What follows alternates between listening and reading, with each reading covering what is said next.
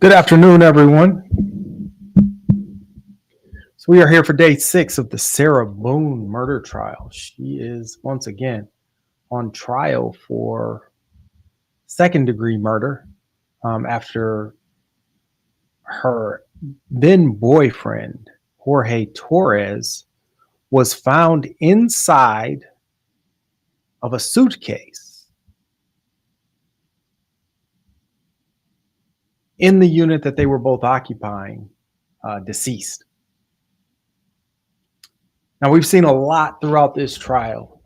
Sarah Boone actually took the stand, which, you know, we in the legal community, we like to watch that happen, but we don't typically advise our clients to take the stand in most criminal actions against them. Hey, Tread, good to see you here. So it's interesting that in the last 3 trials that we have covered, every one of them, the defendant takes the stand. And so far, the other 2 have been found guilty. We'll see what happens in this one. Jeff, good to see you. Allison, glad you could join us as well. So far today, Miss Carol, good to see you here. So far today, what has happened is the state has presented some more evidence in their rebuttal. The state then rested, at which point the court began going over jury instructions. So there was a lot of argument this morning over jury instructions, and we're going to get to that. We're going to view those arguments. But right now, what we're waiting for is closing statements. So we're going to kind of switch the format up here. The closing arguments are of paramount importance. So we're going to watch those live, because after closing arguments, that's when we're going to go into verdict watch. Now, the judge in this case, Judge K, has asked the court to keep the court open because it's Friday, and he wants to give the jury the opportunity to deliberate and reach a verdict without having to go home and then be called back again next week. Judges really don't like having to bring a group of jurors back the week following the close of a trial if they don't have to. So he's going to allow this jury to stay and kind of force the jury to stay until sometime tonight, in the event that they can't reach a verdict. If they get to whatever time he has decided he's going to shut it all down, then without a verdict, then of course we'll have to come back next week and continue verdict watch on Monday. But we can expect that there's going to be a significant time period during which we're going to be on verdict watch today. So what we're going to do that's a little different than what we've done in the past is we're going to go with the case live with respect to closing arguments. So we're going to, when they all come back from break, the judge is probably going to finalize these jury instructions. He's going to read the jury instructions to the jury, and then we're going to move into closing arguments, and then he's going to discharge the jury for deliberations. Kat, glad you can join us. Good to see you over here from TLA and AV's channel.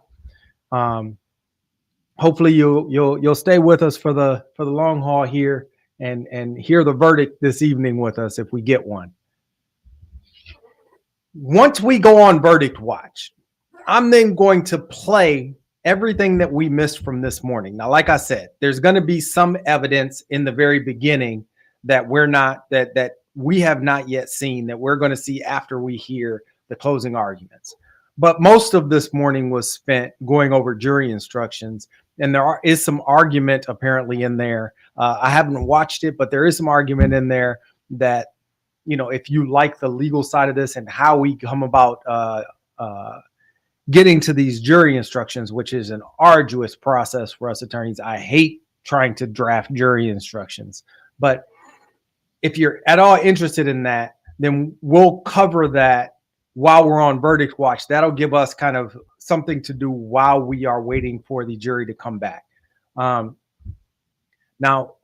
the court right now is still in recess, as you can see, but it does say that moments away we're going to get the jury instructions and closing arguments. The judge did tell the attorneys to be back at 1:20 and instructed the jury to be ready to go at 1:30. It's now about 1:55 and they haven't reopened the court. And I don't want to get started on what happened this morning until the jury comes back and we can actually watch this with them. So in the meantime, I want to discuss some of the things that we saw yesterday and put that together with the testimony that we heard from Miss Boone. Now, Miss Boone said that she met the decedent and that she was enamored with the decedent, and she just couldn't believe that this individual would be interested in her. And she always felt like she was, somehow less than him. That's kind of what she testified when she took the stand. But then we saw those videos come in yesterday, and they were videos that she was taking of her interactions with Mr. Torres. And in those videos, she's repeatedly instructing him to say into the camera how awesome she is and how much better she is than him. There was one video in which she seemed to be preparing him for testimony that he would have to give before a court, likely in one of their domestic violence cases, where she's feeding him what to say to the court and reprimanding him when he doesn't say exactly what she's told him to say, and doesn't say how great she is.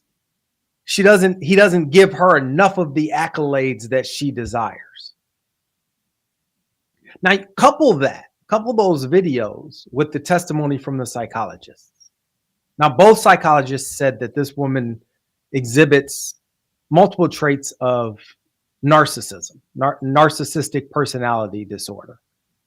And while they both agreed that she does suffer from that subset of post-traumatic stress disorder that we call battered spouse syndrome or battered women syndrome or battered person syndrome or whatever we call it, she does suffer from that. They also agreed to the narcissism. And we heard the state's experts say, none of that matters. The only thing that matters is that she was not in fear on the night in question.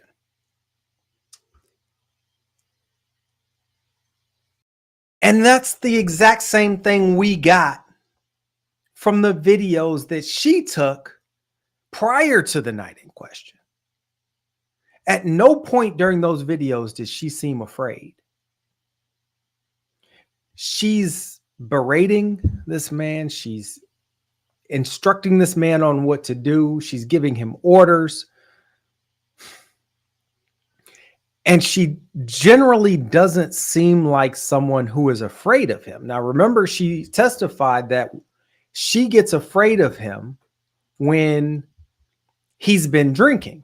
But in every one of those videos, he had been drinking. Obviously, he had obviously been drinking. Some of them he's laying on the floor outside of her bedroom. And when asked why he's there, he says, I just wanted to be close to you. And then she begins berating him, telling him she told him not to mess with her, to leave her alone. She's berating him because he drank all of the vodka and there was enough vodka for 2 people. So ostensibly there was enough there for her. Why didn't he save her any? And she begins ordering him down the stairs. And during part of that video, he's almost in a fetal position on the floor saying, yes, ma'am. Yes, ma'am. Yes, ma'am. To the things that she's saying to him. And she sounded like a different person during that video than the person that is on the stand, that was giving us testimony on the stand.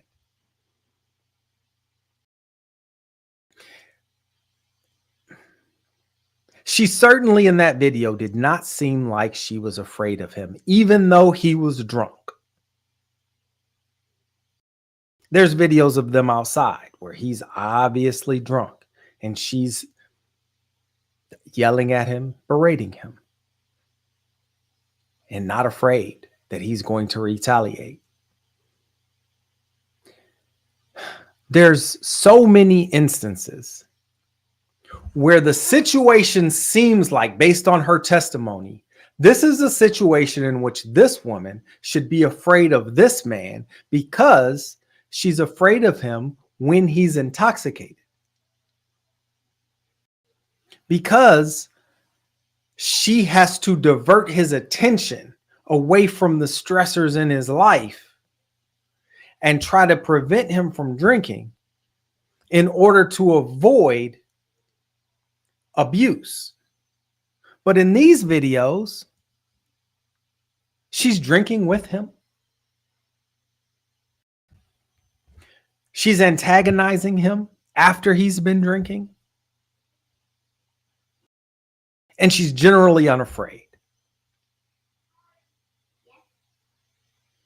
Her entire defense here is self-defense. She was in imminent fear for her life when he was inside that suitcase.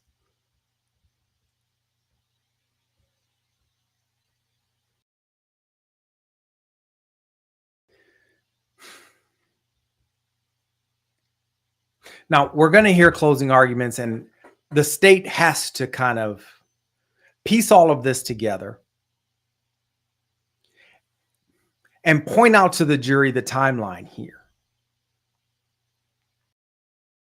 This is, we saw the images of her. Somebody was hitting this woman, so we have to believe that it was the decedent. She is certainly a battered woman. And both experts testified that she's a battered woman. So that jury instruction is going to come in. But that jury instruction it's going to be a self-defense instruction, right? There is no battered women instruction in Florida because battered women doesn't really exist here legally.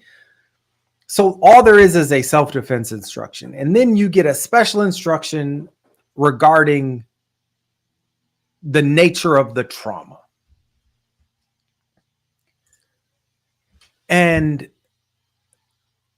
that special instruction, the self-defense instruction, is basically going to be geared around, would a reasonable person have been in imminent fear of their life during this time? And if so, self-defense attaches. You're allowed to defend yourself. The battered women instruction says you have to look at this situation in the mind of a battered woman when you are determining whether the response was reasonable. So it doesn't really change the self-defense instruction. There still has to be that imminent fear. What it does is change the reasonableness standard such that we're not looking at it from the mind of uh, reasonable third party who's never been battered, who doesn't suffer from battered women syndrome or any other trauma, right? Any other psychological condition that is brought about by trauma. So it changes the reasonableness factor. But you still have to have that imminent harm. So what the expert for the state was saying was, look, even with that reasonableness shift, there's no indication here that she was afraid, that she feared him while he was inside the suitcase. Based on what she told me, there's no fear here. So the jury at that point heard the psychologist say that, and then they saw those videos where she had obviously not been in fear before. And so the state now has to piece that together for the jury, the timeline. She puts him in the suitcase. She says they're laughing and joking together when she puts him in when she zips the suitcase up. And then she forgets the next 10 minutes because she takes that photo, right? But she doesn't know what happened between the photo and the first video. So she forgets the next 10 minutes, doesn't know what happened. But in the video, we see that even if he consented to her putting him in the suitcase, at some point he withdrew that consent. He withdrew the consent to remain confined in this suitcase.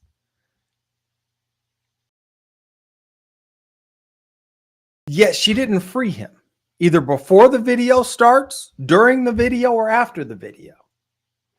But according to her testimony, when that video started, she still wasn't in fear. He had withdrawn consent. If he ever gave it in the first place, he withdrew it by that point. He's pleading for his life. She's not in fear. And then apparently she remembers everything between that video and the next video. And at some point he gets his hand out of this suitcase, or maybe his fingers, depending on, which version of the events you're relying on. He gets his hand out of this suitcase. And at that point, that's when the fear attaches. But her duty to free him predates the attachment of the fear, even based on her testimony. Her testimony alone does away with the defense. And that's what the state's psychologist testified to.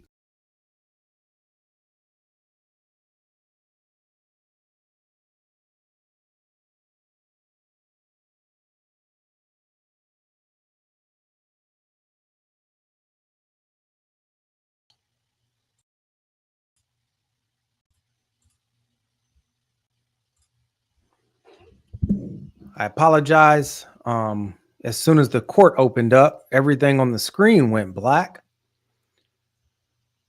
So I will continue this after we hear what's going on in the court. For now, let's turn it over to them. 20 CF 2603, State of Florida versus Sarah Boone. Limited appearances for the state, please. Dave Ketchcore on behalf of the state. Will J for the state. Defense. James Owens for Ms. Boone. Tony Henderson for Sarah Boone. Kevin back over there. Sarah Boone. Ms. Boone is seated at counsel's table wearing the same clothing from this morning. I apologize for my lateness. I realized that there were some typos after I'd sent this to print and needed to take them all apart to fix it. So thank you for your patience as we worked through that. State. We noticed that in the non-deadly force, Page 12. there was a couple strike-throughs with the use. I saw. However, there was also a mistake with leaving a paragraph about reputation in at the very end of 3.6G, and that should have been a mirror of the relative physical capabilities of the parties. I do see that. Other than that, I saw the he, she bracketed still. I fixed that on page 16. Then it's just that one, I think, that Mr. Henderson and I noticed. Okay, all right.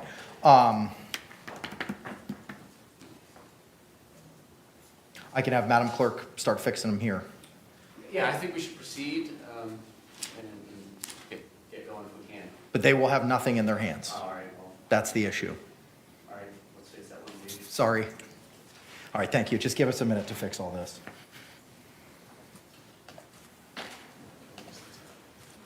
Yes, be fabulous. So there's a problem with the jury instructions. They spent a lot of time going over these. And just so that I'm clear, back on the record, we're referring to the bottom of page 12, 3.6G, paragraph 2, where the use is struck through, correct? Yes, sir. And then we're referring to the top of page 13 as to that 2 lines as to reputation. Is that correct? Yes, sir, that should be physical capabilities paragraph or sentence. Give me a moment. Let me pull back up to 3.6G instruction.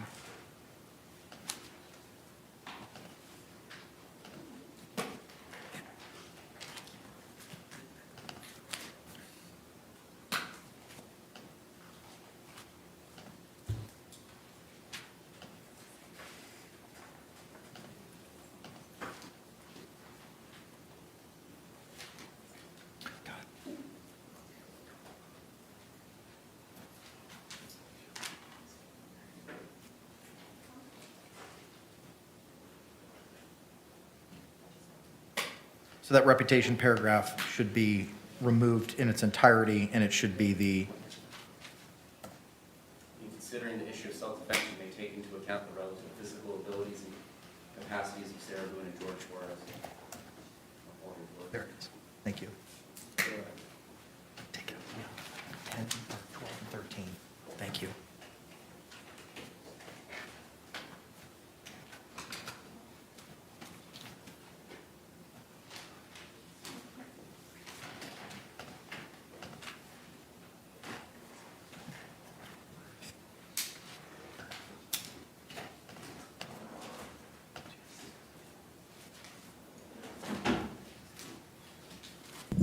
So unlike the other days, people can't fast forward through this. This is going on right now.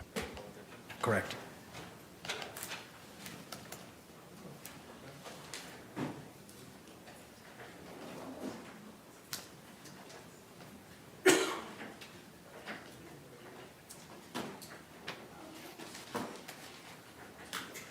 Was there anything else other than that?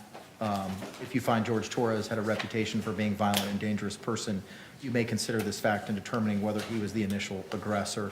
Anything else that needs to be added to the jury instructions from the state side of the ledger? The reputation should be deleted. Correct, I agree with you, yes. I'm sorry.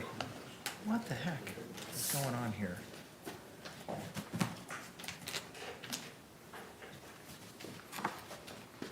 No reputation, Judge? That's correct.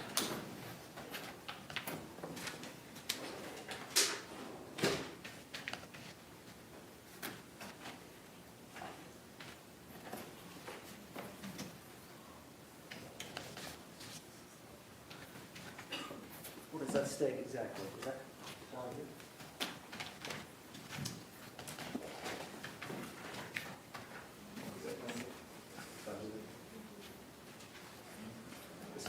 That's not what we have.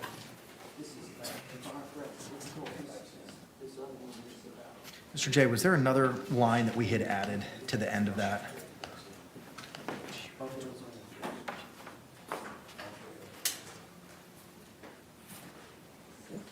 So the jury now knows that they're going to be here well into the evening, The physical contact sentence is where it should be. and they've been sitting That's waiting what I was making, maybe that's. to what I come was into the thinking. courtroom since 1:30.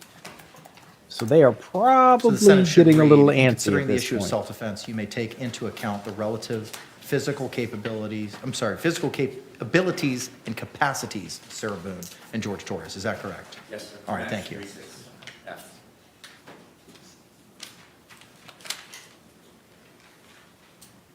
Correct. It matches 36F now. I apologize.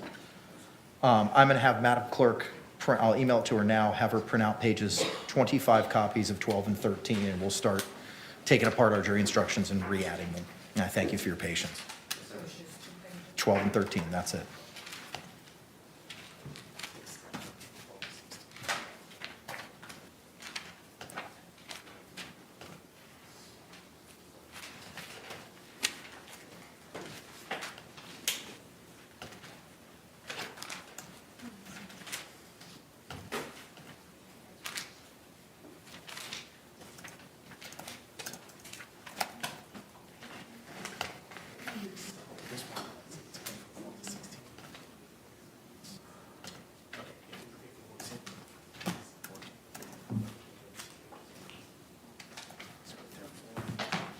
Mr. J, are you going to be utilizing the verdict form in closing?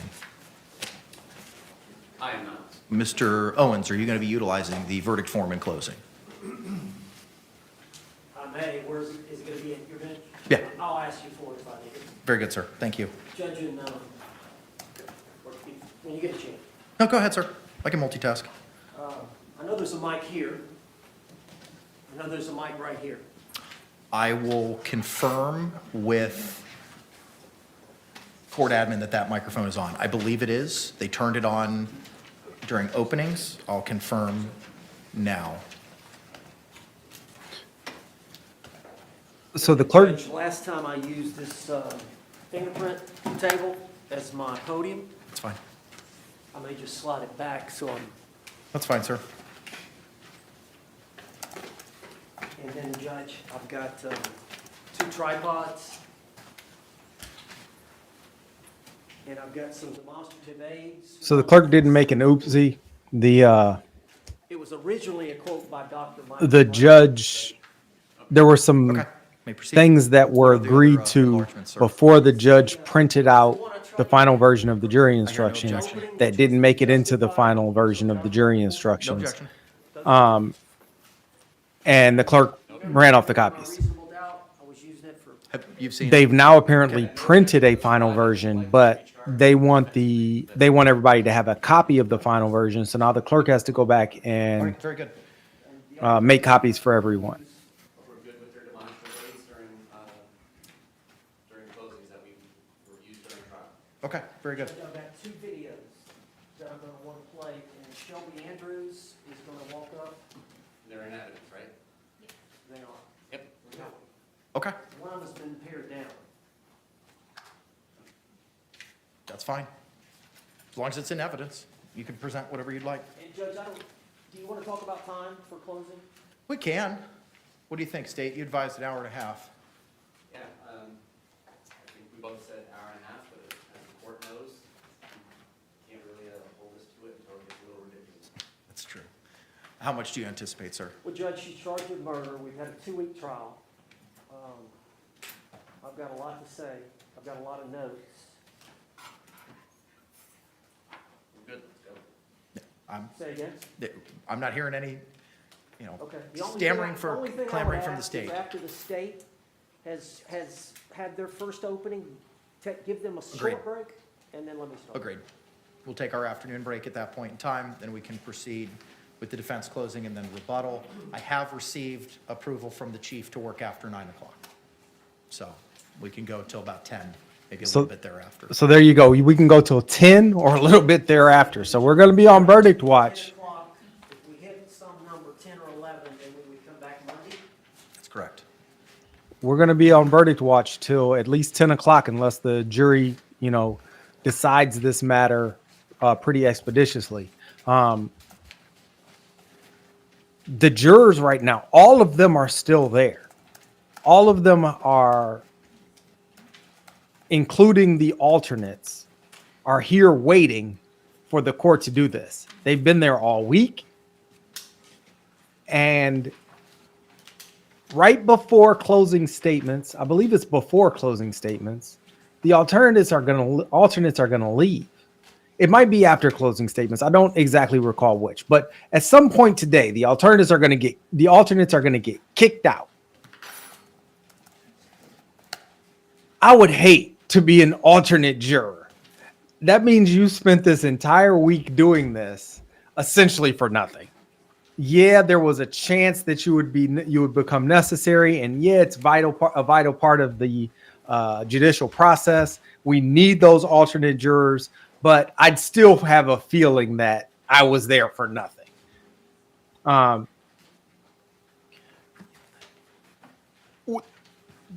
Jurors in the state of Florida are also allowed to ask questions of the witnesses. They can pass a note they can raise their hand, pass a note to the judge. The judge then reads it with counsel present, and they decide whether they're going to answer the question and how to answer the question. So far, this trial, the jury has not asked any questions. And now that opportunity is over because all of the evidence has been presented. They can ask questions during deliberations. Those questions are sometimes answered, sometimes not. Usually they just get referred back to the jury instructions. They'll also have the opportunity to review every piece of evidence. So any physical evidence that has come in, they can ask for it to be taken back to the jury room. So the suitcase can go back there, the bat can go back there. Anything that's in evidence can go back to the jury room with them.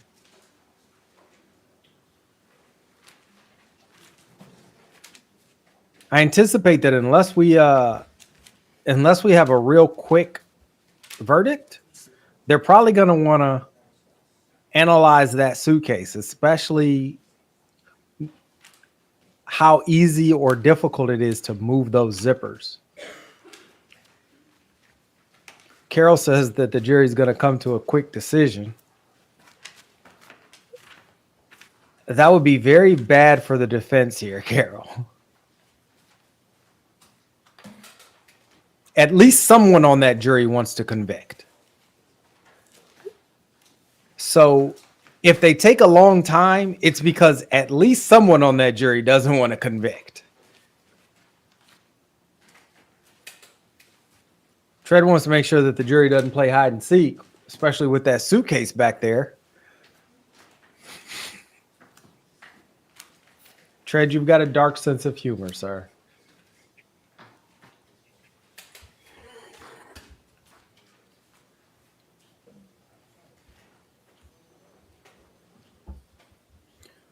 As attorneys, we spend a lot of time in courtrooms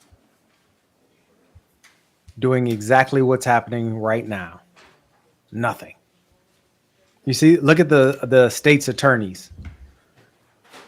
They're just kind of sitting there. The defense team is trying to get things together, trying to prepare. The state's ready to go. They're done. So Natalie wants to remind everyone that one of the jury members is a DV victim who has an open case. So it's a wonder first that she's on the jury. I would guess that the state would have liked to kick that juror, but perhaps they ran out of juror strikes.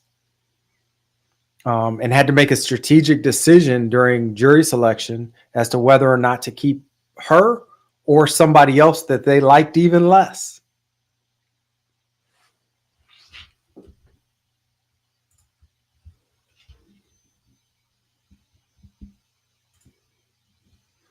Miss Carroll thinks that Tread's hide and seek with the suitcase comment is a little too soon.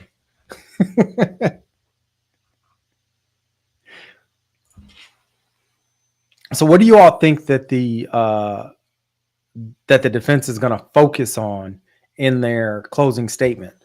So in case you missed what they were just talking about, the state is going to go first. They get to do their closing argument. Then there's going to be a break. Then the defense is going to go give their entire closing statement. And then the state gets to come back and have the last word. The defense has to present everything that they can possibly present in one go and hope that the rebuttal is insufficient to turn the jurors' minds back around if they've done a good job in their closing argument. What do you think that the defense focuses on? How do you get an acquittal in this case if you're the defense?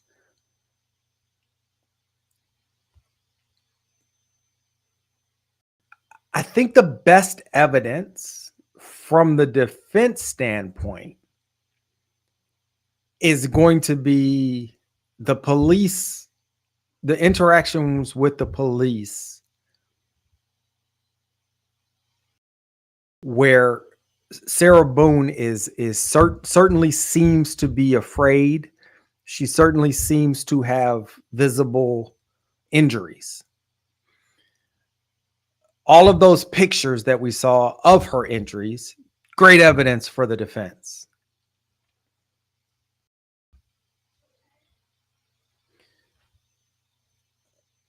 But other than that, I don't know that there's any other evidence that came forward that was great for the defense. I mean, they can focus on Sarah Boone's testimony. The problem with Sarah Boone's testimony is they don't know at this point whether or not the jury finds Sarah Boone credible. They know she's a liar. They know she lied to the police. Did they accept her reason for lying to the police? Did they accept that I only lied to the police to avoid arrest? And even if they do, if the state gets up and says if she's willing to lie to avoid being arrested, how much more is she willing to lie to avoid going to prison, perhaps for the rest of her life? How do they deal with that? Because we know she's a liar.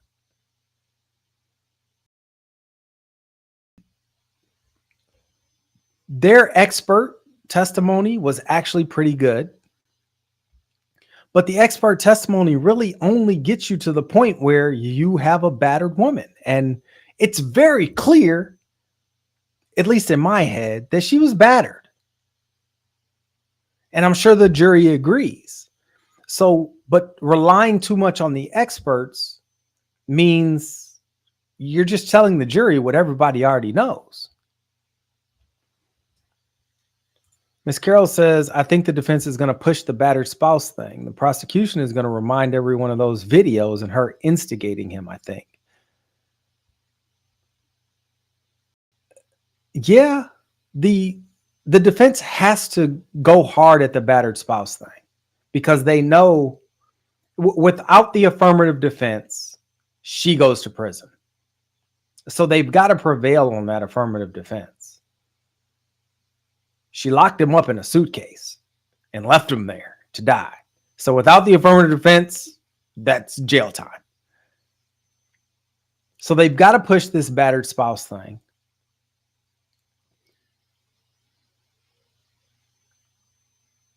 But again, the battered spouse piece can only be used to change the reasonable, kind of alter that reasonable person standard.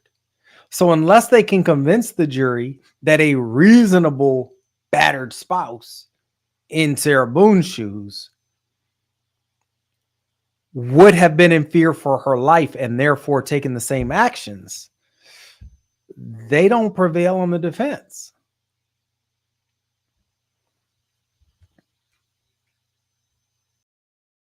And if I'm the prosecution, yeah, I go to those videos of him of her instigating things, but I also I throw her under the bus with respect to all of the lies that she's told, with respect to the fact that even if you were to try to believe everything she said on the stand, it just doesn't make sense.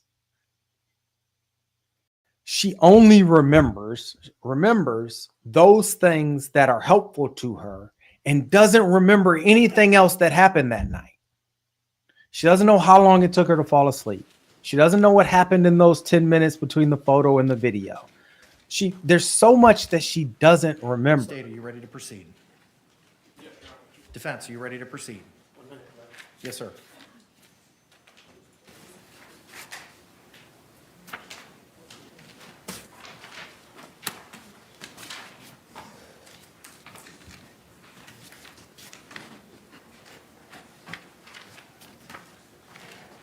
We're ready, Judge.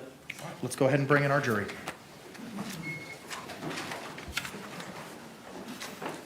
Yeah, that would be fabulous. Just Bruce. I do not.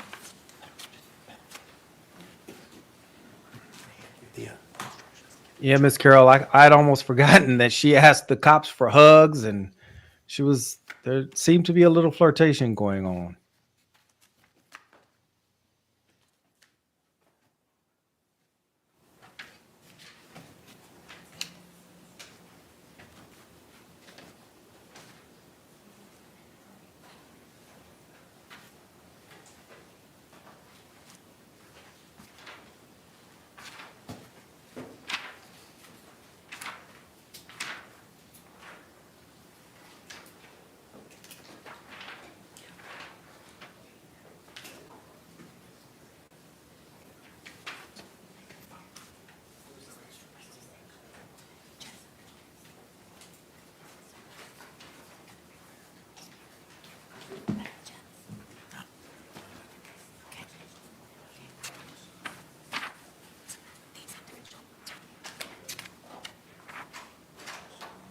Jury entering.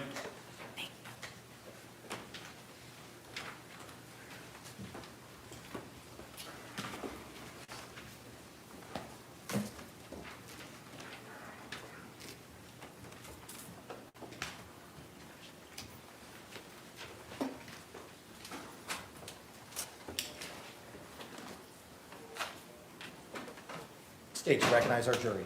Yes, Your Honor. Defense, do you recognize our jury? Yes. Everyone can be seated, thank you. Members of the jury, thank you for your patience. We had a long conversation about the jury instructions, and I missed a typo or two after I had printed everything, and took us a while to print everything out. I'm going to ask the courtroom deputy to come forward and pass these out to you. If you could, if you can, please raise your hands to confirm that you complied with the court's instructions during the break. All right, record reflect all hands have been raised.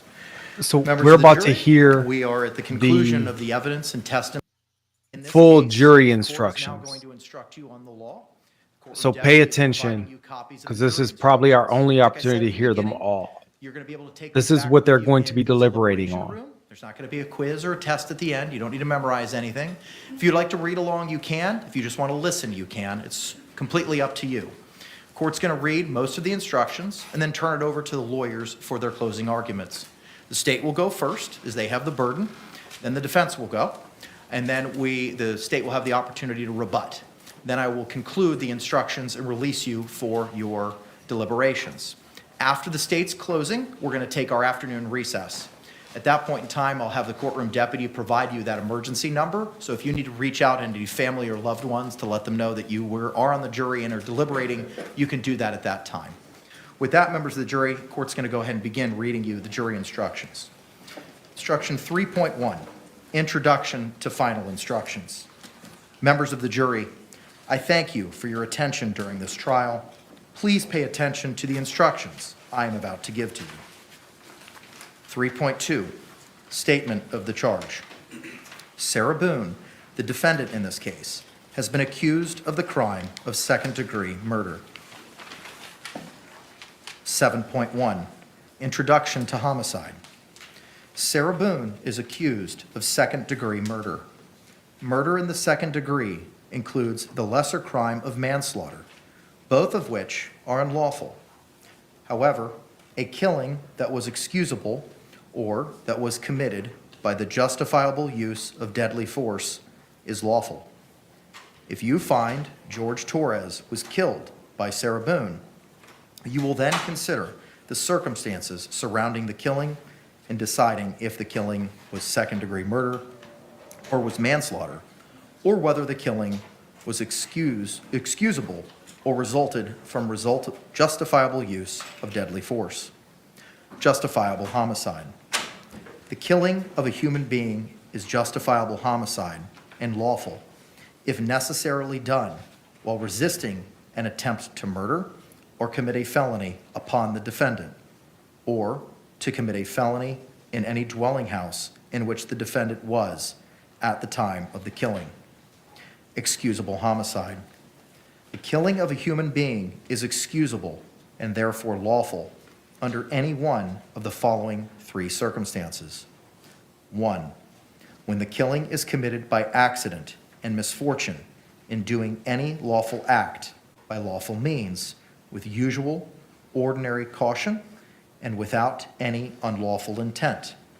Or 2, when the killing occurs by accident and misfortune in the heat of passion, upon any sudden and sufficient provocation. Or 3, when the killing is committed by accident and misfortune resulting from a sudden combat, if a dangerous weapon is not used and the killing is not done in a cruel or unusual manner. A dangerous weapon is any object that will likely cause death or great bodily harm if used in the ordinary and usual manner contemplated by its design and construction. Great bodily harm means great, as distinguished from slight, trivial, minor, or moderate harm, and as such, does not include mere bruises. I now instruct you on the circumstances that must be proved before Sarah Boone may be found guilty of second-degree murder or any lesser included crime. 7.4, murder, second degree. To prove the crime of second-degree murder, the state must prove the following 3 elements beyond a reasonable doubt. 1, George Torres is dead. 2, the death was caused by the criminal act of Sarah Boone. 3, there was an unlawful killing of George Torres by an act imminently dangerous to another and demonstrating a depraved mind without regard for human life. An act includes a series of related actions arising from and performed pursuant to a single design or purpose. An act is imminently dangerous to another and demonstrating a depraved mind if it is an act or series of acts that, 1, a person of ordinary judgment would know is reasonably certain to kill or do serious bodily injury to another, and 2, is done from ill will, hatred, spite, or an evil intent, and 3, is of such a nature that the act itself indicates an indifference to human life. In order to convict of second-degree murder, it is not necessary for the state to prove the defendant had an intent to cause death. 3.4, when there are lesser included crimes or attempts. In considering the evidence, you should consider the possibility that although the evidence may not convince you that the defendant committed the main crime of which she is charged, there may be evidence that she committed other acts that would constitute a lesser included crime or crimes. Therefore, if you decide that the main accusation has not been proved beyond a reasonable doubt, you will next need to decide if the defendant is guilty of any lesser included crime. The lesser crimes indicated in the definition of second-degree murder is manslaughter, culpable negligence. 7.7, manslaughter. To prove the crime of manslaughter, the state must prove the following 2 elements beyond a reasonable doubt.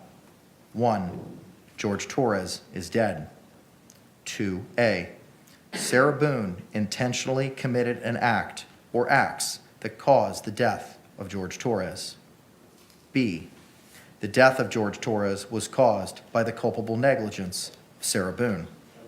Yes? I apologize. Or, thank you for that clarification. Sarah Boone I'll reread those for you. 2A, Sarah Boone intentionally committed an act or acts that caused the death of George Torres. Or B, the death of George Torres was caused by the culpable negligence of Sarah Boone. Every person has a duty to act reasonably towards others. If there is a violation of that duty without any conscious intent to harm, that violation is negligence.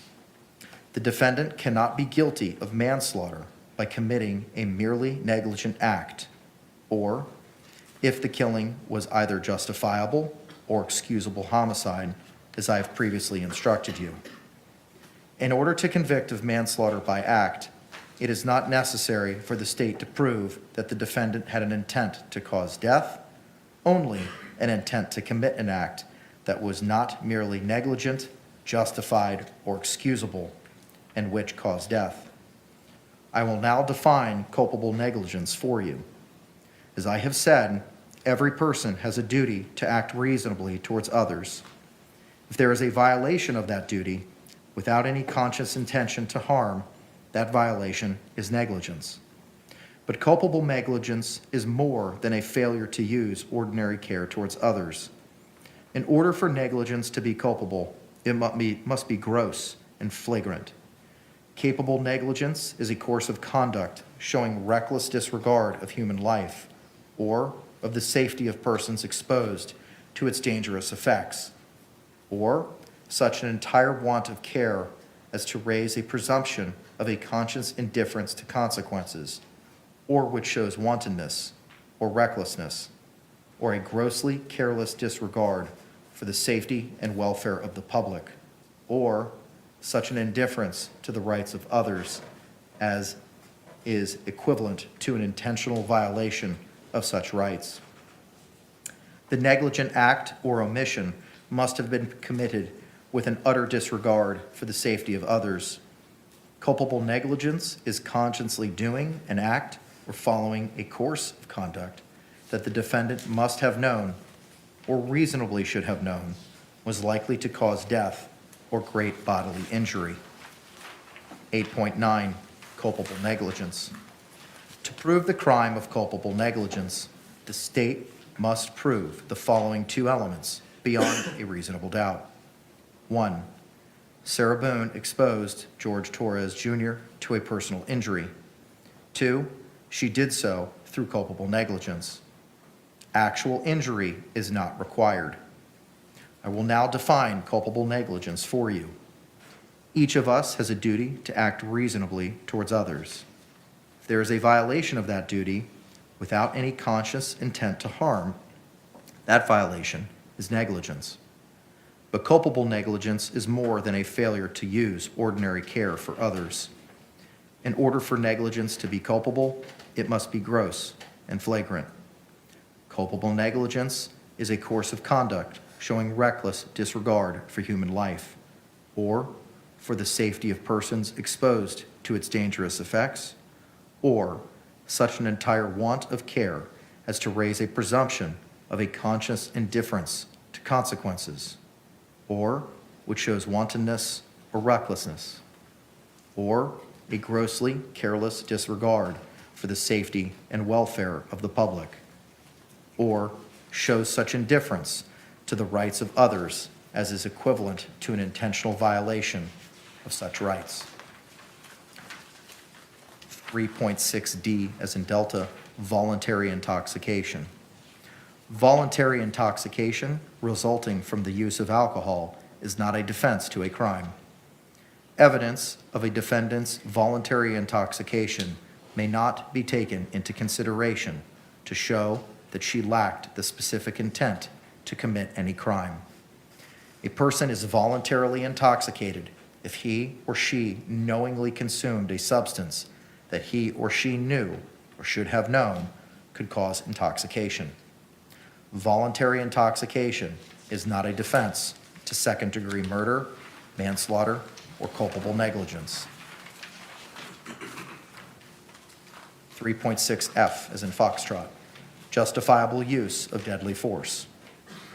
It is a defense to the crimes of second-degree murder, manslaughter, and culpable negligence if the actions of Sarah Boone constituted the justifiable use or threatened use of deadly force. Deadly force means force likely to cause death or great bodily harm. Great bodily harm means great, as distinguished from slight, trivial, minor, or moderate harm. Sarah Boone does not have the burden of proving that she was justified in using deadly force. Instead, for you to find Sarah Boone guilty, the state must prove beyond a reasonable doubt that Sarah Boone was not justified in using deadly force. The law on the justifiable use, deadly force, is as follows. Sarah Boone was justified in using deadly force if she reasonably believed that such force or threat of force was necessary to prevent imminent death or great bodily harm to herself. Sarah Boone had no duty to retreat before using deadly force. In deciding whether Sarah Boone was justified in the use of deadly force, you must consider the circumstances at the time the force or threat of force was used. The danger need not have been actual. However, to justify the use of deadly force, the appearance of imminent danger must have been so real that Sarah Boone actually believed the use of deadly force was necessary.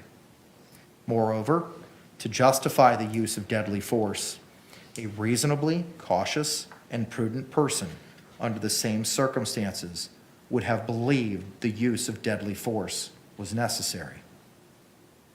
However, the use of deadly force is not justified if you find that Sarah Boone used force to initially provoke the threatened use of force against herself, unless 1.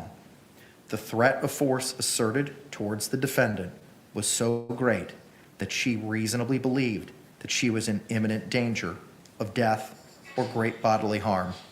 Please silence your cell phones. And had exhausted every... Out. Whosever phone is on, get out right now.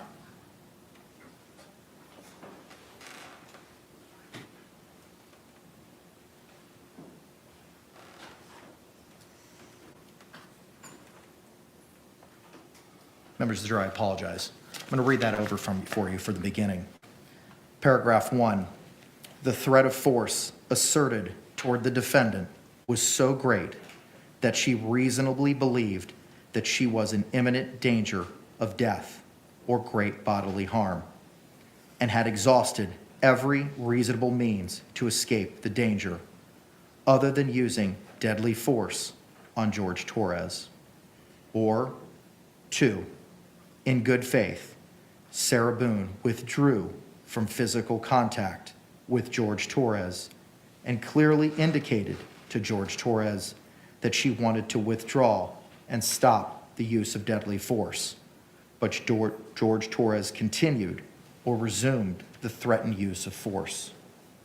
Physical contact includes any restraint on Jorge Torres's movement. If you find that Sarah Boone, who because of prior threats or difficulties with Jorge Torres Jr., had reasonable grounds to believe that she was in danger of death or great bodily harm at the hands of Jorge Torres, you may consider this fact in determining whether the actions of Sarah Boone were those of a reasonable person. If you find that at the time of the alleged second-degree murder, manslaughter, or culpable negligence, Sarah Boone knew that Jorge Torres had committed an act or acts of violence, you may consider that fact in determining whether Sarah Boone reasonably believed it was necessary for her to use deadly force. In considering the issue of self-defense, you may take into account the relative physical abilities and capacities of Sarah Boone and Jorge Torres. Judge, I'm missing page 10 and 11. I am too. Okay. We will remedy that. Thank you, sir. Is it just your copy, Mr. Owens? Anybody else missing 10 and 11?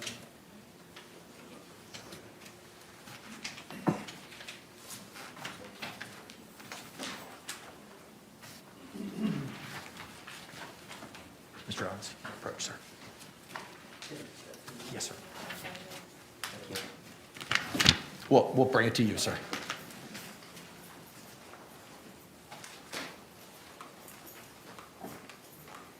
And we'll wait till I have those, sir, and we'll continue. Thank you.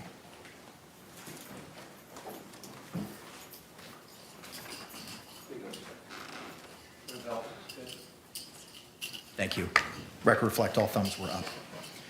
Page 11, special instruction on battered spouse syndrome. You have heard evidence that Sarah Boone suffers from battered spouse syndrome. If you find the evidence that Sarah Boone suffers from battered spouse syndrome credible, you may consider this evidence to assist you in determining whether a person in Sarah Boone's circumstances would reasonably believe that such force was necessary to defend herself against the imminent use of unlawful force by Jorge Torres. Like other witnesses, you may believe or disbelieve all or any part of the testimony regarding battered spouse syndrome. 3.6G, justifiable use of non-deadly force.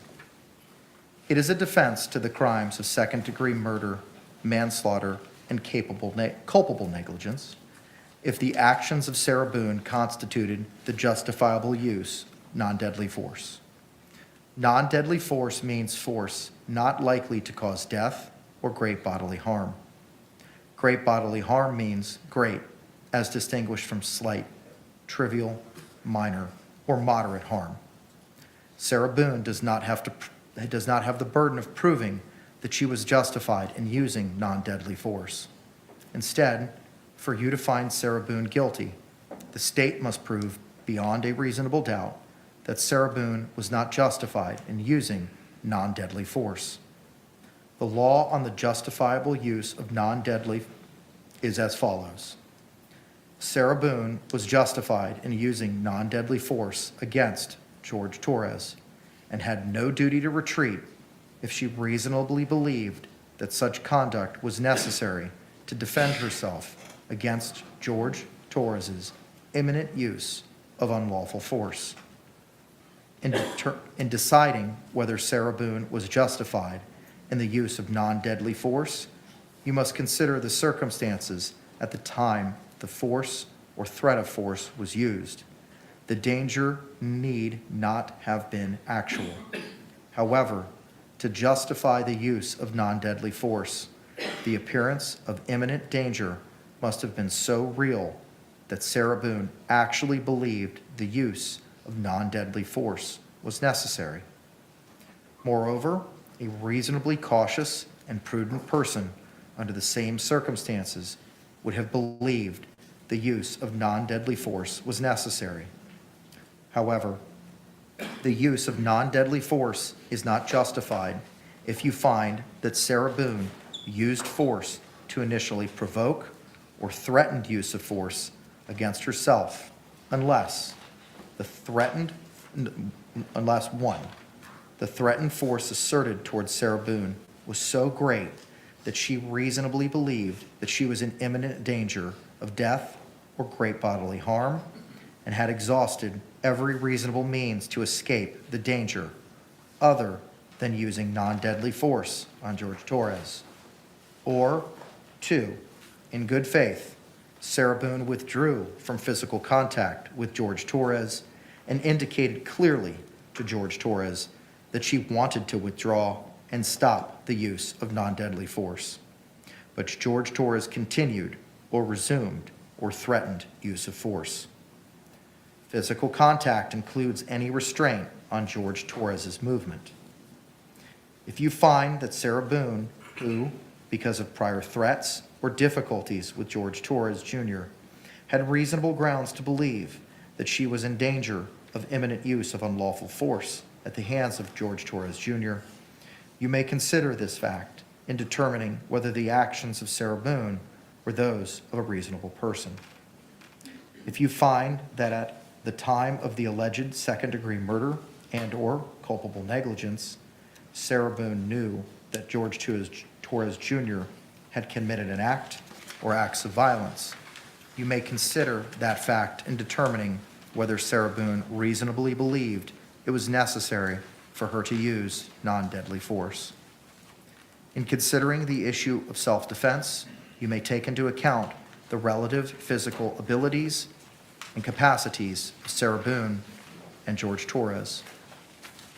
Special instruction on battered spouse syndrome. You have heard evidence that Sarah Boone suffers from battered spouse syndrome. If you find the evidence that Sarah Boone suffers from battered spouse syndrome credible, you may consider this evidence to assist you in determining whether a person in Sarah Boone's circumstances would reasonably believe that such force was necessary to defend herself against the imminent use of unlawful force by Jorge Torres. Like other witnesses, you may believe or disbelieve all or any part of the testimony regarding battered spouse syndrome. 3.7, plea of not guilty, reasonable doubt, and burden of proof. The defendant has entered a plea of not guilty. This means you must presume or believe the defendant is innocent. The presumption stays with the defendant as to each material allegation in the information through each stage of the trial, unless it has been overcome by the evidence to the exclusion of and beyond a reasonable doubt. To overcome the defendant's presumption of innocence, the state has the burden of proving the crime with which the defendant is charged was committed, and the defendant is the person who committed the crime. Whenever the words reasonable doubt are used, you must consider the following. Proof beyond a reasonable doubt does not mean proof beyond all doubt. A reasonable doubt is not a mere possible doubt, a speculative, imaginary, or forced doubt. Such a doubt must not influence you to return a verdict of not guilty if you have an abiding conviction of guilt. On the other hand, if after carefully considering, comparing, and weighing all the evidence, there is not an abiding conviction of guilt, or if, having a conviction, it is one which is not stable, but one which wavers and vacillates, then the charge is not proved beyond every reasonable doubt, and you must find the defendant not guilty because the doubt is reasonable. It is to the evidence introduced in this trial and to it alone that you are to look for that proof. A reasonable doubt as to the guilt of the defendant may arise from the evidence, conflict in the evidence, or the lack of evidence. If you have a reasonable doubt, you should find the defendant not guilty. If you have no reasonable doubt, you should find the defendant guilty. 3.9, weighing the evidence. It is up to you to decide what evidence is reliable. You should use your common sense in deciding which is the best evidence and which evidence should not be relied upon in considering your verdict. You may find some of the evidence not reliable or less reliable than other evidence. You should consider how the witnesses acted as well as what they said. Some things you should consider are: 1, did the witness seem to have an opportunity to see and know the things about which the witness testified? 2, did the witness seem to have an accurate memory? 3, was the witness honest and straightforward in answering the attorney's questions? 4, did the witness have some interest in how the case should be decided? 5, does the witness's testimony agree with the other testimony and other evidence in the case? 6, did the witness at some other time make a statement that is inconsistent with the testimony he or she gave in court? Whether the state met its burden of proof does not depend upon the number of witnesses it has called or upon the number of exhibits it has offered, but instead upon the nature and quality of the evidence presented. The fact that a witness is employed in law enforcement does not mean that his or her testimony deserves more or less consideration than that of any other witness. Expert witnesses are like other witnesses, with one exception. The law permits an expert witness to give his or her opinion. However, an expert opinion is reliable only when given on a subject about which you believe him or her to be an expert. Like other witnesses, you may believe or disbelieve all or any part of an expert's testimony. The defendant in this case has become a witness. You should apply the same rules to consideration of her testimony that you apply to the testimony of the other witnesses. It is entirely proper for a lawyer to talk to a witness about what testimony the witness would give if called to the courtroom. The witness should not be discredited by talking to a lawyer about his or her testimony. You may rely upon your own conclusion about the credibility of any witness. A juror may believe or disbelieve all or any part of the evidence or the testimony of any witness. 3.9 Bravo, defendant statements. A statement claimed to have been made by the defendant outside of court has been placed before you. Such a statement should always be considered with caution and be weighed with great care to make certain it was freely and voluntarily made. Therefore, you must determine from the evidence that the defendant's alleged statement was knowingly, voluntarily, and freely made. In making this determination, you should consider the total circumstances, including, but not limited to, 1, whether, when the defendant made the statement, she had been threatened in order to get her to make it, and 2, whether anyone had promised her anything in order to get her to make it. Law enforcement is not legally required to ask a suspect whether he or she wants to talk to law enforcement after Miranda warnings are read to a suspect. This is, however, one of the factors you may consider whether the defendant's statements were voluntarily made. If you conclude the defendant's out-of-court statement was not freely and voluntarily made, you should disregard it. 3.10, rules for deliberation. These are some general rules that apply to your discussion. You must follow these rules in order to return a lawful verdict. 1, you must follow the law as it is set out in these instructions. If you fail to follow the law, your verdict will be a miscarriage of justice. There is no reason for failing to follow the law in this matter. All of us are depending upon you to make a wise and legal decision in this matter.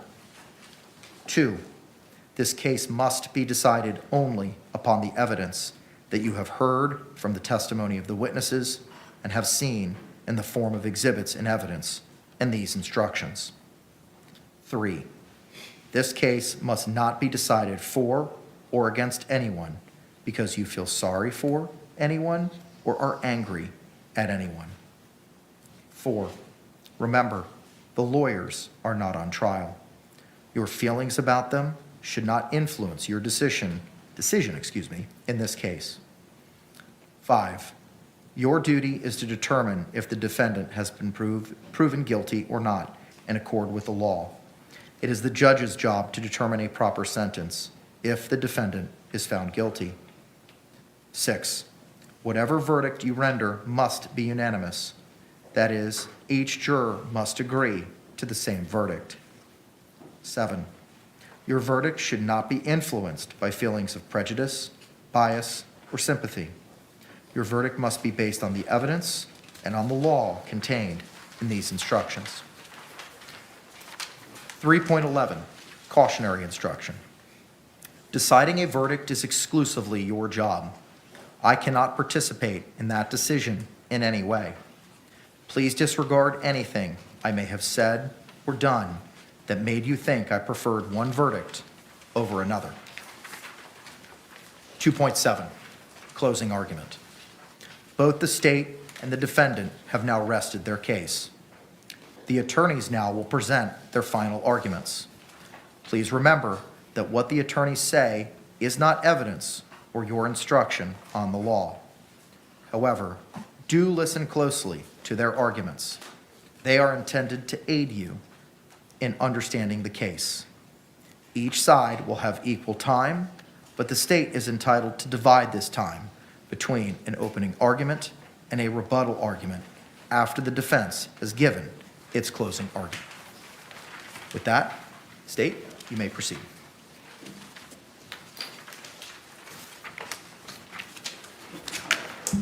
So now that the court has instructed the jury on the law, the prosecution and the defense are allowed to talk to the jury about the law and what portions of the jury instructions they want the jury to focus in on. So we should hear a lot of that in these closing arguments. This is a box. This is the box where Jorge Torres was killed.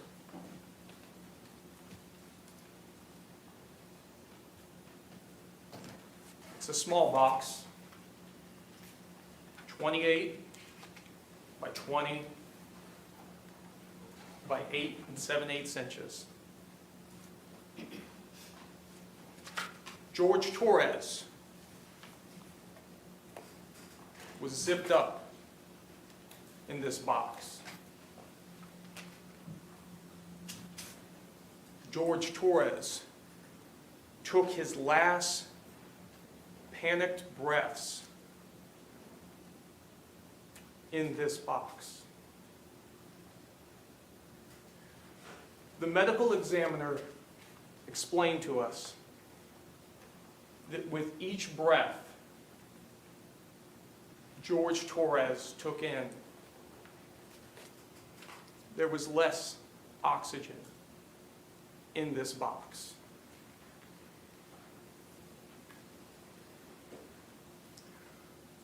Jorge Torres was murdered in this box. Ladies and gentlemen, on behalf of myself, my trial partner, we thank you for your time and attention in this most important of trials. We now have the law from the judge in this case. This is what our duty is to follow. And let's have a discussion regarding that law that we've just been read and given.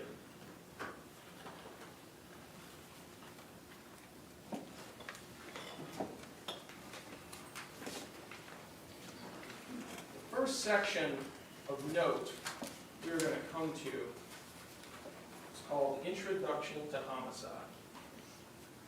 But this being a legal document written by a bunch of lawyers who you've seen for the last 2 weeks arguing with each other, pay careful attention to ands and ors.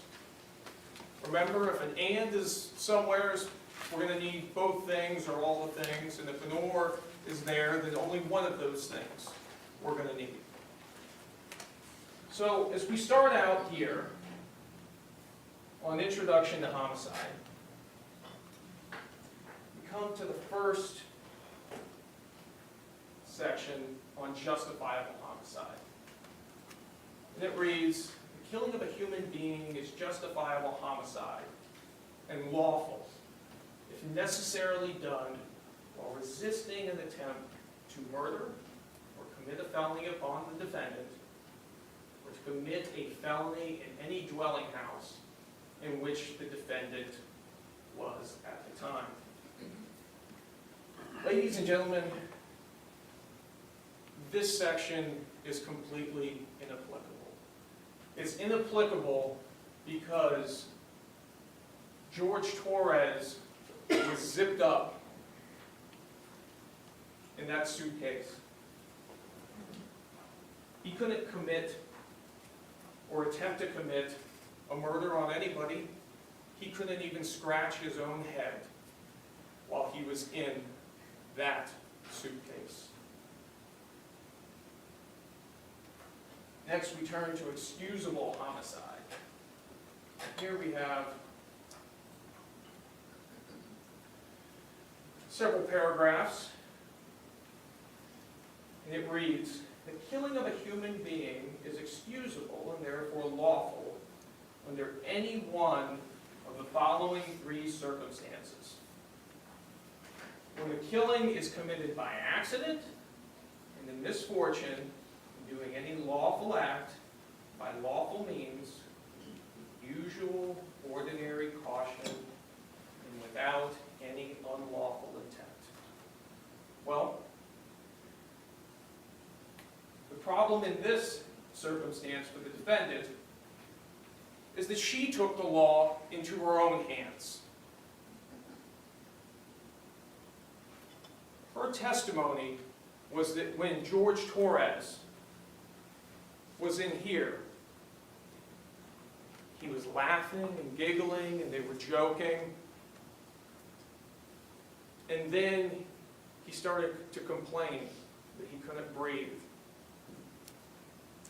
And that's when she said that she wanted him to stay in there so he could feel uncomfortable. So he could feel her grievances. Ladies and gentlemen, that is not lawful. That is not the use of ordinary caution. And that is not applicable in this circumstance. Second, when the killing occurs by accident or misfortune in the heat of passion upon any sudden and sufficient provocation. George Torres couldn't provoke anything from his circumstance. George Torres was confined to this box.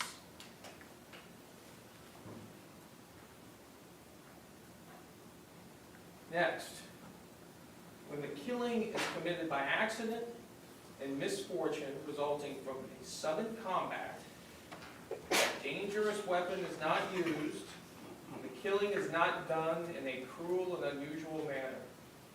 Well, this fails on 2 counts. There was no sudden combat. In her words, this was laughing and joking, and we're all having fun when she decides that it's going to get a little extra real for George Torres. And it fails on the 2nd count because George Torres was killed in a cruel and unusual manner.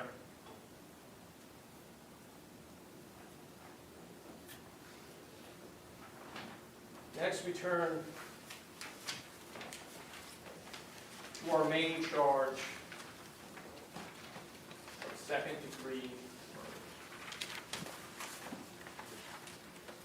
And the law informs us that to prove the crime of second-degree murder, the state must prove the following 3 elements beyond a reasonable doubt.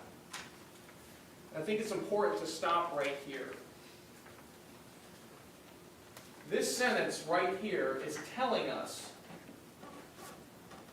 what has to be proven in order for the crime of second-degree murder to be, for the defendant to be found guilty in this case. We've been hearing all kinds of facts for almost 2 weeks now of trial. But these are the 3 facts that had to have been met by the reasonable doubt standard in order to be found guilty. Ladies and gentlemen, I submit to you that the state has proven second-degree murder beyond all doubt. And the proof of that guilt is overwhelming. But I will cite for each element just one fact that conclusively proves each of those elements beyond all doubt. As to the first fact, that George Torres is dead, well, we have a stipulation, amongst other things, that agrees to that. As to the second fact, the death was caused by Sarah Boone. Sarah Boone, in her own words, from the time that this case began on February 23rd, 2020, to when she took the witness stand a few days ago, was consistent about one statement. She zipped him up. She didn't zip him out. She zipped him up in the suitcase, and she refused to zip him out.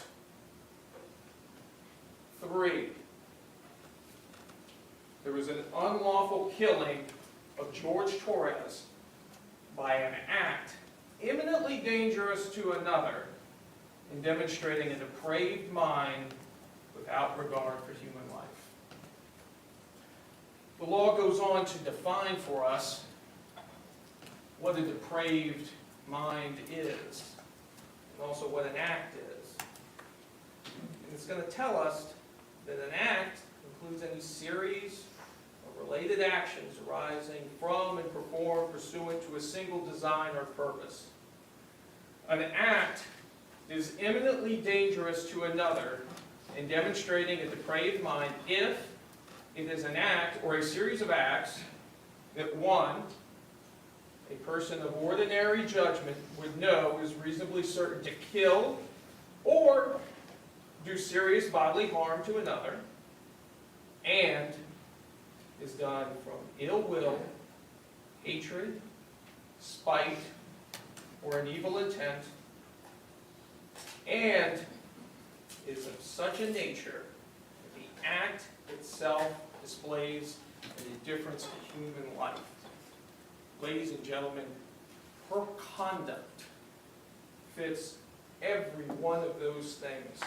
And if there was a scintilla of doubt that this was not the actions of a depraved mind, I point to you, IMG 1062, and states 17. Mr. J, may you publish states 17?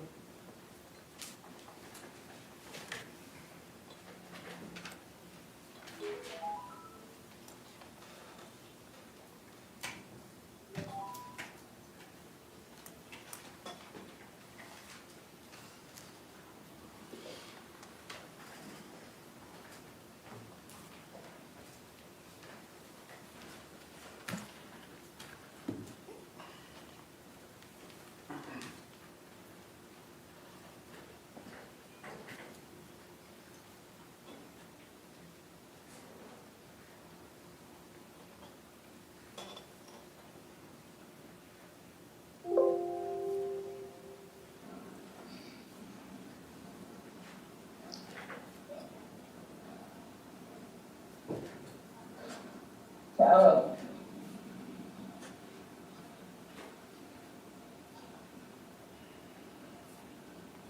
For everything you've done to me. Sarah. For everything you've done to me. Sarah. Fuck you. Sarah. Fuck you. Sarah. Stupid. Sarah. That's my name. Don't wear it out. Sarah. I can't fucking breathe, babe. Seriously.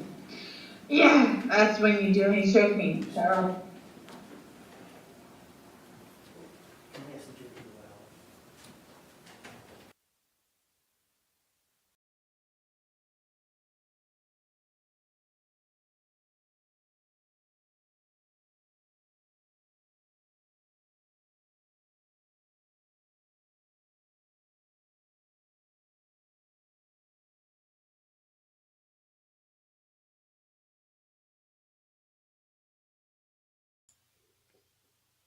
I don't know what happened to the sound, people.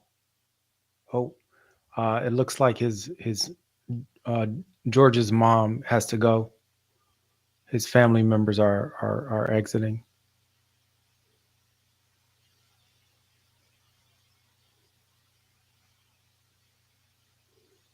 Perhaps they became too emotional at this point, and it was interrupting the closing statement. And this has got to be difficult.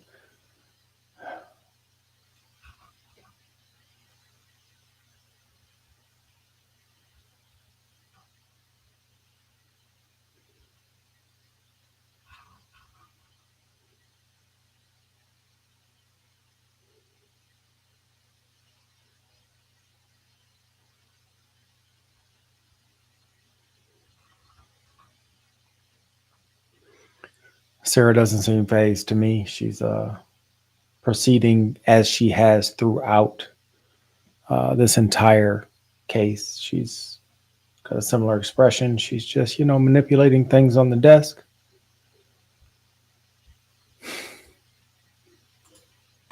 You may continue.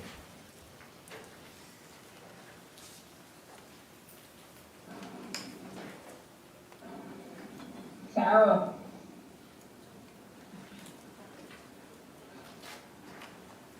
Sarah.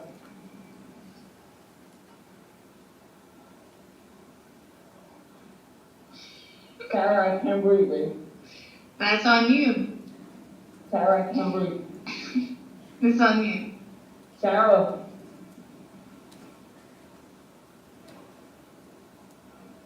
Real or ransom.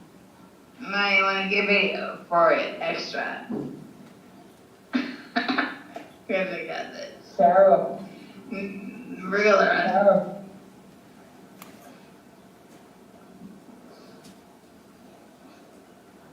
Sarah. Sarah, I can't breathe, babe. Oh. That's what I feel like when you jingle me. Sarah. Fuck you. I can't breathe, Sarah. Yeah. You should probably shut the fuck up. Sarah.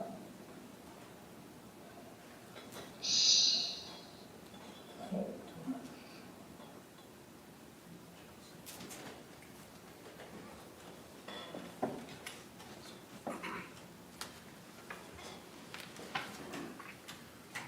Ladies and gentlemen, that exhibit removes any scintilla of doubt about the depravity of the defendant's actions. But we know from the evidence that this was not the first time she had considered killing Jorge Torres. We know. We may see some stuff here that came out this morning that we haven't seen yet. January 13th, 2020, approximately 1 month prior to Jorge Torres' murder, the defendant had a text message conversation. Please do something with yourself, Sarah. God bless you. And bless you and all of you too. I'll get rid of him, then I'll be better. Torres. But ladies and gentlemen, in this case, the law actually specifically tells us that the intent to cause death is not necessary. In order to convict of second-degree murder, it is not necessary for the state to prove the defendant had an intent to cause death.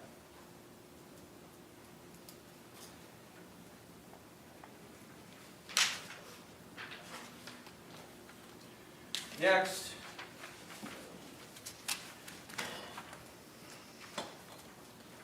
we turn. I'm going to bypass the lesser included offenses because though she is guilty of those offenses as well, the law instructs us that she is to be convicted of for the highest offense in which the evidence supports, which is second-degree murder in this case. So turning our attention towards voluntary intoxication. If there was any question about the fact that Sarah imbibed alcohol on the night that Jorge Torres was murdered, and that maybe somehow that would excuse the conduct or be some type of defense for the conduct.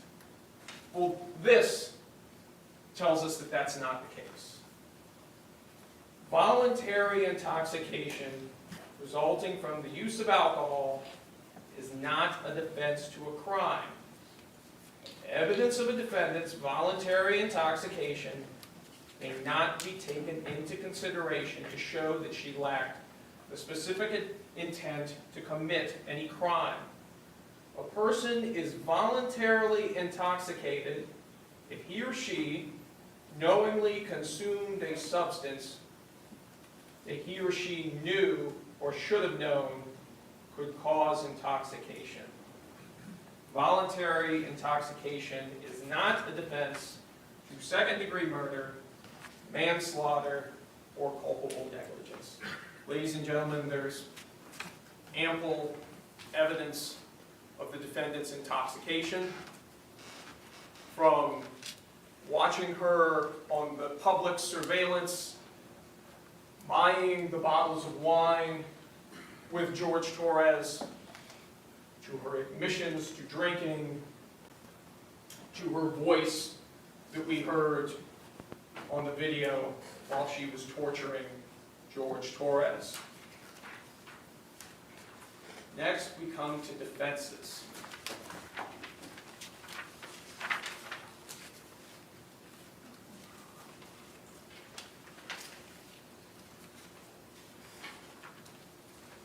First, we come to the justifiable use of deadly force.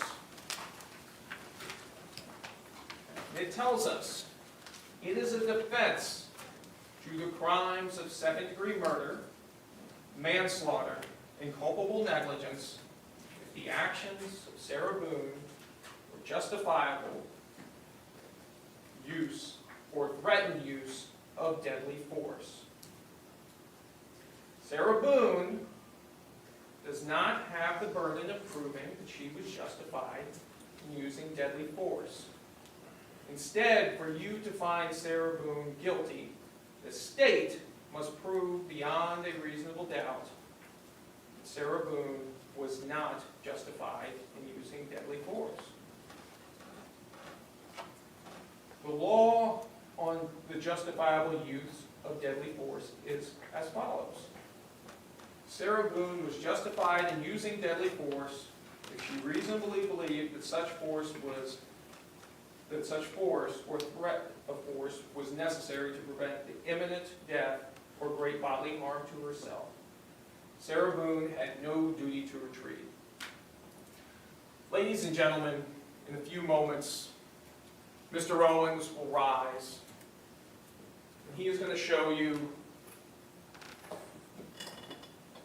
this.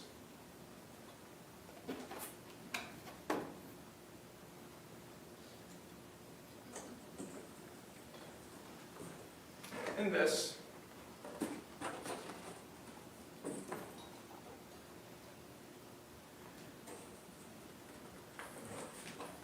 And this.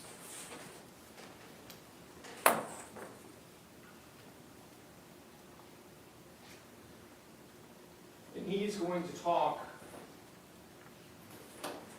in this as well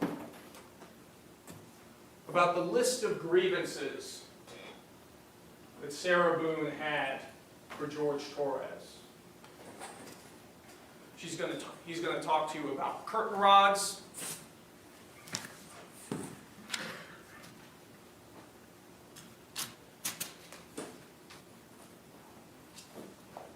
He's going to talk to you about black eyes.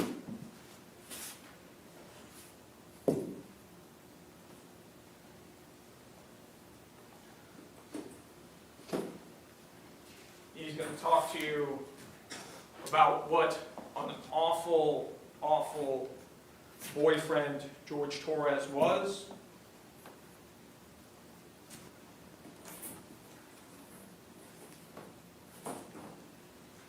And ladies and gentlemen, at the end of all of that, it still will not change the fact that the defendant is not entitled to the justifiable use of deadly force. Because as we continue to read this instruction, it tells us in deciding whether Sarah Boone was justified in using the use of deadly force, you must consider the circumstances at the time the force or the threat of force was used. Danger need not have been actual. However, to justify the use of deadly force, the appearance of imminent danger must have been so real that Sarah Boone actually believed that deadly force was necessary.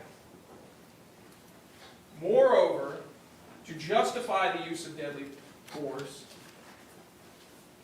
and this is important, a reasonably cautious and prudent person under the same circumstances would have believed the use of deadly force was necessary.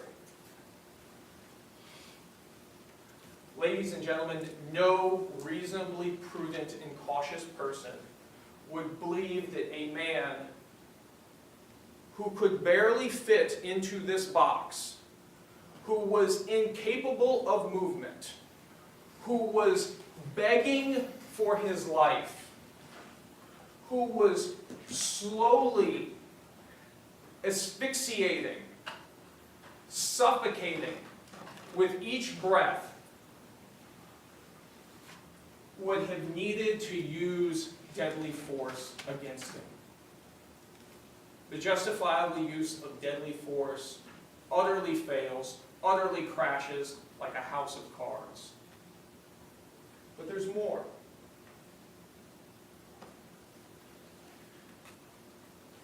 However, the use of deadly force is not justified if you find that Sarah Boone used force to initially provoke threatened use of force against herself. Let's stop there before we consider the next two paragraphs. Some of the most critical testimony in this trial is her testimony on the stand. It was a great day. We were doing puzzles and artwork, dancing with the dogs, listening to music. Tag, you're it, hide and go seek time. George gets into the suitcase. She comes and zips him up. They were still laughing about it. We're still laughing after he's zipped up in the suitcase. And then that's when George had the temerity to ask, Jorge Torres had the temerity to ask to be unzipped from the suitcase. And that's when Sarah Boone decided he needed to suffer. She was the initial aggressor, ladies and gentlemen. She provoked the use of force in this case. In her own words, we were laughing and playing right before he wanted to be let out because he couldn't breathe.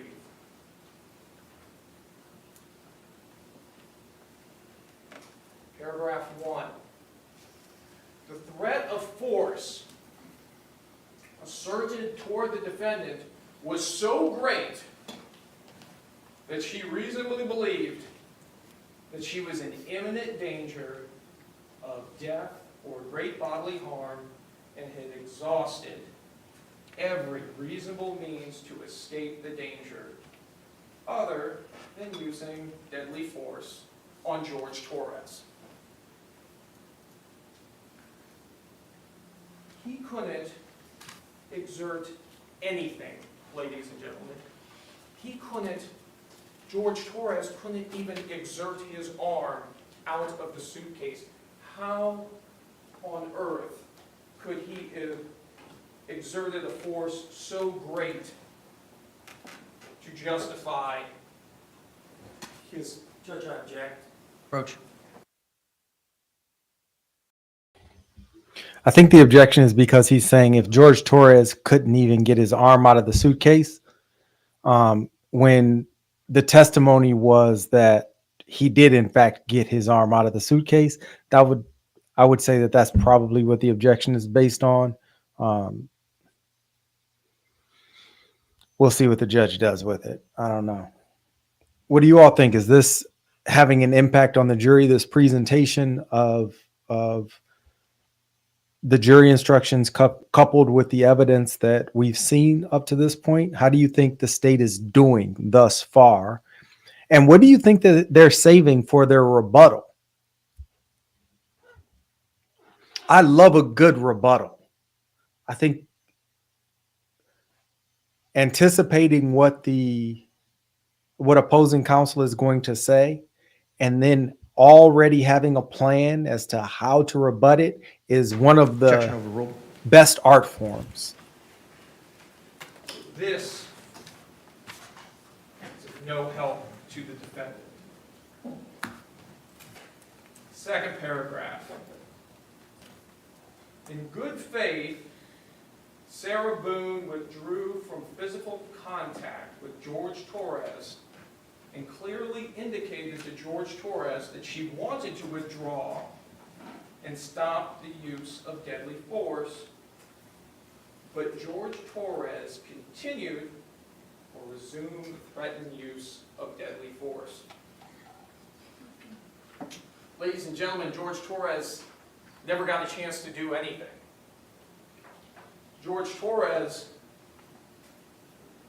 never was able to mount any aggression towards the defendant. Therefore, this paragraph is inapplicable.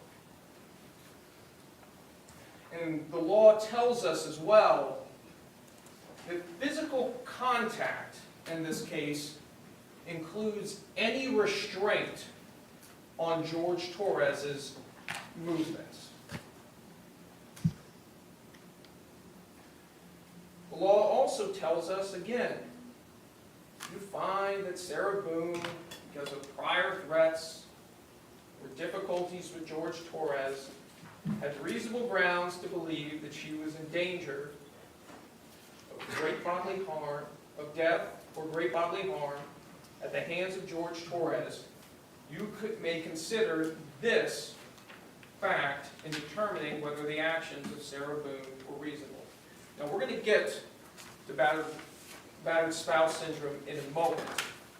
But again, I submit to you, this will be the opportunity for the defense to air grievances in regards to George Torres.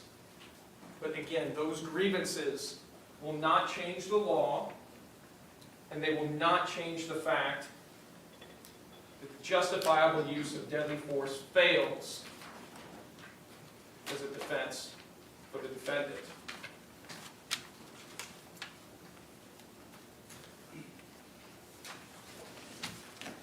If you find that at the time of the alleged second-degree murder, manslaughter, culpable negligence,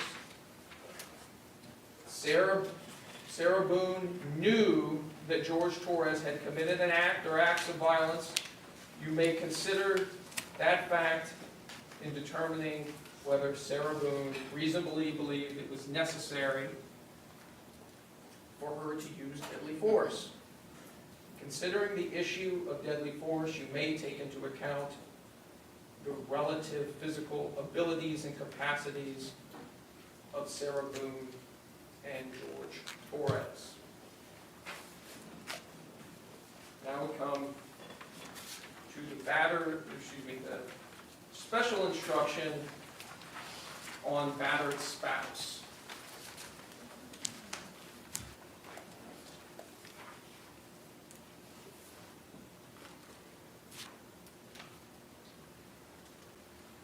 You have heard evidence that Sarah Boone suffers from battered spouse syndrome.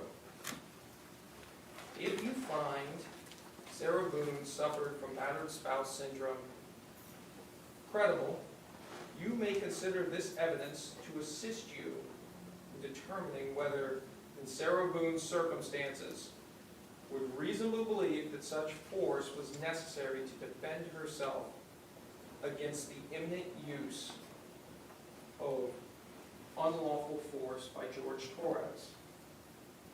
Like other witnesses, you may believe or disbelieve all or any part of the testimony in regards to battered spouse.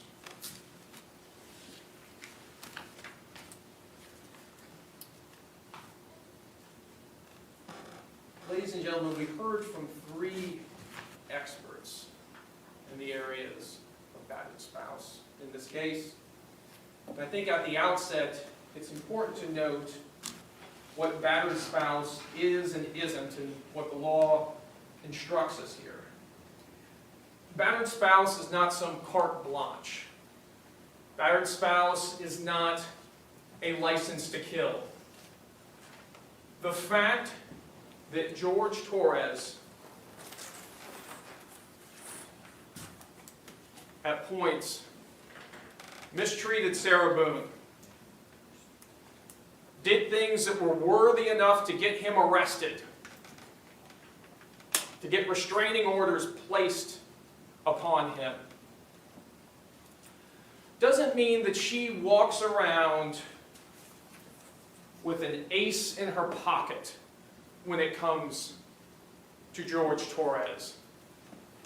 It doesn't mean that because he did these awful bad things, that now through the rest of time she's a battered spouse and she just has the right to kill him or to make him suffer or to punish him or to make him feel uncomfortable or decide that he needs to be confined to a box. No. What the battered spouse syndrome instruction does, it talks about the imminency of fear. And when we heard about that testimony, we heard about it from Dr. Harper, and we heard about it from Dr. Brannon for the defense. And some of the testimony was a little difficult to understand at points, but there was one point in Dr. Brannon's testimony that was very critical. Dr. Brannon talked about rule-outs. He talked about the fact that when emotions and emotional reactions are involved, like trauma and trauma-based disorders, other possibilities have to be ruled out before we can even ascribe those actions to battered spouse syndrome. Other possibilities, according to Dr. Brannon, include alcohol abuse.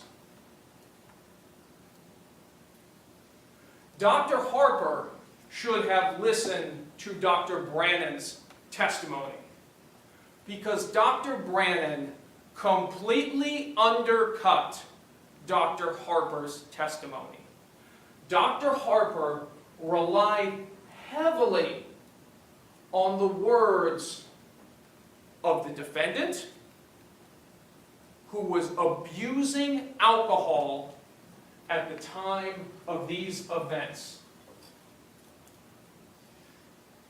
And then you heard from the expert for the state, Tanya Warner. And her opinion was much more straightforward. Remember, Dr. Brannon did not render an opinion as to whether or not she suffered from battered spouse. Dr. Warner said affirmatively, yes, I believe she did suffer from battered spouse syndrome. But she also applied what Dr. Brannon was talking about. Other possibilities have to be ruled out as the trigger for a behavior, for an event. So, in Dr. Warner's estimation, the fact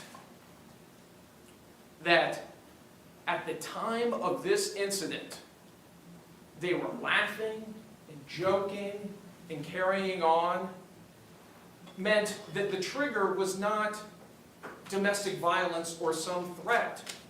In the defendant's own words, the trigger was him wanting to get out and her being reminded of the bad things that he had done to her.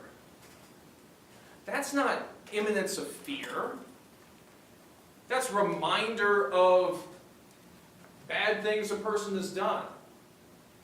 And again, even if you were to believe that she was battered spouse triggered at the time of this event, it still does not save the day.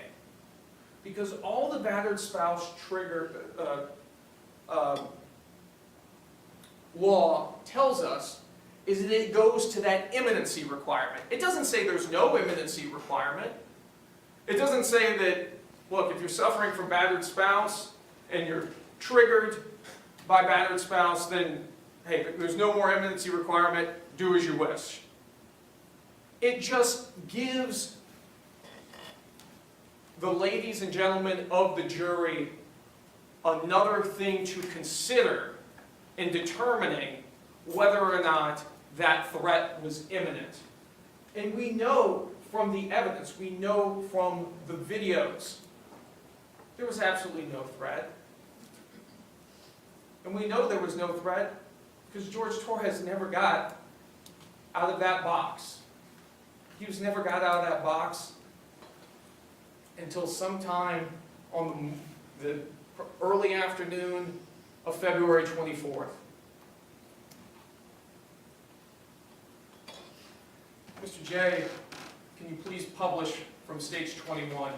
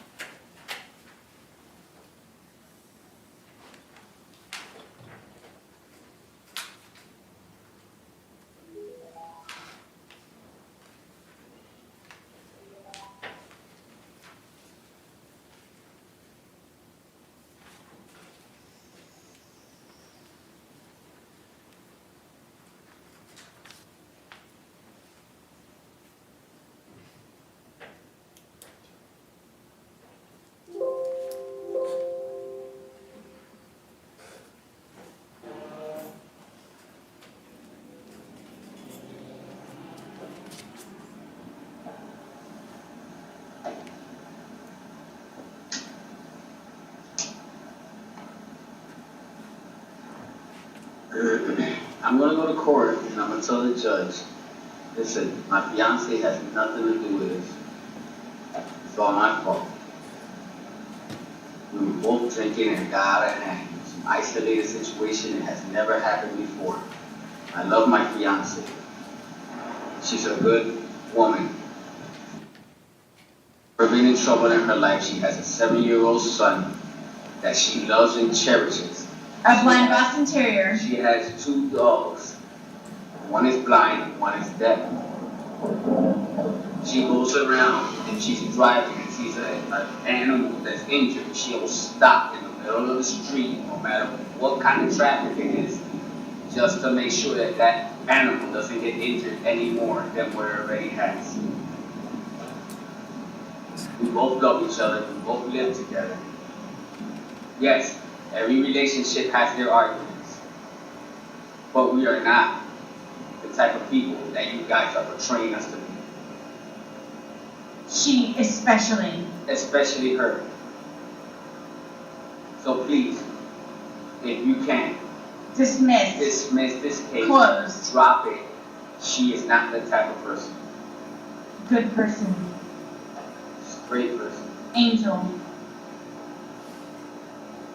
I know she'd be an angel. She's close to it.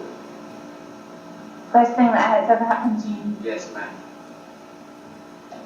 And I love you to death. And I hate that we're going through this right now. Sonnet.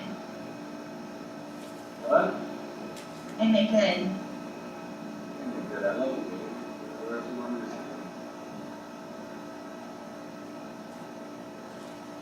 God will prevail, and He will take us out of this situation.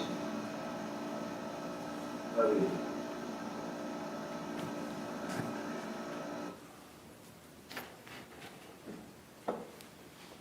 Clearly, Jorge Torres is dominating the defendant. Clearly, Jorge Torres is the one telling the defendant what to do. Clearly, Jorge Torres is the one calling the shots at 4748 France Lane. Ladies and gentlemen, are we so sure that Jorge Torres wasn't the person suffering from battered spouse syndrome?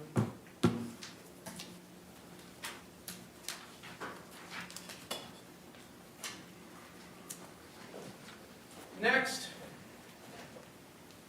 we're going to come to the justifiable use of non-deadly force. The language and the arguments are pretty close to what we've already heard in the deadly force instruction, including the key language that it requires a reasonably cautious and prudent person under the same circumstances would have believed the use of non-deadly force was necessary. Ladies and gentlemen, I submit to you that this was not a case of non-deadly force.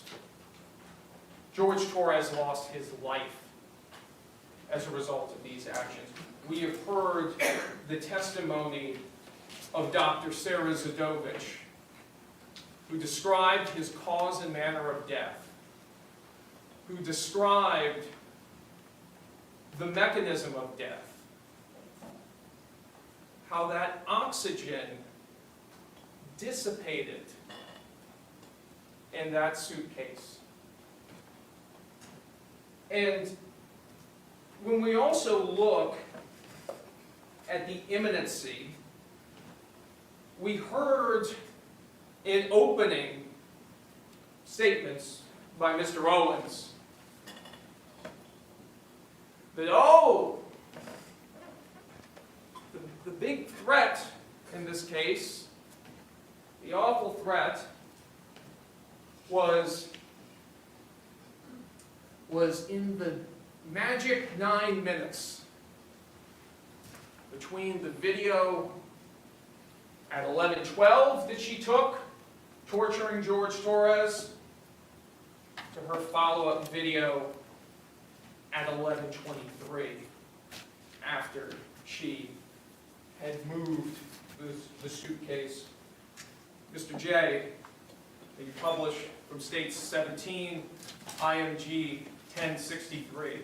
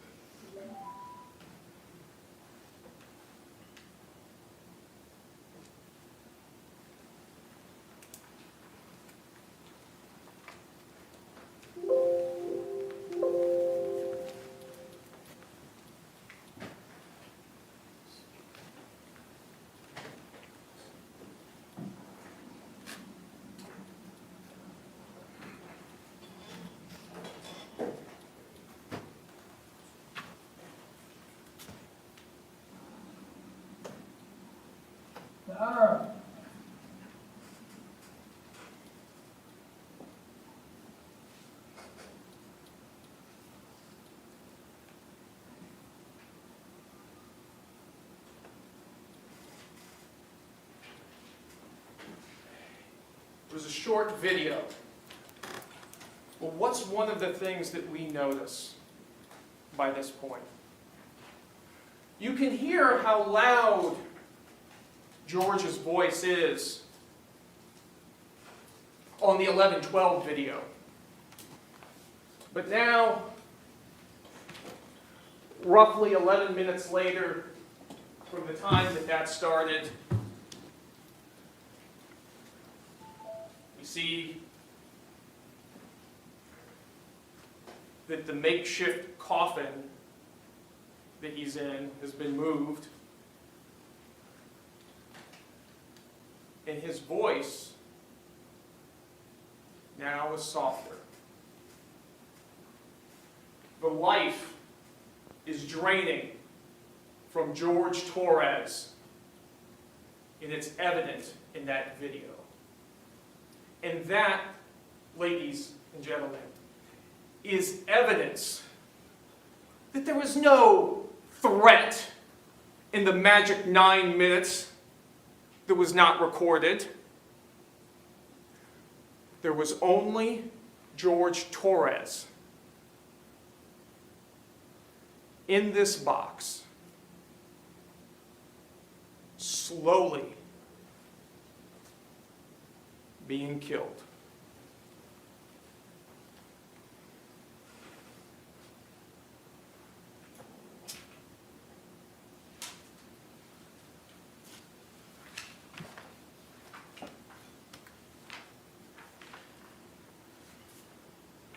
Next,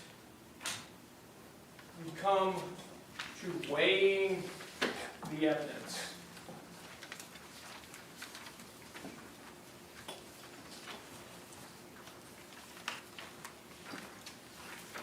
This instruction tells us it is up to you to decide what evidence is reliable. You should use your common sense in deciding which is the best evidence and which evidence should not be relied upon in considering your verdict. You may find some of the evidence not reliable or less reliable than other evidence. You should consider how the witness acted as well as what they said. Some things you should consider.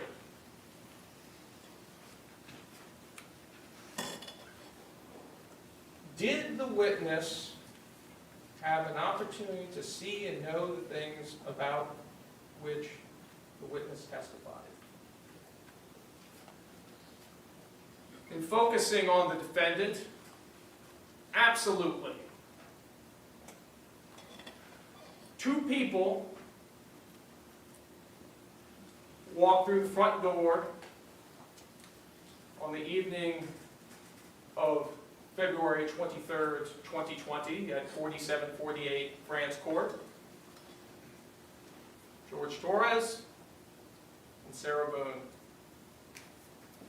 But only Sarah Boone ever walked out of that front door alive. Did the witness seem to have an accurate memory? This is an emphatic no. And the litany of her intoxication in versions of events is evidence of that. Was the witness honest and straightforward in answering the attorney's questions? I would submit to you she wasn't. 4, did the witness have some interest in how the case should be decided? Clearly. Does the witness's testimony agree with the other testimony and other evidence in the case? And I would say largely no. Because on the issue of whether or not Jorge Torres could have threatened her the way she says that he did, the answer is clearly no, and we know that from the forensic data. We know that from the items itself. Did the witness at some other time make a statement that is inconsistent with the testimony he or she gave in court? In regards to the defendant, it's almost more appropriate to ask about the time she did make a consistent statement. You listen to her version of events on the 911 call, on the body cameras, on her first interviews with law enforcement, and then you hear her in her next interview the next day with Detective Kopsel and Detective Lowen, and more details come out, things change. First, she was never intoxicated, then she was intoxicated. Then there's just the whole fact of she omits the fact of, oh yeah, he was actually trying to attack me. Oh yeah, I was in fear for my life. When she said at every turn,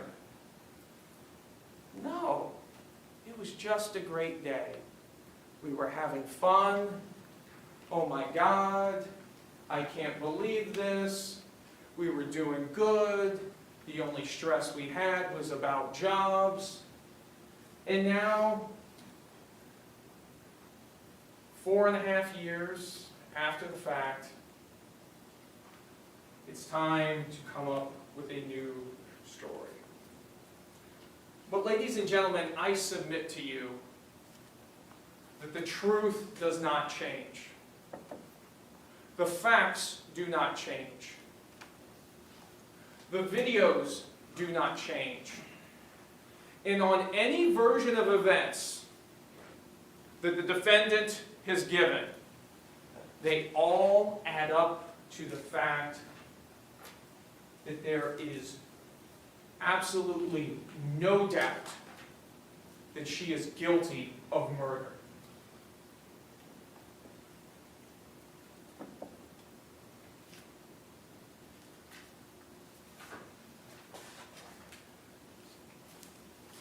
I ask you, ladies and gentlemen, do you have any doubt about the defendant's guilt when she described using that baseball bat to hit Jorge Torres' fingers back in the suitcase when he attempted to save his life? Do you have any doubt when she is given how many versions of events in this case?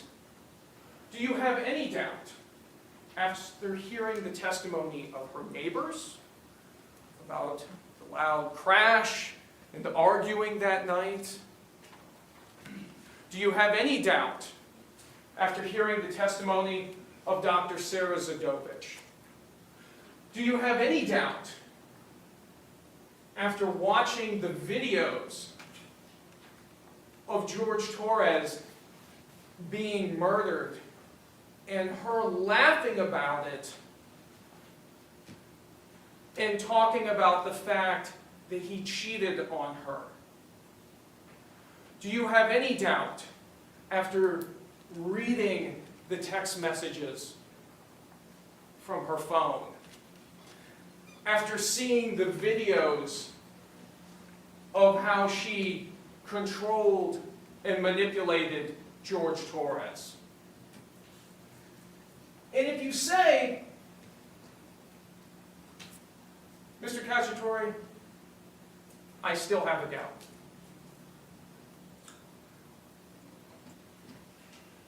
well then the law asks you, is that doubt to an element? And is that doubt a mere possible doubt, a speculative, an imaginary, or a forced doubt? I submit to you the idea that she had to do this because she was a battered spouse is an imaginary doubt. It's a doubt born from the imagination of Sarah Boone. It is not a reasonable doubt. But if you find yourself back in that deliberation room and you are just trying to think of some way in which the defendant is not guilty, just searching, struggling for that way, that also is not a reasonable doubt, ladies and gentlemen. That is a forced doubt. Ladies and gentlemen, I'm confident that when you read the entirety of those jury instructions and apply the law to the facts that came out in this case, that you are going to come back with the only lawful verdict which is guilty as charged, second-degree murder. Thank you.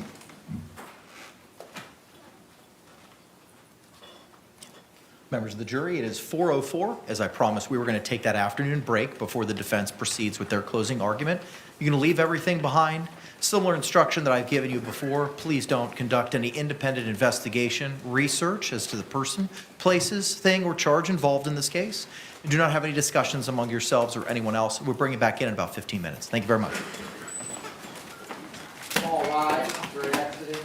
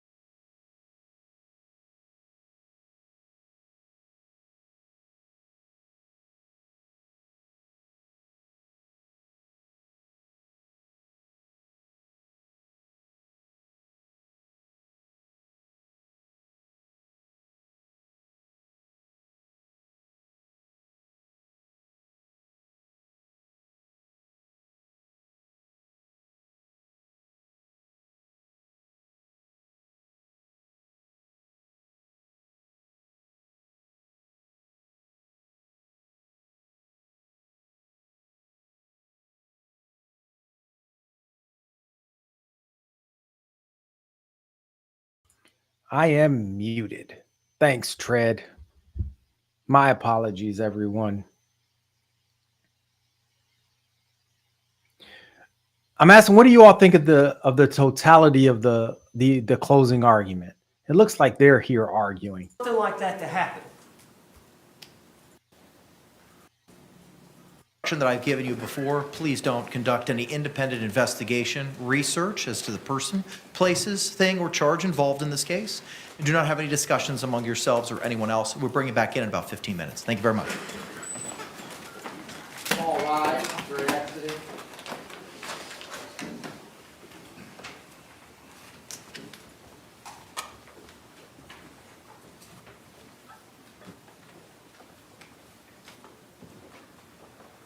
There's about to be a very heated conversation here.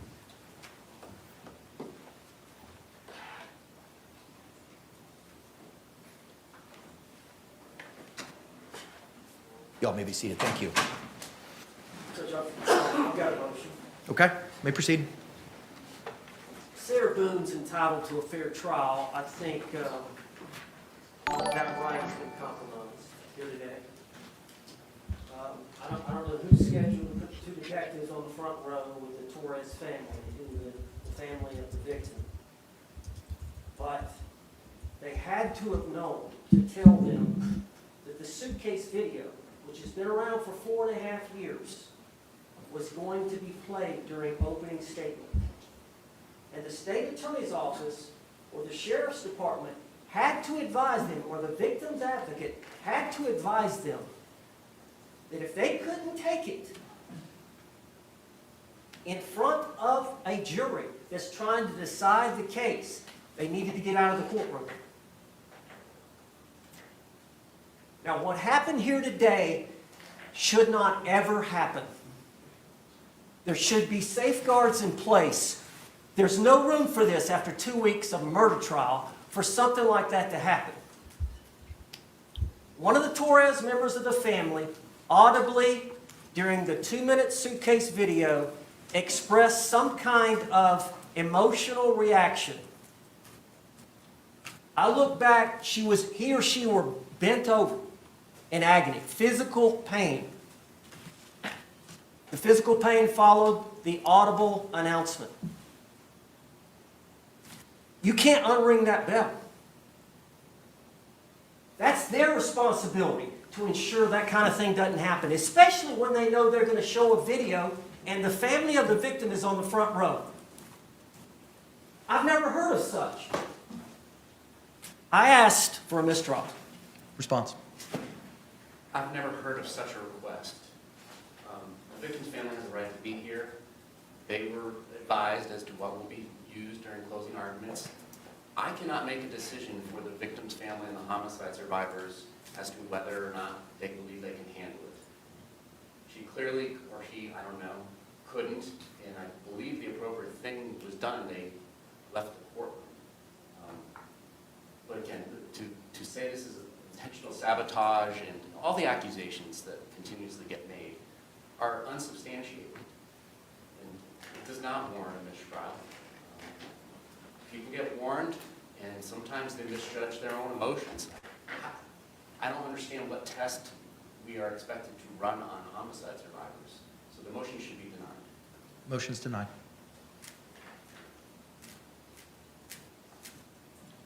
Jury's going to be back in about 13 minutes, Counselor. So we'll reconvene at that point in time. Could the state put the suitcase back in the box? Yeah, can we clean the well from the state's materials, please? Thank you.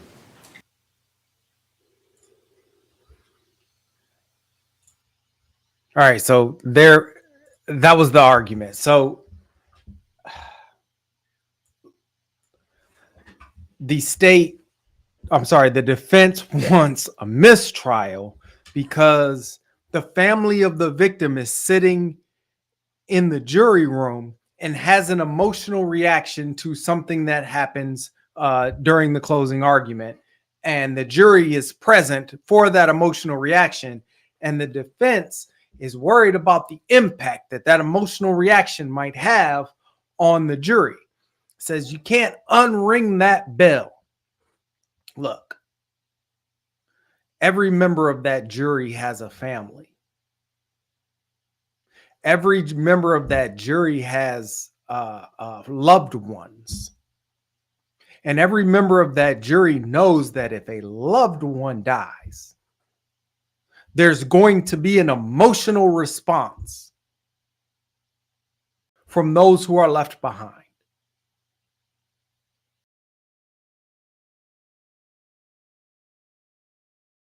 What he's upset about is that they got to see an emotional response firsthand. And he wants a mistrial because that which they know to exist was made clear during the closing statement. They know that the emotional response is there. They know that the family of the victim is suffering. But he doesn't want it to be clear to them. And while I can understand that sentiment, while I can understand how the defendant would feel prejudiced because the decedent's family is emotional.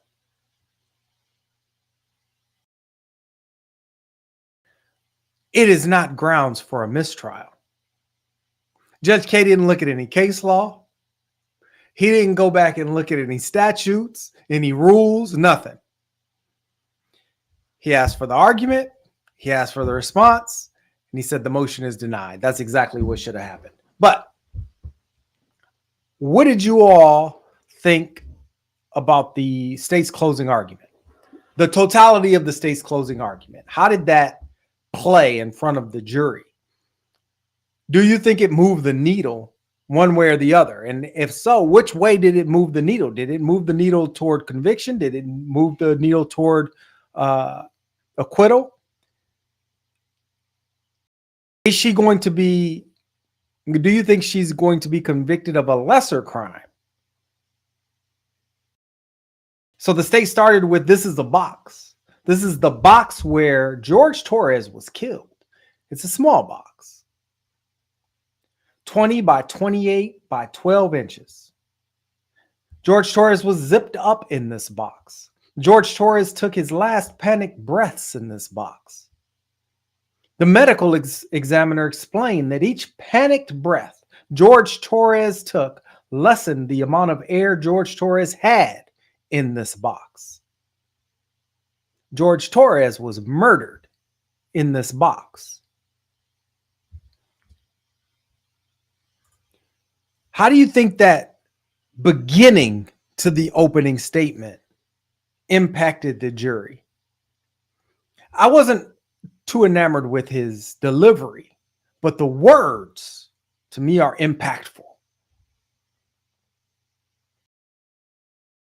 Because throughout closing argument, he would refer back to the box.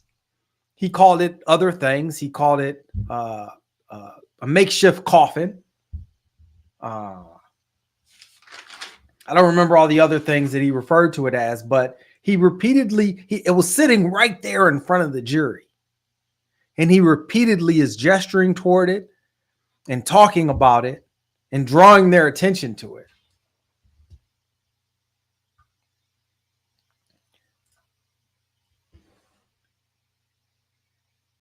I can't imagine sitting in that jury box, watching the videos, because they're doing this. They're watching the videos, and then they look back at him, and he gestures back at the suitcase. And they're looking at the very implement that was used to kill a man.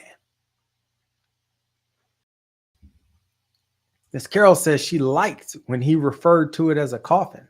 Yeah, I agree.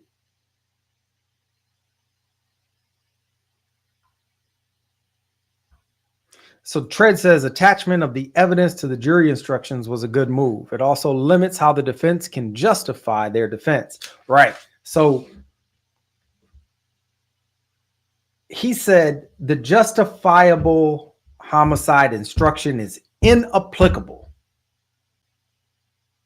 And then he says he has the justifiable homicide instruction up on the board, and he says Jorge Torres couldn't even scratch his own head, let alone kill anyone.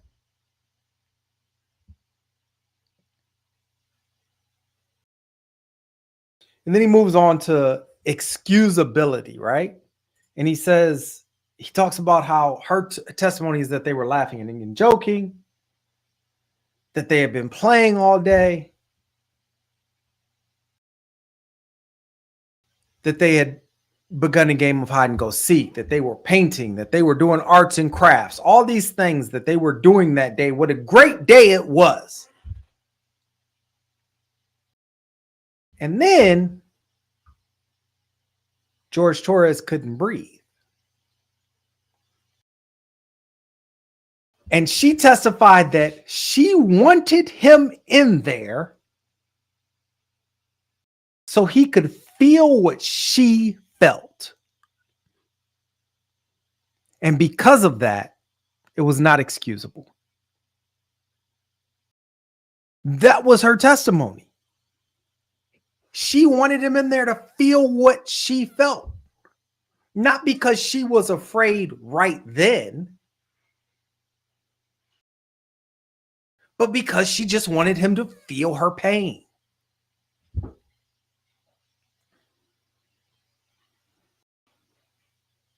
Once that happened, once she wanted him to feel her pain, and she made that clear in the first video, he said Jorge Torres couldn't provoke her because he was confined to a box, right? Hey, Jamie, how's it going? Thanks for joining us, Jamie.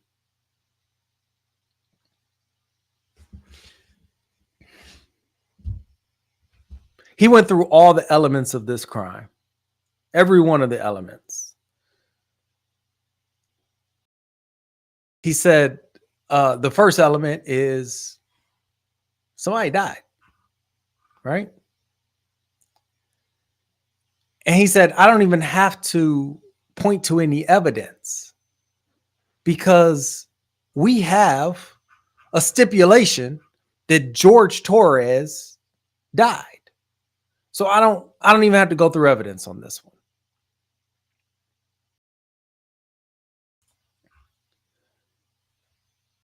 He then said as to the second element, let me find the elements of this particular crime. I don't want to say anything that's just wrong. So let me pull up the actual elements of the crime.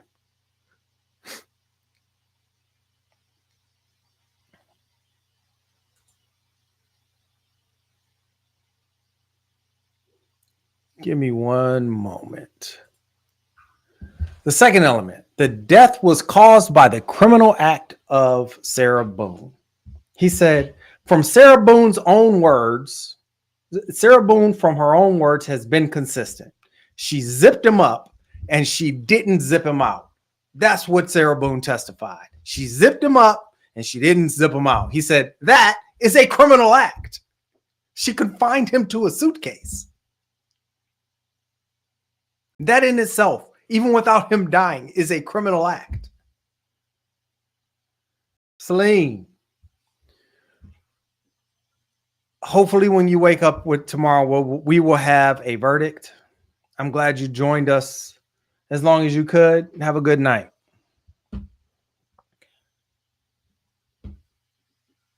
The third element is that there was an unlawful killing of Jorge Torres by an act eminently dangerous to another and demonstrating a depraved mind without regard for human life. So when it comes to depraved mind, what did he do? He played the video. He played the video of Jorge Torres pleading for his life in a suitcase. And then he says, after we hear him saying, Sarah, Sarah, Sarah, I can't breathe. Sarah, let me out. After we hear all that and we hear her responses, that's my name, don't wear it out. You should be quiet.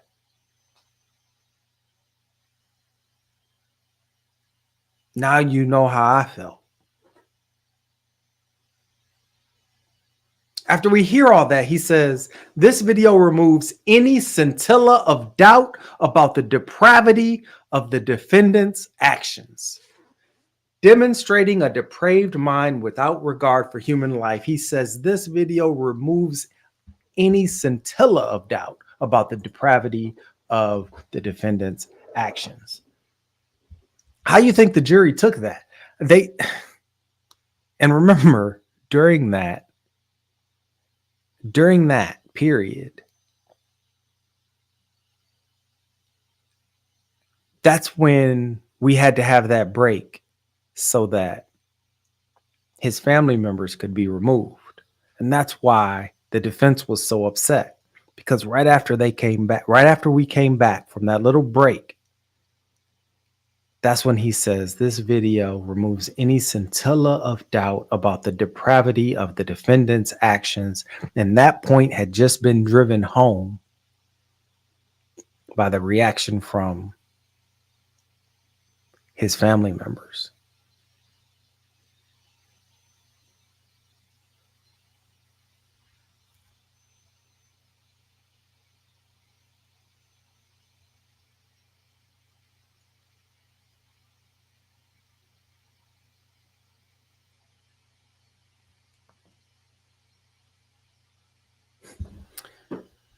So then we get into justifiable use of force. Justifiable use of deadly force. And he says now, he starts off talking about the defense. And at some point he says, regarding Mr. Owens, he's going to talk to you about curtain rods. He's going to talk to you about black eyes. He's going to talk to you about what an awful boyfriend Jorge Torres was. And all this time, he's showing pictures of the defendant. He says, but nothing is going to change the fact that Jorge Torres did not initially provoke her. They were laughing, having a great day, and then Jorge Torres had the temerity to ask to be unzipped from the suitcase, and that's when Sarah Boone decided to keep him in there. But we're back. So now we're going to hear the defense's response. James Owens for Sarah Boone. Captain Beck on behalf of Sarah Boone. Tony Henderson, Sarah Boone. Ms. Boone is still seated at counsel's table wearing the same clothing from this morning. Are we ready to bring in our jury for the defense closing at this time? State. Yes, Your Honor. Defense. Judge, I would like you to give the audience an instruction, and then if you would, instruct the state attorney to instruct whatever family members or friends of George Torres may not be in here and may not be able to hear the instruction, but may come in during the trial so that we can try to get some order. Are there any other members of Mr. Torres's family that may be outside that may be joining us?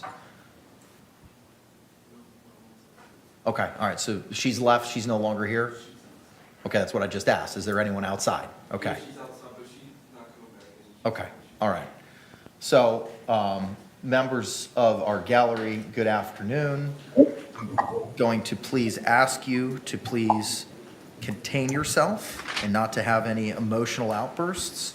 We had a minor one, and the person, whoever it was, had a small outburst, then hid next to another family member, and then excused herself during the last during the closing. It seemed to be minor in nature. However, I'm advising everyone that at this time, if you believe that you cannot control yourself or your emotional responses during the defense's closing argument or any rebuttal by the state, I'm going to politely ask you to excuse yourselves at this time. All right, thank you very much. Mr. Owens, anything else, sir? No, sir. All right, state. We're ready. All right, let's bring back in our panel.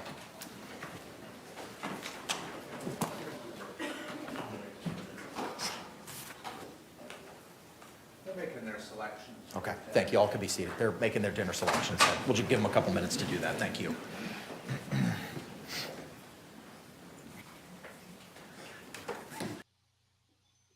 The jury's hungry, so we got to wait for the jury to order dinner because they're going to be here for a while, deliberating. Yeah, Tread. Apparently some of his family members obviously have come back. We see them seated there. I guess that's his brother, right, Natalie? That's his brother. His daughter, I believe. And is that his ex-wife? Natalie, can you let us know in the chat if that is who those three people are? So he wants to avoid another outburst, but at this point, another outburst will upset the flow of his own closing statement. So we don't like it when our closing arguments are interrupted for objections or anything else. So I would kind of want the same type of an instruction to the gallery. For me, I liked what he did about what the state did with respect to battered spouse. He said, battered spouse is not some carte blanche. Battered spouse is not a license to kill. He went on to say, it doesn't mean that she has an ace up her sleeve. He said, to kill him or make him uncomfortable. It doesn't give her the right to just do that. And toward the end of that part, he says, doesn't give her the right to stick him in a box. And then he starts talking about the imminency of the fear. And he goes into those psychologists' testimony. And he starts with the state's witness. I'm sorry, the defense witness, that first psychologist that the defense put up. And he says, here's what Dr. Brandon told you. And that's the defense psychologist. Here's what Dr. Brandon told you. When emotional reactions are involved, other possibilities have to be ruled out before we can ascribe the reactions to battered spouse syndrome. And he says, but that's not what Dr. Harper did. Because one of those other possibilities is alcoholism. And we saw this woman's alcoholism.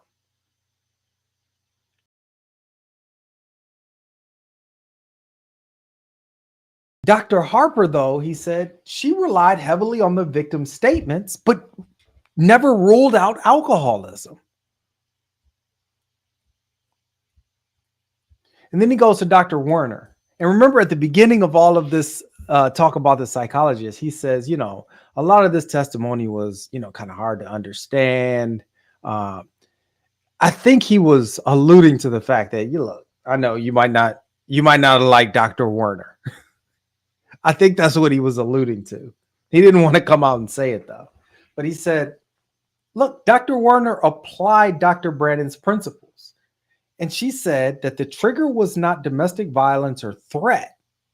The trigger was him wanting to get out, and that reminding Sarah Boone of his prior abuse.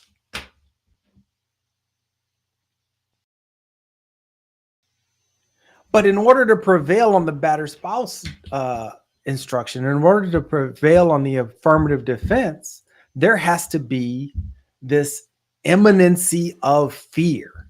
It has to be imminent. And that never happened. And that's why Dr. Werner said none of this, none of the actions that she took that day, that night, are attributable to any psychological diagnoses.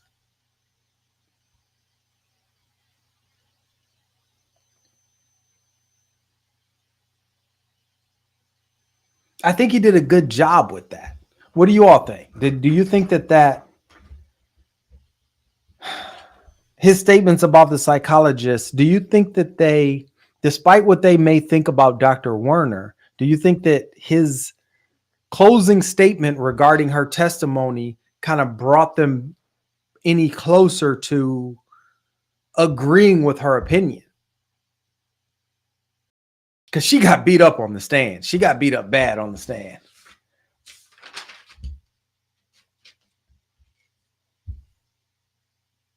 So he kind of concluded that part. Well, first he says the battered spouse instruction just gives someone more to consider with respect to imminency without doing away with the imminency requirement. And I think that's the crux of the argument. It doesn't do away with the imminency requirement. And then he played the video of when Sarah Boone was coaching, I guess, the upcoming testimony of Jorge Torres in whatever, you know, domestic violence actions they had pending against them. And she says during that, she's telling him, he's talking about dogs, and she's talking about the two of them. He's talking about the two of them, and she says, and my Boston Terrier. He's talking about them being good people, and she says, especially me.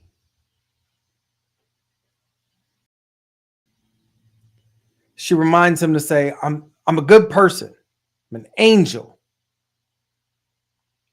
I'm the best thing that ever happened to you. At some point, he's like, what else do you want me to say? And then after the video gets done, Cacciatore says, clearly, Jorge Torres is the one calling the shots he says the address, but he says calling the shots at home. Are we so sure Jorge Torres wasn't the one suffering from battered spouse syndrome?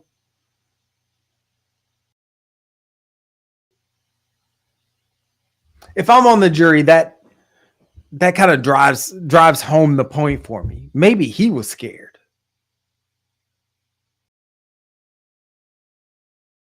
So scared that maybe that's why he let her zip him up in the suitcase.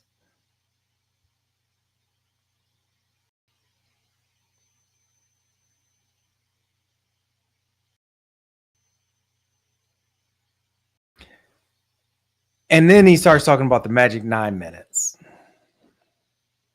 And we know that there was nothing magical about those 9 minutes. I mean, Jorge Torres was getting beat inside of that box, that suitcase, that coffin during those 9 minutes. And he didn't talk about the wounds to George Torres's body. He only talked about her hitting his hand. But we know from what we've seen that she beat him up while he couldn't defend himself at all.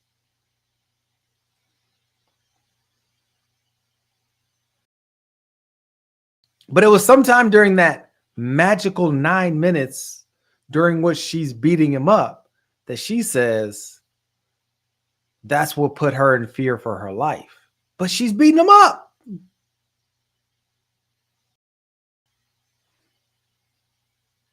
And this is when he talks about the makeshift coffin. And he plays that second video, the short one. And all we hear from him is, Sarah. And then the video goes dark.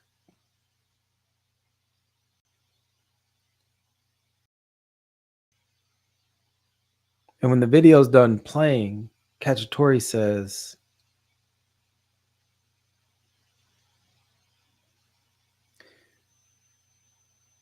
we can hear his voice softer. We can hear the life draining from George Torres. There's all this evidence that there was no threat in the magic 9 minutes. There was only George Torres in this box slowly being killed.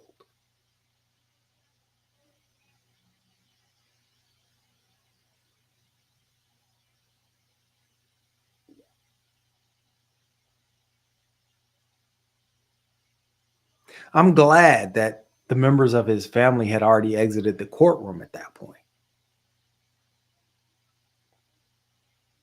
Because if they hadn't already had an emotional reaction, if they hadn't already broken down, I think that second video, and especially Cacciatore's statements after the second video,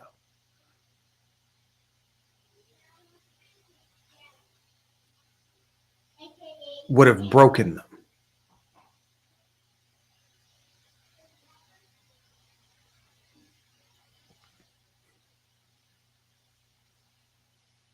And then he did one of the things that I suggested that they do yesterday, and that's basically tell everybody what a liar she is. He went to the weighing the evidence instruction. Let me see if I can pull that one up. So it says, and these are the parts that he honed in on. He said, you may find some of the evidence not reliable or less reliable than other evidence. You should consider how the witness acted as well as what they said. Some things you should consider are, and then he started going down the list. He said, number one, did the witness seem to have an opportunity to see and know the things about which the witness testified? And he says, with respect to this defendant, absolutely. 2 people walked into that house. 1 walked out. Basically, she's the only one that could possibly have an opportunity to see and know the things about which the witness testified. Oh, they're arguing again. Anything?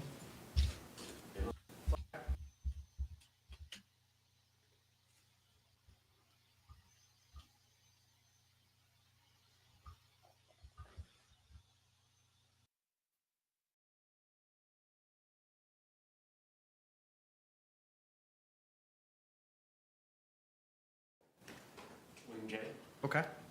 I was just, I don't know if that is allowed by the court or. Anything?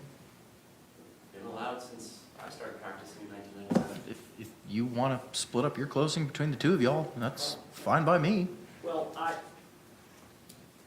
intended on doing the closing, but when I finish, Mr. Henderson wants to say something. I may ask him to. I've never seen it done that way. I've understood the sandwich can be broken. I've never, ever seen a single closing argument split by another attorney. If it's a discretionary issue, I'll leave it up to you, sir, on what you want to do and how you want to present your closing.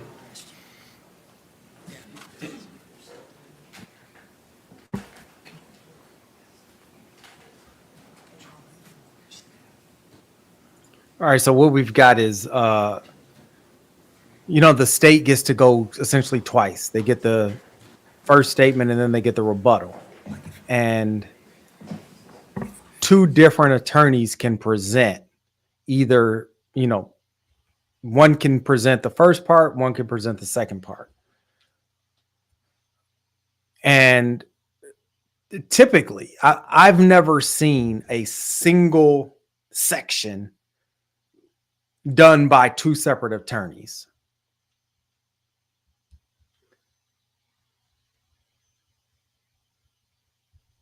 It looks like there's still arguments, so they might turn the volume back on here. Reasonable. Who would be objecting during rebuttal? Mr. Owens. Okay, there you go. Okay, they wanted to clarify which attorney was assigned to object during rebuttal, because typically the person who, when a witness takes the stand, whichever attorney questions the witness, that's the attorney that can object when it's the other side's turn. The other attorneys sitting at the table do not have the floor and cannot object. When it comes to closing statements, you got to pick somebody who has the right to raise objections. It ain't like A Few Good Men where you saw Demi Moore raising objections even though she hadn't questioned witnesses. It's not like that.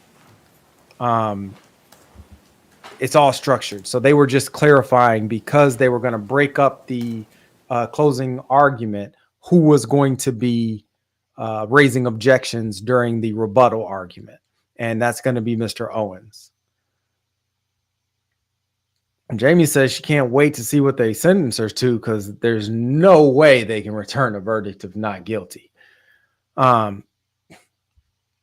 So apparently they're going to allow these two defense attorneys to break up their closing argument. Each one of them is going to present a portion of the closing argument, which is strange, but I don't think that there's a rule regarding it. And if there's not a rule regarding it, like Judge K said, it's up to my discretion. So whatever you want to do, fine with me.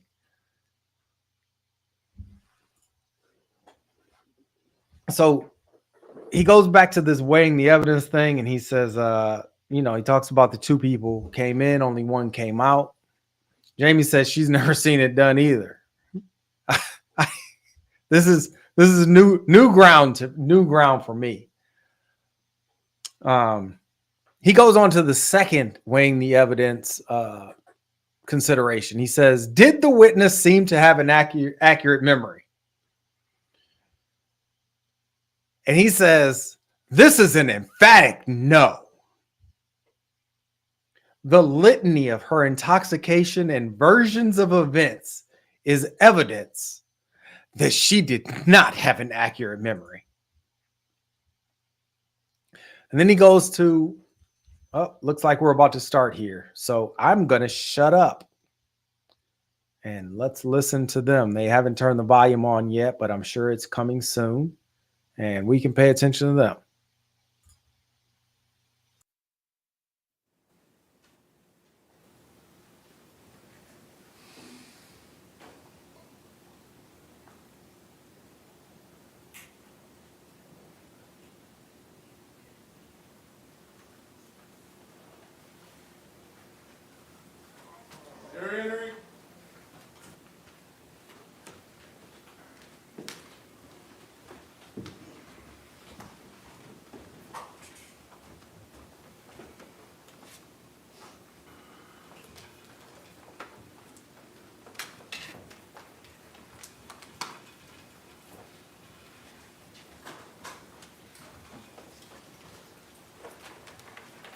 State, do you recognize our jury? Yes, Your Honor. Defense, do you recognize our jury? Thank you. Y'all may be seated. Members of the jury, for one of the last times, if you could, please raise your hands to confirm that you complied with the court's instructions. All hands have been raised. Members of the jury, at this time, the defense is going to proceed with their closing argument, similar to the state's closing argument. These are not evidence, these are just arguments, and I ask you to pay attention to them. Thank you. Mr. Owens, you may proceed, sir. Yes, sir, thank you. Ladies and gentlemen, good afternoon. Y'all know me, I'm James Owens, along with Tony Henderson and the girls. We're all from Milton. I think y'all figured that out, that we were from out of town. Santa Rosa County, it's northwest Florida, close to Pensacola. And my buddy Kevin Beck, he's a longtime friend, he's from New Mexico. The team, the defense team, is here, and we're here to represent Miss Sarah Boone. And we feel confident that we're going to be able to show you why she's not guilty. Okay? And I'm going to take my time. I've got some notes. I'm not the most organized person in the world. I've got some exhibits that we're going to show you. And then we got a couple of videos at the end. Okay? And we're going to try our best to help you make the right decision. Okay? But yeah, Milton's a small town. Objection. Providence. Overruled. Tell you how small it is. 7 miles away is another small town called Pace. In between that is a Walmart. It's a very small town. We didn't know what to expect coming down here to Orlando. Providence. Judge, I'm allowed to. I'll give you a little bit more for intro, but then we need to get into it. I'm going to get into it, but I wanted to say, it's a small town, good people. We've been down here 3 weeks. We didn't know what to expect. We've been surprised. From Objection. Improper argument. Mr. Owens, approach.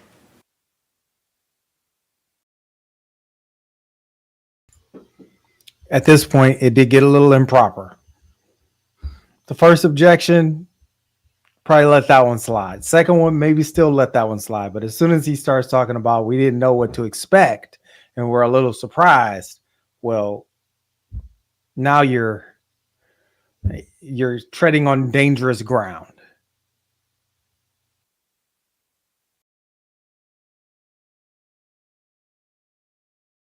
Objection's overruled. all I wanted to say is just, since we've been here, we've been treated with respect and hospitality, and just like we've been at home. We appreciate that. Now, I'm going to do some reading, and then I'm going to do some talking. But ultimately, this is about justifiable use of force. That is a legal defense in Florida. We as citizens, the law is designed to protect us from defending ourselves, to protect us from potential attack. And you are the only ones, in this case, because Sarah Boone was arrested, that's going to be able to look at it critically and objectively. Objectively. Not like the state attorney. Objection. Improper argument. Overruled. Objectively. And the law in Florida gives y'all the power and authority to do that. The state attorney can't make the decision. They can't make the decision. They can try to influence you. And we're going to talk about some of the things they did here in this trial. And some of the things they said. Objection. Objection. May we motion? Yes.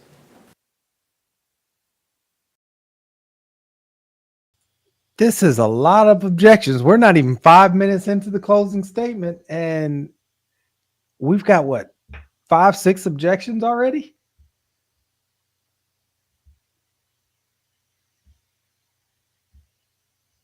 Why did he name Mr. Henderson, but then refer to the rest of his team as the girls?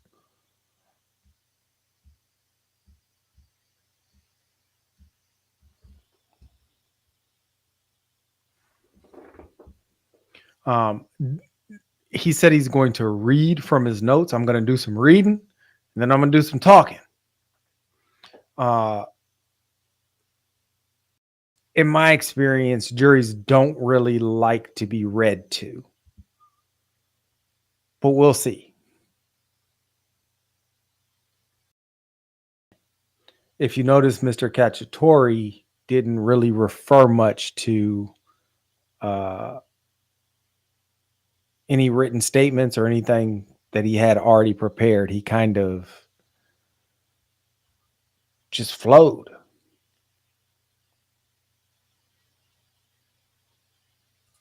Yeah, Jamie, that was weird. that was weird. I thought he was going to name everybody, and then here comes the girls. And yeah, Tread, it looks like this objection may have merit. He was just talking about, some of the things that the state did and some of the things the state said. I don't know what it is that the state did that he can talk about, that he can cast aspersions on, because what the state did isn't really relevant to anything. Objection's overruled. But he can certainly talk about what they said. They've got their side, their position, we've got our side. So we're going to talk about that. But, and we're going to talk about justifiable use of deadly force and non-deadly force. But either way, however you rule, it still justifies her behavior. And the result is not good. Now, I don't believe there's anybody. Objection, proper argument, Overruled. objection to reproach. Yes.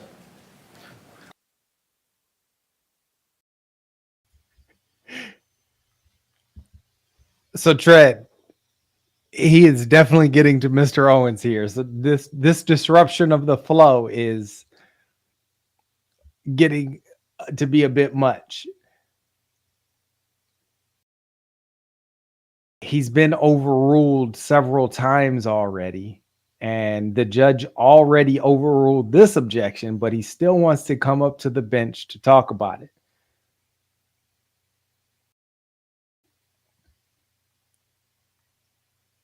This is new ground for me, people. I've never seen this many objections this soon.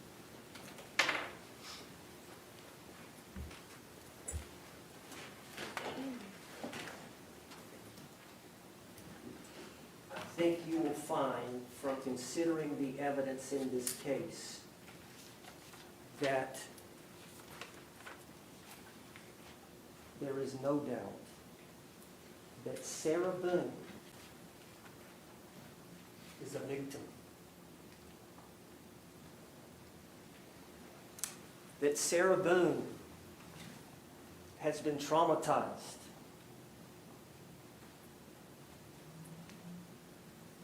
That Sarah Boone is still traumatized. And the reason for the trauma is Jorge Torres. The reason for the trauma is Jorge Torres. From the positive things about the man that we've seen on video, to the positive things Sarah Boone has testified about, to the violent monster he becomes. And I mean monster, because it was repeatedly.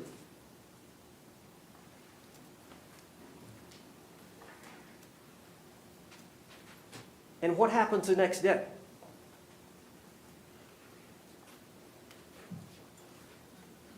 Man, I don't remember. I was drunk. I don't remember. That's the gaslighting. That this young woman, vulnerable woman,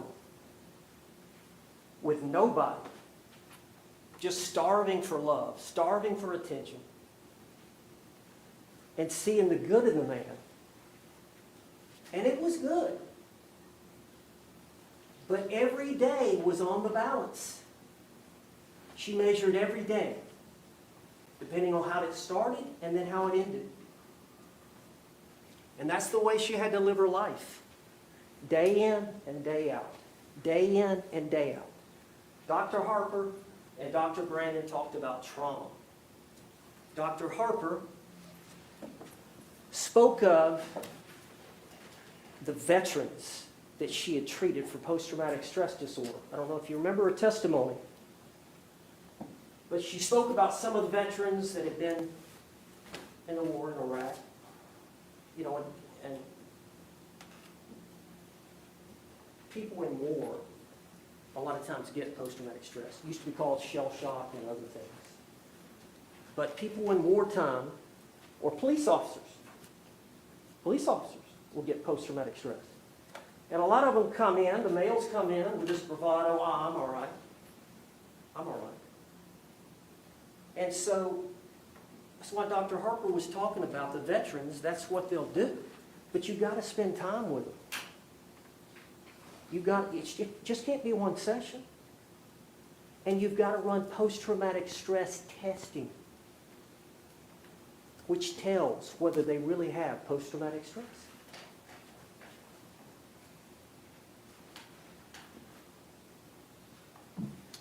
And we all probably have experienced some trauma. All of us have lost some loved ones. And it's awful. You're in shock. You can't believe it. It's disbelief. You don't sleep for days. And eventually, you have to go back to work. You take a week off. Life has to go on. Life has to go on. You go back to work.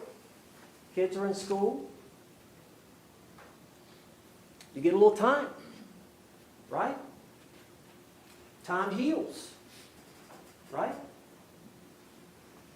These veterans that come back from a deployment, they get back, they get some semblance of normalcy.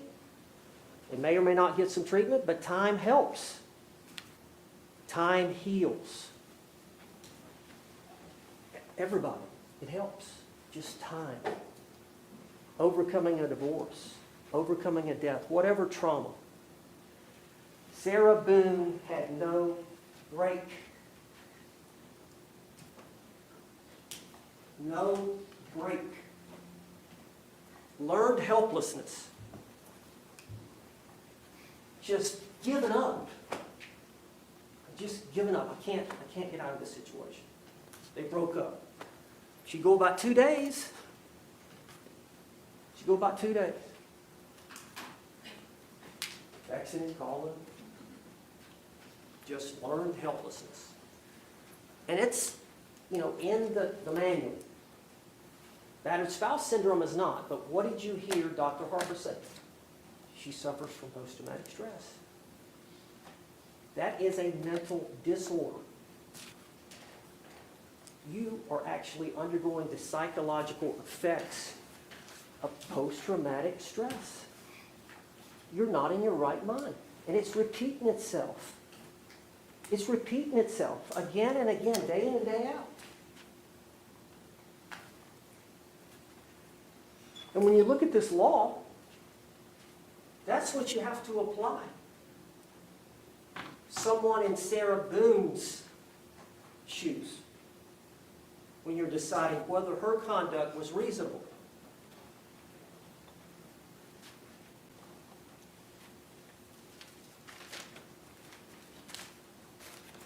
Got a bunch of notes.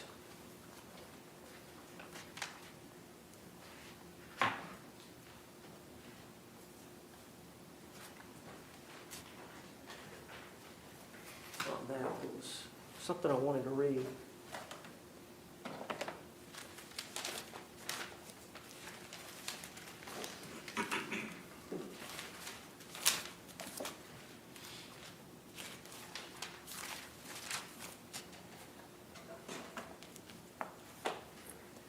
Where'd that put it?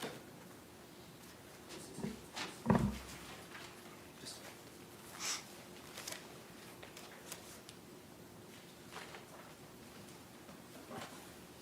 Sarah Boone's long-term exposure to abuse created a state of learned helplessness and diminished her capacity to assess risk, especially in moments of heightened stress. The cyclical nature of this violence, the tension building, the battering, the contrition phases, caused Sarah to be trapped psychologically in that relationship. Due to this clear abuse, Sarah Boone had a reasonable belief of imminent harm under her state of mind. Jorge Torres had a history of violence against Sarah, and as a result, Sarah Boone's actions were the result of fear conditioned by abuse she endured over time.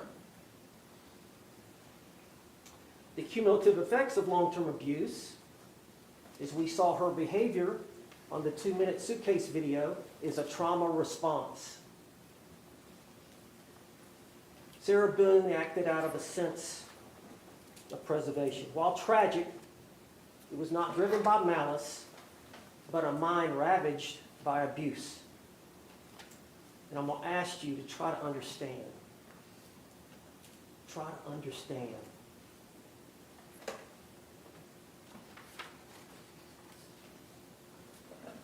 Sarah Boone, being emotionally and psychologically broken, whose actions may have been misguided attempts at survival but not murder. Imminent danger, her response reacted to that belief. It's somebody suffering from the long-term psychological effects of domestic violence. Who spent a lot of time? Dr. Brandon, you remember him. He was the first expert on trauma.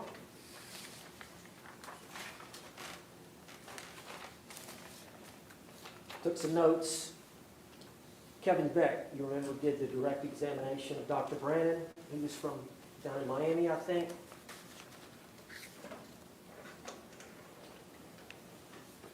He talked about the trauma, that you cannot escape from the abuse, so you develop coping skills to protect yourself, knowing that the bad things will happen to me. It changes your behavior, not only your behavior, but your thinking. Your subjective thinking about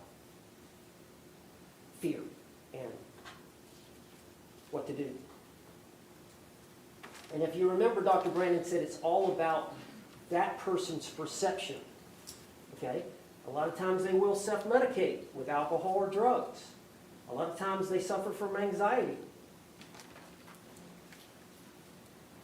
Basically, he said the trauma ends up being terror because you do not know what to expect. You do not know what is going to happen that night. It may be a great night. You may drink, and both of you have a great time. He falls asleep, passes out, you fall asleep, passes. But it may turn violent, depending on his mood. I don't know if you could tell, she would try to placate him.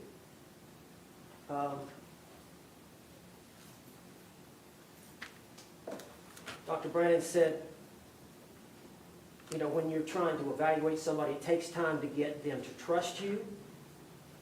And the ultimate goal, he said, is to be a behavioral detective. If you're a forensic psychologist, is to be a behavioral detective. And the ultimate goal is to put yourself in the abused person's eyes so you can better understand their world. But ultimately, it's their perception of danger. Their perception of danger is what you have to look at. What a reasonable person would do under their perception of danger. Now, I want to go on. Trauma experts explain how victims' reactions in moments of stress are the product of the damaged psyche. Her actions, although tragic, and it was a tragedy, Jorge Torres lost his life in that suitcase. It's a reactionary response to sustained trauma. It's as if Sarah was acting out of a deeply ingrained fear and helplessness developed over the years. So it's a desperate need for survival, but battered women do things to keep the peace from time to time.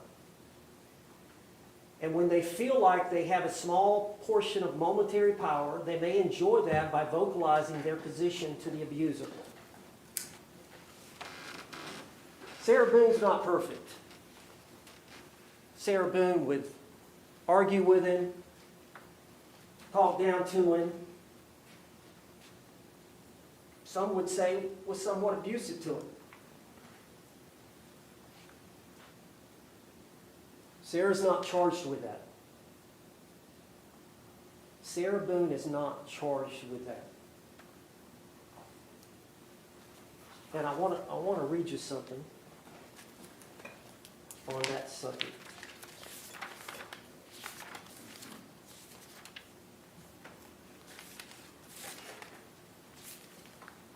If I can find it. Essentially,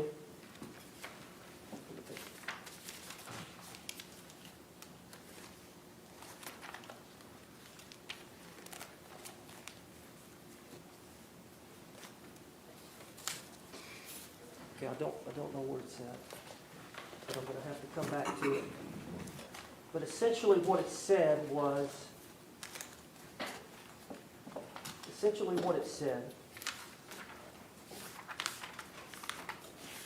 eventually,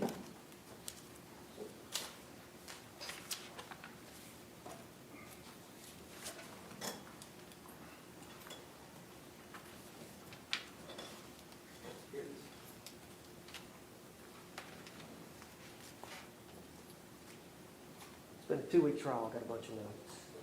I'm trying to get this right. I know it's important. What I wanted to say was someone can be mean and angry and hateful and intoxicated and still be abused. They're not mutually exclusive. And mutual abuse exists where one is abusive towards another. And eventually the victim, Sarah Boone, trying to fight back against the abuse, became verbally abusive. While the victim has committed verbal abuse, it is important to remember that they, Sarah Boone, are the victim and have been pulled into an extremely vicious cycle where they are trying to survive.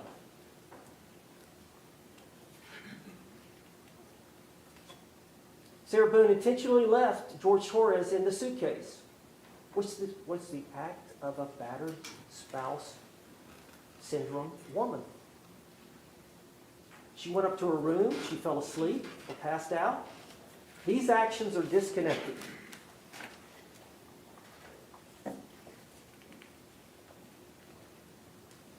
Ultimately, she didn't let him out because of her fear that she knew if he got out in that moment, what he would do. That's real fear, that's real trauma that she was experiencing at that time. Now, I talked to you about force being used, and I think I talked to you about blocking an attack using a physical restraint like the suitcase to block somebody's attack. And the example I give, I got a couple of examples that may or may not apply. Let's say you're in a bar and you got your buddies and the other guy's got their buddies and they're drinking and it ends up being an argument between two of them. And you realize that these two are fixing to get in it. Well, one of your buddies comes around on the other side and grabs the guy before he's able to strike him, right? So you're committing an offense on this guy, but it's a restraint. It's a restraint where you grab him by the neck and try to get him out the bar. So yeah, you're committing an act, but it's designed to defend another, which is legal.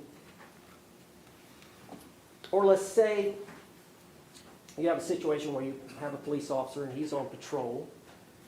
You know, he's in uniform, he's wearing a firearm, and of course he's got the bulletproof vest. And he goes to a call where there's a suspect that may be armed. A suspect that may be armed. And so he gets there, he gets out of the squad car, he's walking around. Of course, he's taking out his gun because he realizes he may be armed.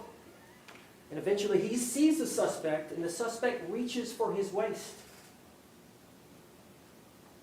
Now, In that moment in time, that officer has to make a decision. Am I going home with my family tonight?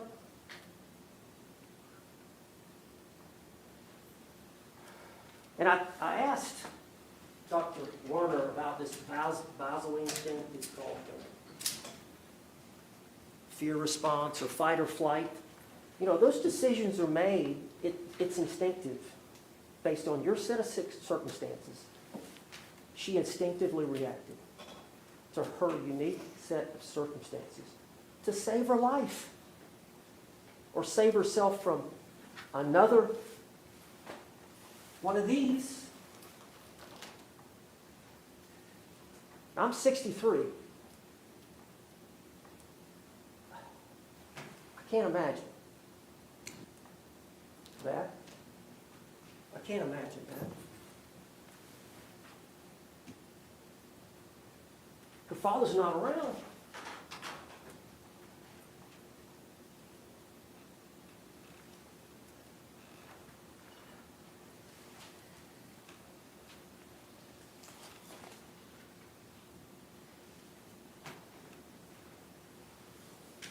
I need to talk about the case a little bit.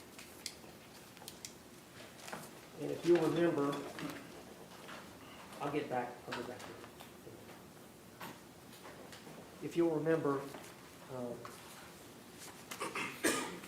lost my place a little bit.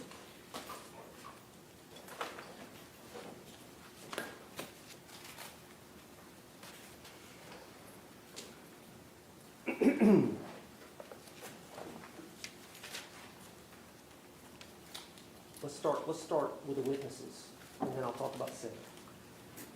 But the first witness out of the box for the state, if you remember, was Juan Torres, the brother. Remember that? It was some time ago. I know it's been a while. Y'all taking notes. You may have to go back. Their first witness was a good witness for us. Their first witness in their prosecution of Sarah Boone for murder was a good witness for us. Remember Tony Henderson did the cross-examine of Juan Torres. Asked him, what did you hear Sarah Boone say? Juan Torres, she was yelling, he's been choking me. He's been choking me.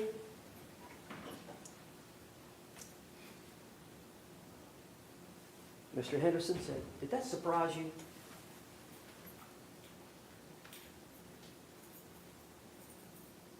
Juan Torres said no.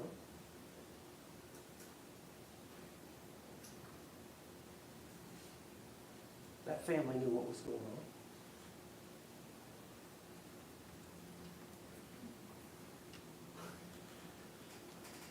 The police knew what was going on.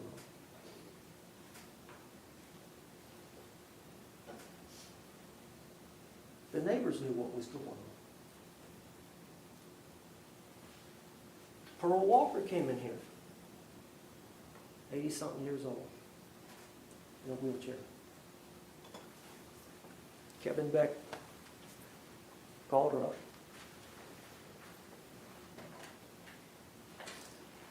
She saw it.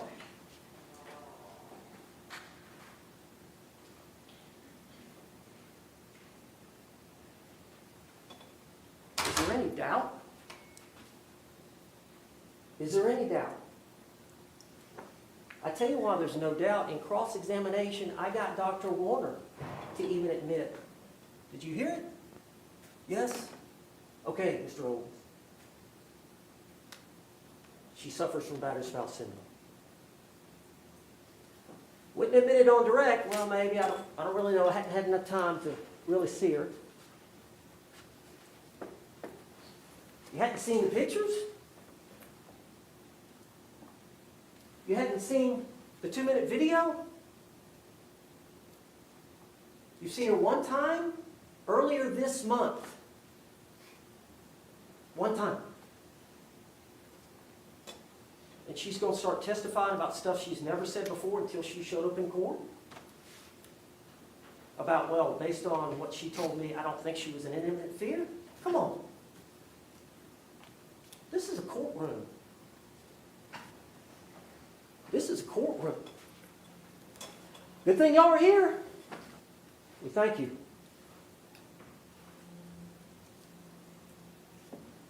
But it gets even worse than that. It gets even worse than that here in this courtroom. The state attorney referred to these pictures. And I was going to rise up and Overruled. show these pictures to you. Overruled. You may proceed.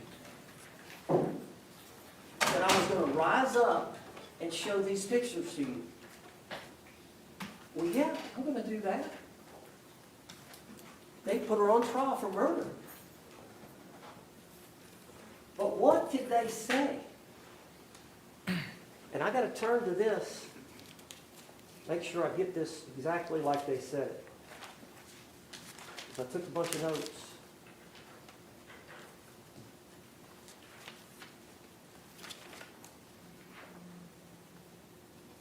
Let me make sure I got this quote.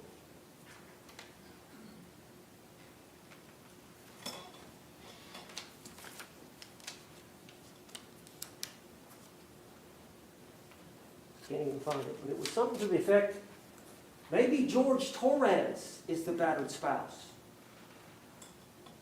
Can you believe it? Can you believe that? Now you know why we're here. Now you know why we're here. Little boys learn early on that girls are different. You do not put your hands on a girl. You can't wrestle with them. You can't punch them. You can't kick them. You can't treat women that way.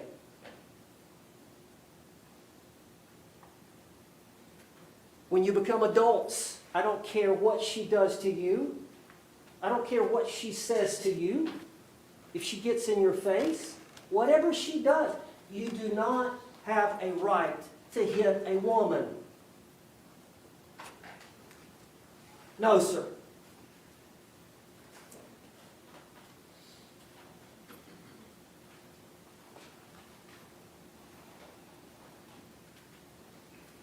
What has the state attorney tried to do? Objection, proper argument. Sustained. What have they done? Objection. What evidence have they tried to put on? Overruled. What evidence have they tried to paint Sarah as? What evidence?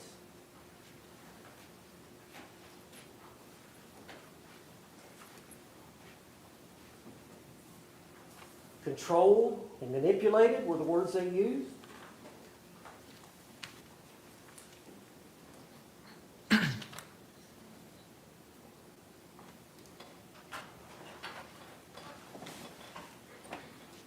You know, this ain't the 1900s, this is 2024.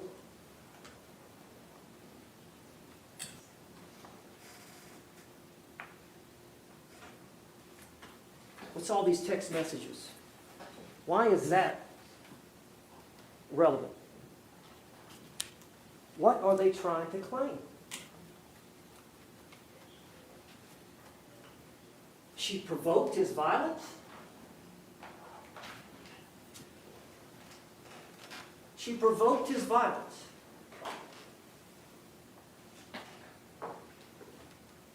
Isn't that what they've done here in this trial? Proper argument. Sustained.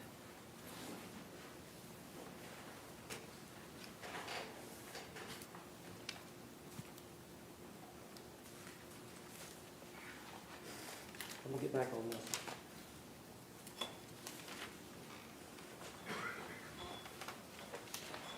Abraham Marino.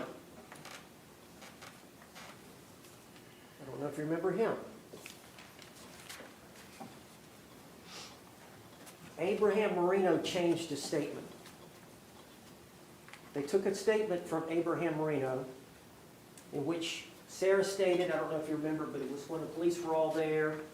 I think they got the tape out, and some neighbors were coming around, and there were 2 or 3 neighbors sitting around. He said, Sarah came out and stated it was an accident. Okay? Well, then, it was an accident. Abraham Marino knew George Torres from Philly. Okay? They were friends. They would talk either at the complex or if Marino went to Hall's Ace Hardware or Ace Hardware, what it was called.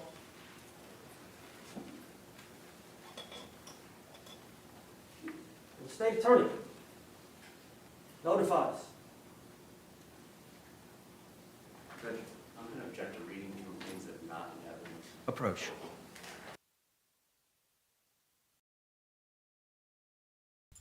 Is he trying to read something that's not in evidence? That's improper. Jamie, so they're going to, when this is over, they're going to go directly to deliberation, and then the judge has asked that the court remain open till sometime between 10 and 11 p.m. So they could be there until that time if they don't reach a verdict, or everybody could go home sooner if they reach a verdict sooner. The only way that they'll end up back here on Monday is if they don't reach a verdict by the 10 or 11 p.m. time. It's kind of nebulous as to what time that actually is, but somewhere in there. You all are kind of letting me know how you feel about this closing statement in the chat. But what I want everybody to do, in our group, we kind of feel that she's guilty, but not every, LawTube chat group thinks she's guilty. So I want everybody to try to listen to what he's saying from an impartial standpoint. And try to assess what he's saying and what impact it might have on a juror who's on the fence. What do you think about what he's saying thus far?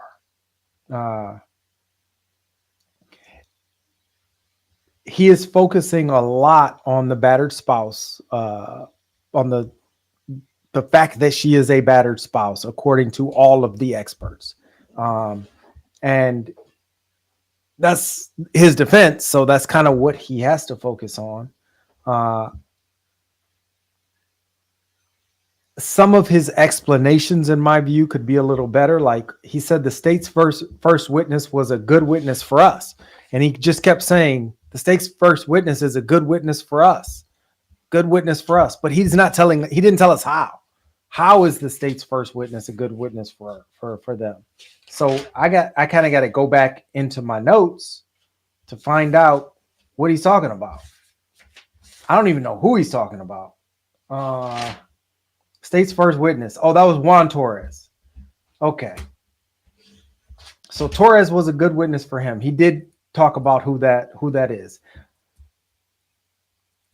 And he said, did that surprise you that he could hear her saying in the background on that phone call that he's been choking me? Did that surprise you? He said no. He said that was good for him. That was good for him. And then he followed it up with, the family knew what was going on, the police knew what was going on, and the neighbors knew what was going on. And then he started talking about some of the neighbors. So do you think that was good testimony for him?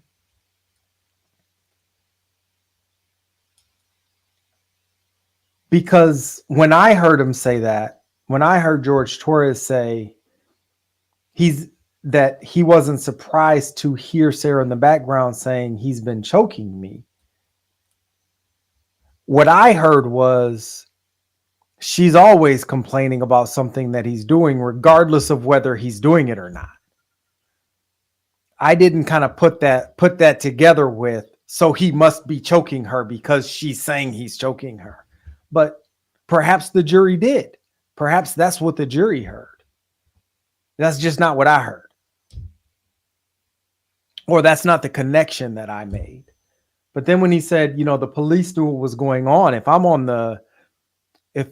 the state, I get up and I play that police video where he's sitting on the bed and the police are coaxing him, trying to get him to tell them what's going on because the police know that she's hitting him and they're trying to help him. You may proceed. They want to help So him. for 4.5 years, Marino says, all I heard Sarah say that afternoon was it was an accident. Then he came in here today, or this week, and said, no, she said I was teaching him a lesson, things got out of hand, and then I fell asleep. 4.5 years later, we know he's friends with the Torres. We heard it here. Now, I want to talk to you about the two boys that live right next door. You remember Vincent Battaglia and Brandon Motes? Remember those guys? And you remember it came out in the testimony, this event happened on February 23rd of 2020. But it came out in the testimony that Sarah had said, Jorge Torres, the night before, February 22nd of 2020, grabbed me by my hair and pulled me down the stairs in my apartment from top to bottom, which is consistent with what they were saying happened, remember? But they got their dates wrong. And remember Mr. Henderson called Deputy Copsel, or Detective Copsel up in our case, and she had to say, yeah, I didn't take their two statements until the 27th, February the 27th, remember? So they're remembering back, and they both had similar stories. Of course, they had time to talk by then, the 27th. I think the only recorded interviews they got that the night of this event, February 23rd, was from Sarah Boone and her ex-husband, Brian Boone, right? So they came back following up on the 27th. That's when they got a statement from Brandon Motes and Vincent Battaglia. And at that time, they said, yeah, we heard that sound. You remember Sarah testifying? No, that was the night before. I complained about that, and I think one of them had testified. Yes, she had said something about being drugged down the night before. It may have been, can't remember now who it was, one of them. And, it looked like that there may be some implication that Sarah got him in the suitcase and pushed him down the stairs. But I think we didn't hear anything more of that. Remember? And then this photograph, which we introduced, which shows the bottom of the stairs. As you can see, there's Lucas's bookshelf right here. This is where Sarah Boone stored Lucas's stuff. And you can see it's not disturbed at all.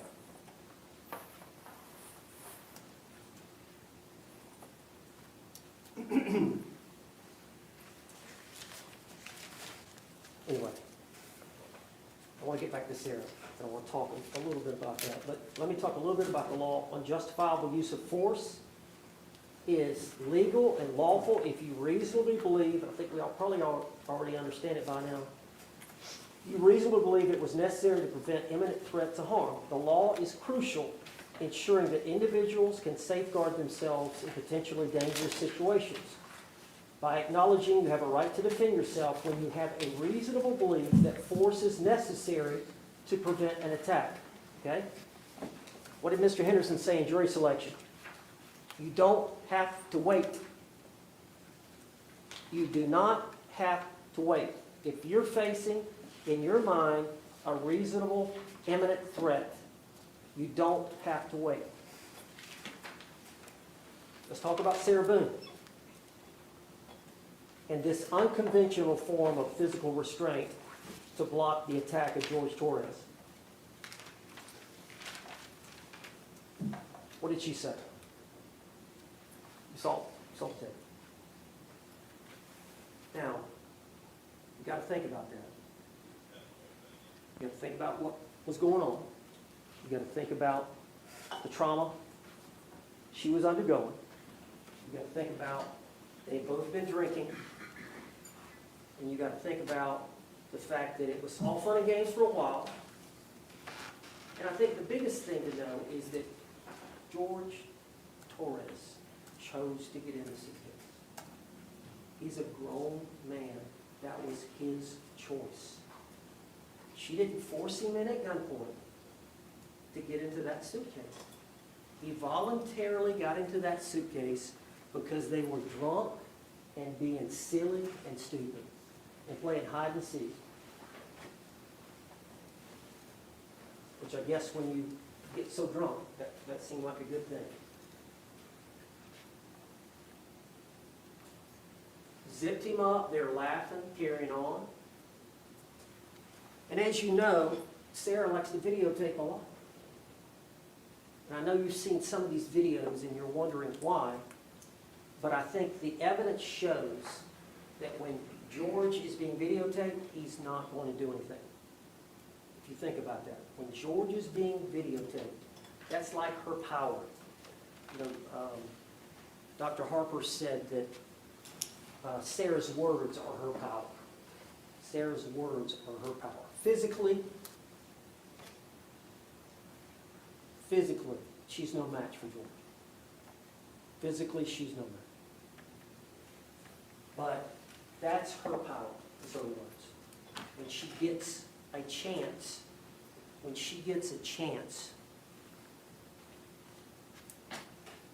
to have some control, that's what she does. And she videotapes because she knows when she's videotaping, she can tell it like it is. I can tell him what I want to tell him. A couple of these videos you've seen, where she's telling him like it is. But she's got that video camera on, and George knows. He's being videoed. We've got one that we're going to show you in a little bit, where he loses it just a little bit, right at the end. And then, of course, we got the TV. But they're kidding around, playing around. Then, Sarah realizes, okay, this is my chance to say something to him. So she sits down, she turns on the phone, and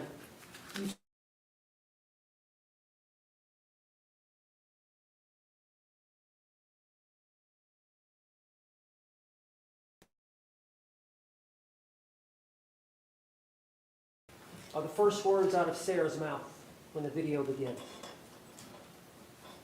There's a lot packed into those words. Think about that. For everything you've done to me.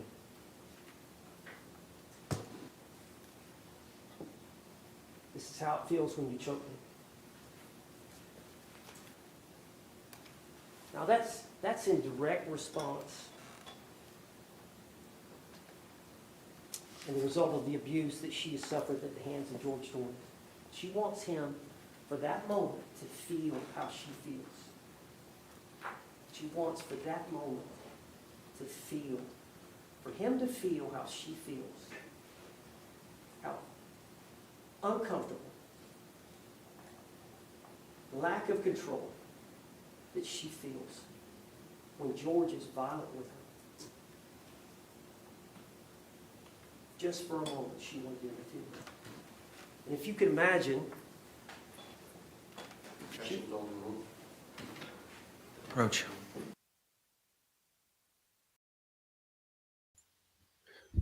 I think from the evidence, you can determine she was crazy about it. She was crazy about that. And I don't know if, of course it's a syndrome, but she felt like she couldn't do without it. And let's say she videotapes him, and then it's turned off. And there's a 9-minute gap, 11-minute gap, whatever it is. I said 11, they're saying 9, but I think if you count 2 of the other, then it's not. But there's 9 minutes that we don't have video. But what did Sarah say? Now, if you remember when you listen on that video, George is talking in a normal voice. He's not stressed. Of course, if you're talking, you can breathe. She had said she had some air. And of course, she doesn't realize the situation, that it's going to end the way it ends. So she has no appreciation of that. It's a canvas. All she knows is an old canvas suitcase. that she's got some, the two zippers removed or spread out a little bit so he can, so she thinks he's not being serious. But eventually he gets angry. She gets angry, he gets angry. He says words to her, and then his hand starts to come out of the suitcase. She also said his tone changed. And I know everybody's got a cadence with their spouse or boyfriend, girlfriend, but you know what I'm talking about. We've got a way of talking to people. We've got a way, your wife, your husband, you know each other. You know when they come in from work, what kind of mood they're in. Just by a couple of things, the way you can just sense it, right? Well, especially somebody as hypervigilant as Sarah and as hypervigilant as a battered spouse woman would realize that he can flip the switch at any time. When I get out of here, I'm going to end you. And he realizes he's getting out.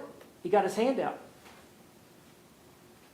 At that moment in time, in Sarah's mind, that's an imminent threat. So she's got a justifiable right to use force. What did she do? She went over there and grabbed it. She lifted it up. She tried to get his hand back in, remember? She tried to get his hand to go back in. Wouldn't go back in, so her son's back was 3 feet away. Where the police found it the next morning. Same spot. No attempts to hide. No attempts to delete the phone. No attempts to tamper with evidence. Nothing. In the same spot as it was. She picks up the bat. She pokes. She pokes him hard.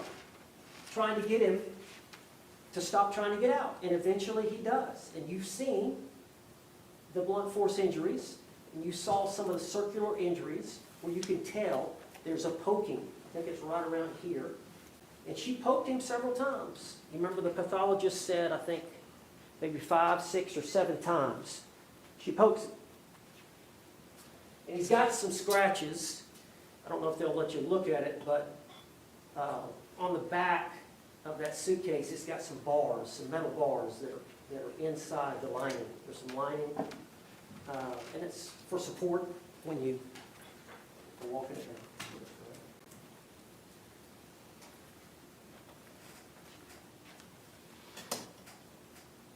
She testified. You heard what she said, that she was justified. That's uncontroverted testimony. Now, let's talk about the jury instructions just for a minute. And, I want to talk about reasonable doubt for a minute.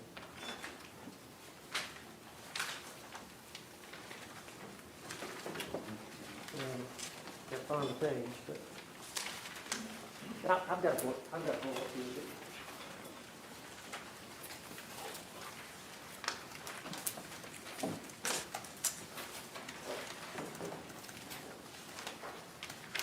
Let me find it. If y'all are all looking.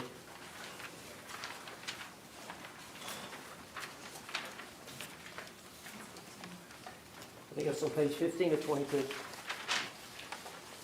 we're going to talk about reasonable doubt in a minute, but if you look at those bottom 3 short paragraphs, it is the evidence introduced in this trial and it alone that you're to look for the evidence or look for that proof.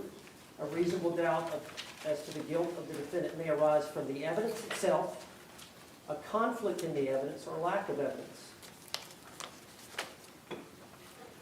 But here's the main thing. And, obviously, I represent her, and I'm trying my best to show you honestly and fairly the doubt in this case. And 5 reasonable doubts, 17 reasonable doubts, 25 reasonable doubts. You have to have 1 reasonable doubt. I'm trying to show you throughout the evidence that each one of you can have a different reasonable doubt. Difference, but 1 reasonable doubt about the state's case, and your verdict is not guilty, according to law. Proof beyond a reasonable doubt does not mean proof beyond all doubt. A reasonable doubt is not a mere possible doubt, speculative doubt, or imaginary or forced doubt. Such a doubt must not influence you to return a verdict of not guilty if you have an abiding conviction of guilt. And this is a deeply held belief. You know, reasonable doubt is the highest standard we recognize in litigation. You know, car wreck or something like that is preponderance of the evidence standard, 51% you're entitled. Abiding conviction, that's a deeply held belief that you must have if you're thinking about something. That's a firm belief. That's a level of certainty that you would have. That's what you got to have as a juror. I've got to be certain of her guilt. If, on the other hand, if after carefully considering, comparing, and weighing all the evidence, which we want you to do, there is not an abiding conviction of guilt, so I'm not certain. I'm not certain of her guilt. Or if you have a conviction, I think there's some evidence of guilt, but it is one that is not stable, one which wavers and vacillates. One which wavers and vacillates.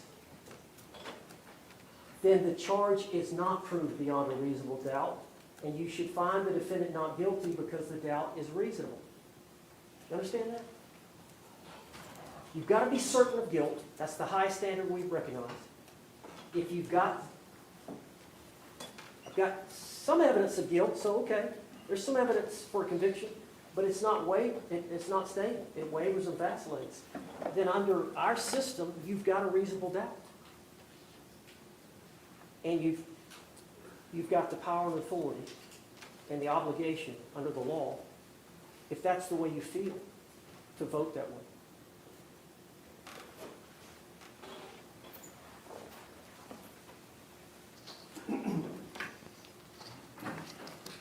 Later in the instruction it goes on, it's up to you to decide what evidence is reliable. You should use your common sense in deciding which is the best evidence and which evidence should not be relied upon in considering your verdict.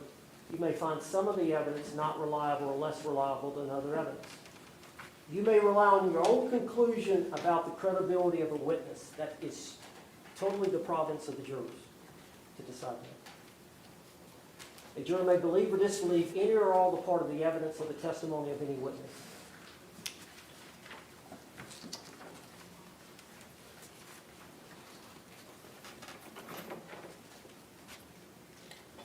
I want to show you this before I forget it. But Dr. Werner said, this is their expert again. He testified that Sarah Boone suffers from battered spouse syndrome. Battered women's experiences affect her perception of imminent danger. Those past experiences with Jorge Torres,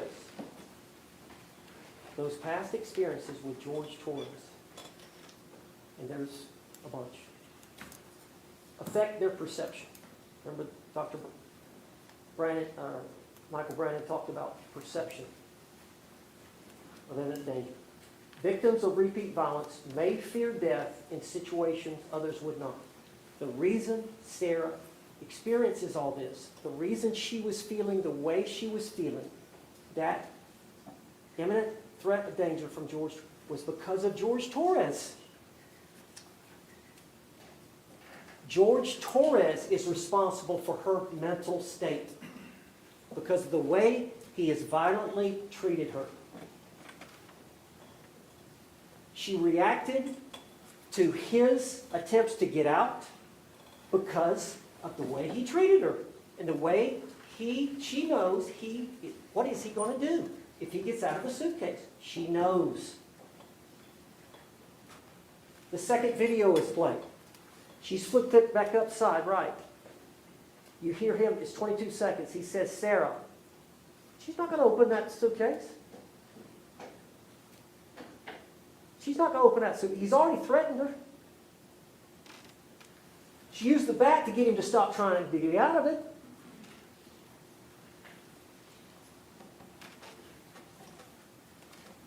Why would she do that?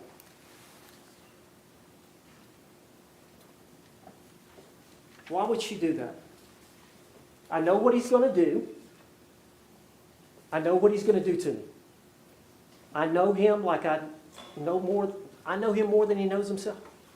I know what he's going to do to me. You don't have to wait. That was justifiable. Now, you got to understand this. She intentionally used the bat to defend herself. She intentionally didn't unzip him to defend herself. Both of those are lawful under our law. She went upstairs. The dogs were upstairs. At some point, she called her husband, or ex-husband, Brian Boone. We know that many times she testified, or somebody in court said, she would often flee to her ex-husband's house sometimes. I believe that testimony came out from either Sarah or somebody. That sometimes she would flee, or sometimes she would flee to upstairs. One of those two. But the dogs were up there. She made a phone call. At some point, she fell asleep. Passed out, fell asleep. We don't know. They had 2 big bottles of wine. Right? That was unintentional. That was unintentional. His death was unintentional.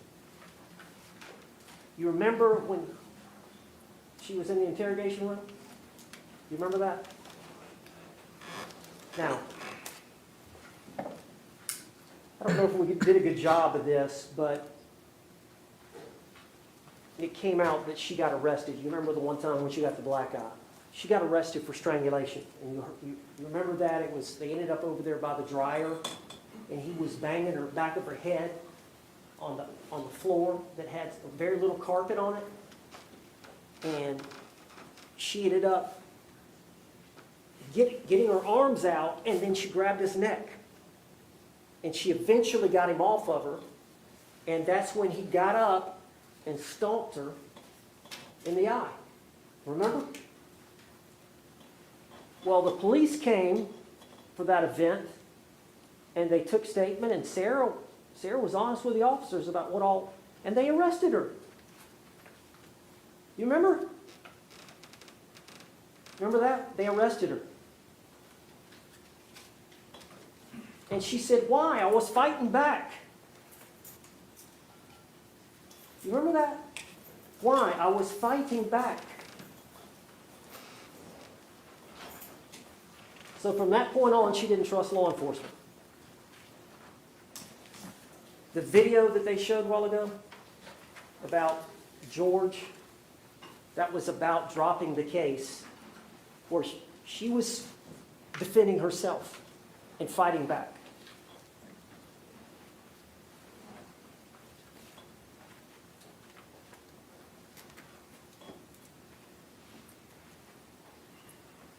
I want to talk about this investigation by law enforcement. Now, she didn't know the law. She's not a lawyer. She gets up the next morning. Brian's calling. Sarah's got to pick up Lucas at 3. Brian's calling. Eventually she walks down. She's looking for George. Where's George? He's quiet down there. Then she looks in the bathroom. She looks out. He's smoking a cigarette. He's on the computer. She sees the suitcase. And you can imagine. Objection, golden rule. Sustained. She sees him in the suitcase.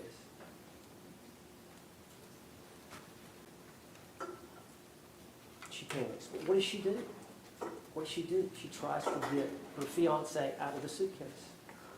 They're engaged to be married. She's not trying to kill him. They're engaged to be married. She gets him out. She tries to do, he's purple.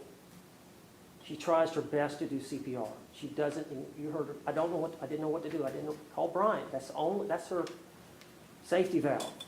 That's all she's got. Brian eventually says, she's come over. She calls again in 2 minutes. I'm on the way. He gets there. You got to call 911. May have told her before. Call 911. She calls 911. She tries to do CPR again. Is she busy trying to hide evidence? She busy trying to hide evidence? She busy trying to hide the back? No, she's trying to save his life. If she can.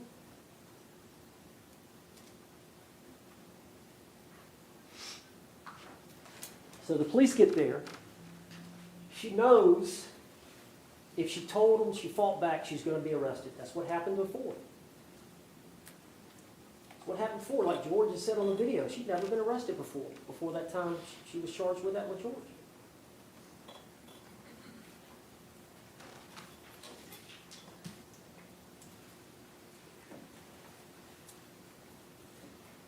She lies.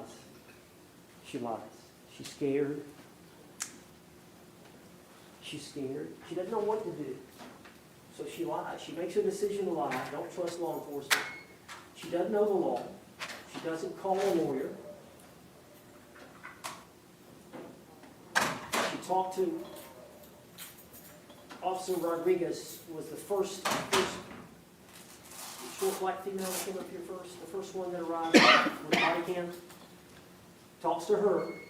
There's a recorded statement there where she doesn't tell the whole story. She lies. And then the detectives eventually get there and get her in the squad car. You hear the audio. I think it was played. She lies again. Then the next day, she goes down to the sheriff's department. Now, if they would have told her, hey, man, we're going to arrest you, and she gets a lawyer to go down there to make a statement, and the lawyer would advise her. Objection. Facts not in evidence. Sustained. Move to strike. Stricken. The jury will pay no mention or give any weight to that statement. She's not a lawyer. She didn't have a lawyer present when she made this statement. She didn't know the law. She didn't know she was justified in defending herself the way she did in this dysfunctional, toxic, abusive relationship.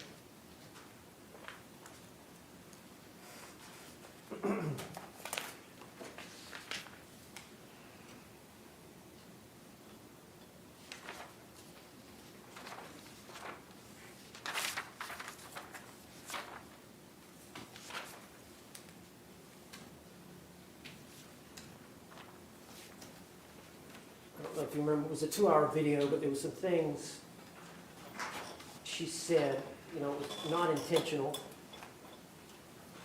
And eventually, she wanted the detective, it was Detective Lowen, the male detective. And she said, I swear to you on my son's life, it was not intentional. What she was talking about was that George passed, was that George died. That was not intentional.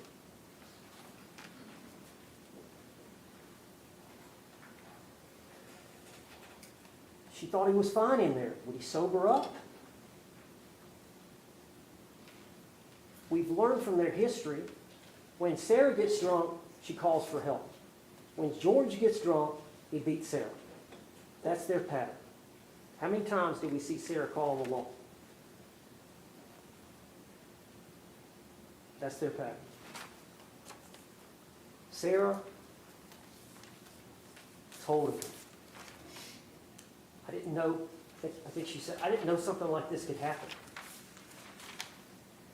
I've never done it before. And Detective Lowen said, well, what did you expect was going to happen?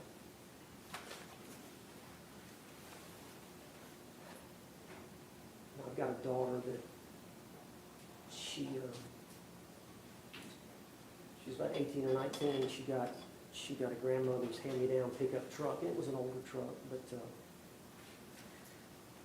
she didn't have it long, and she was gassing it up, but she didn't put any oil in it. And eventually, it burnt the motor.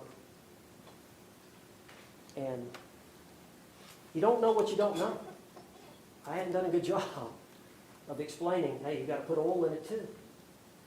Sarah Boone didn't know that he could die in there.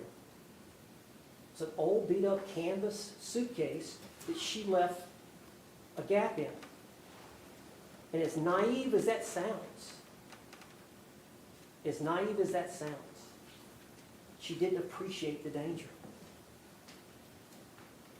I mean, is that the way you want to kill somebody? Is that the way you're going to do it? She had Lucas to take care of. Am I going to go to prison doing it like this? No attempt to hide the crime. I think the evidence is clear. That's how this happened.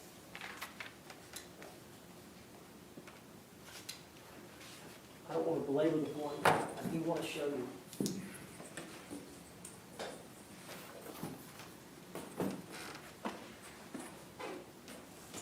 Just quickly show you the injuries. Sarah Boone got stabbed. Well, think about that. Stabbed with a steak knife in the leg. And she stayed with him. She stayed with him.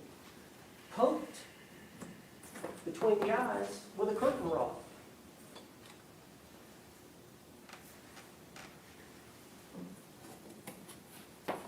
Stalked in the eye. I mean, who does that?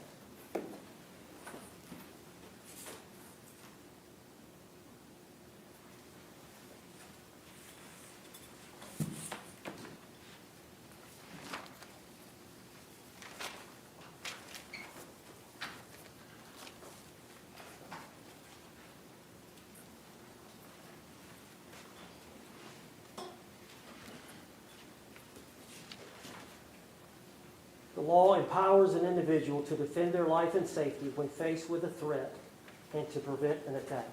That's what Sarah Boone did.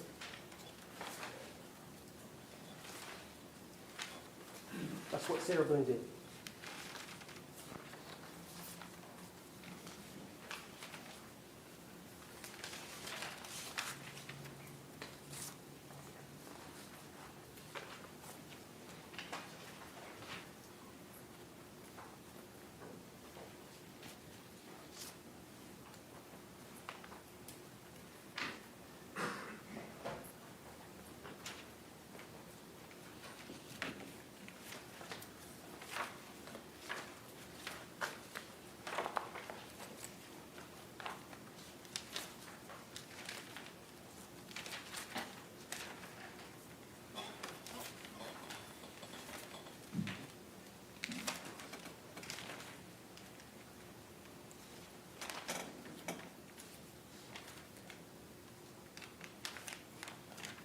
I think it's important to understand Sarah had to be the parent a lot of times. It was her place. She had that $1,000 a month from the divorce settlement coming in. She had the car. She had the phone. She had the keys. She had to be the parent in a lot of ways.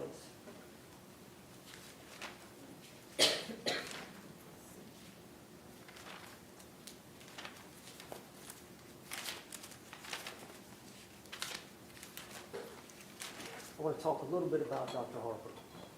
If you remember, Dr. Harper is from Okaloosa County, which is up in the Panhandle, close to where we're from. And she's the doctor that treated Sarah from early on. Remember, this happened in 2020. I think she first saw Sarah Boone shortly thereafter. And over the 4.5 years, saw her 9 times and did all the testing for post-traumatic stress. Of course, she has the experience from the veterans, and she's testified that she's now just traveling around the state, testifying as a forensic psychologist. But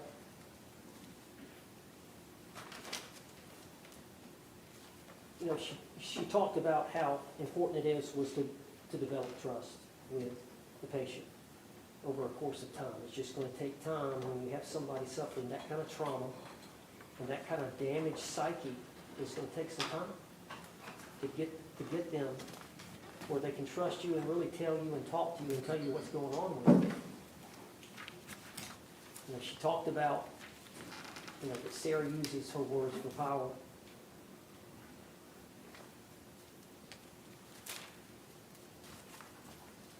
I think her testimony, I don't think, but I think the evidence supports that her testimony was credible. Objection. The evidence supports that her testimony was credible. Objection is sustained. I can't give my personal opinion, okay?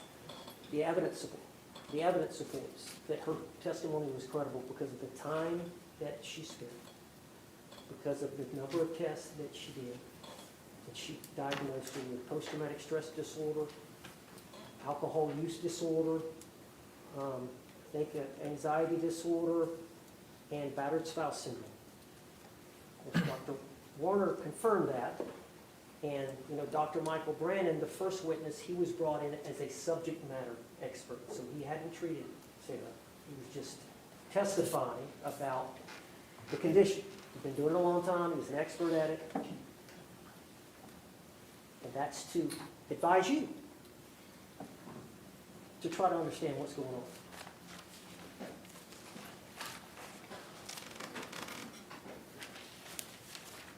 And as crazy as it sounds, in this syndrome, they try to protect the abuser. They're in love with them. They try to protect them. I don't know if you remember, but there was a time where Sarah Boone had a conversation with one of the neighbors, and they were talking about something. She said, "Did you hear anything yet last night?" Remember, she said, "Shh, it's okay." Both George and Sarah lied to the police. They lied to medical people. I don't know if it's shame, but it just comes with the syndrome. That you stay trapped in it.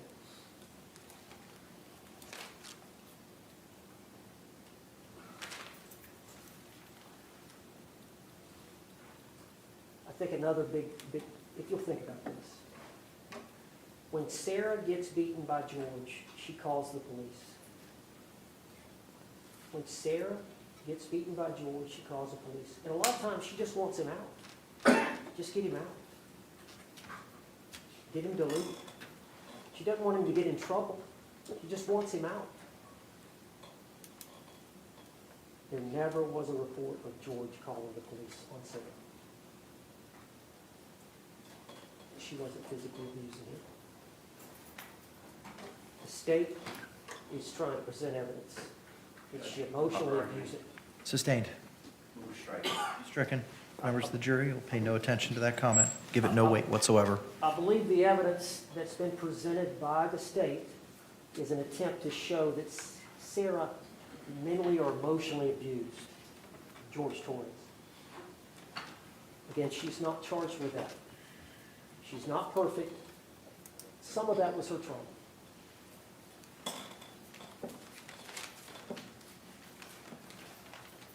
In Sarah's situation, you do become numb and hardened, I think, over time. That's a coping mechanism. It's a day-to-day thing, some good days, some, But the homicide detectives, I know if you saw that 2-hour video, at some point during the 2-hour video, they started talking about some of the violence. And they go, we know. They had already checked with neighbors or whoever. They knew. The neighbors knew. Police officers knew who responded. Torres' family knew. They all knew about the abuse.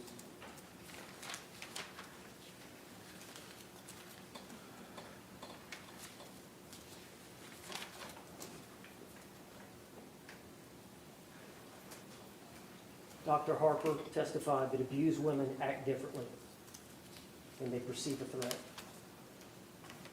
I think Sarah Boone was loyal to a fault to George, even through all the abuse.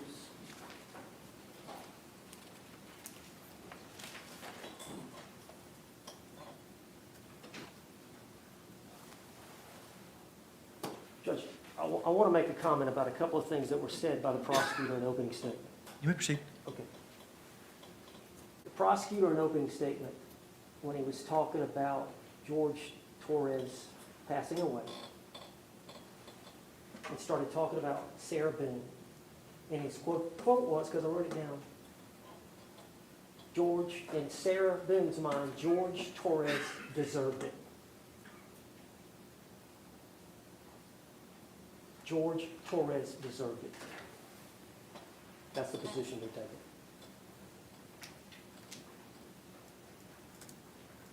He deserved to die. She loved the man. She wasn't trying to kill him. He also commented about, Judge, may we move the motion? Yes.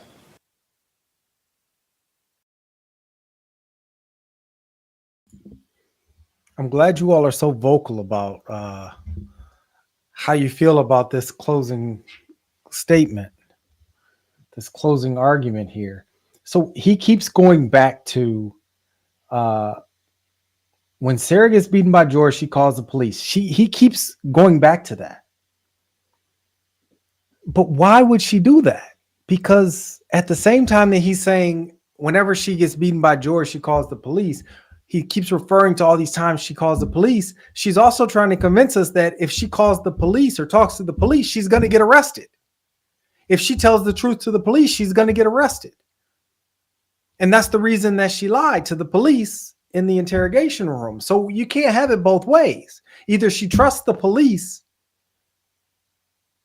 with the truth or she doesn't. You can't do both.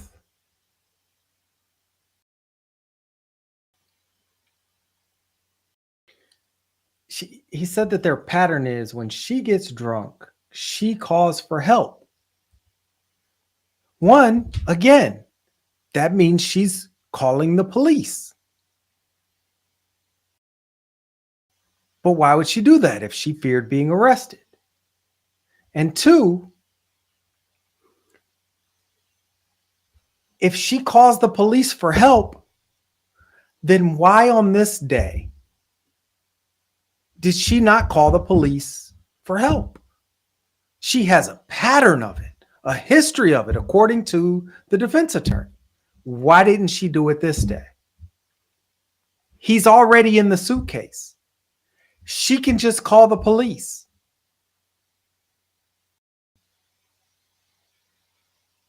Why not do that?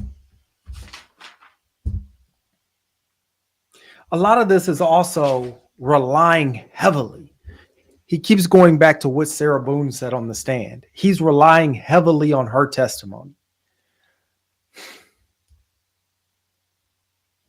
Almost to the point that if you don't believe Sarah Boone's testimony, you have to convict her. And we're dealing with a known liar. I can't imagine that the jury doesn't think that she lies. So why would you put, as the defense attorney, why would you put so much weight on her testimony if you know that there is a credibility issue there? He said,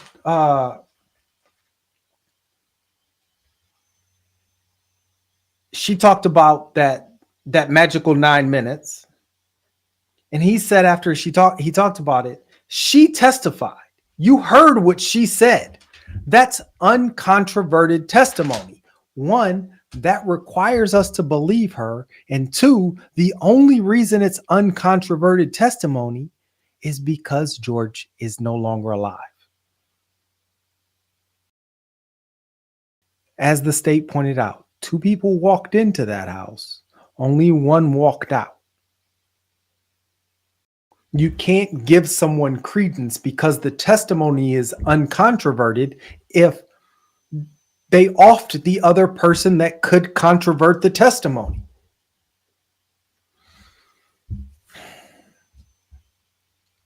Jeffrey says 9 minutes equals a nothing burger with extra nothing sauce.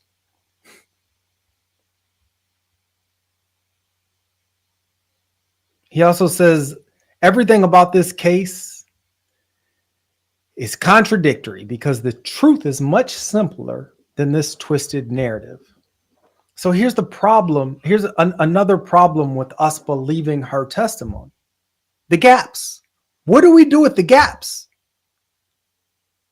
She doesn't remember how long it took her to go to bed. Let's just start from the end. She doesn't remember how long it took her to go to bed, to go to sleep.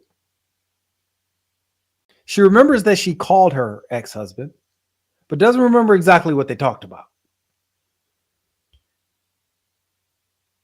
She doesn't recall any of the 9 minutes.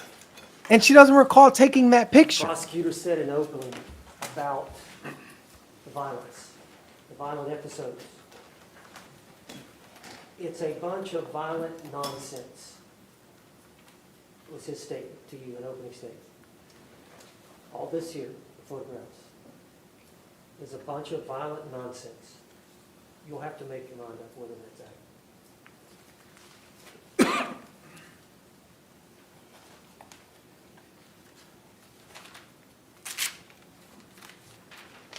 There were a couple of exhibits that I introduced late, and they were no contact provisions, where there had been a court order from a judge, not only a verbal order, but it was reduced to writing. So there was a court order for Jorge Torres not to have any contact with Sarah Boone.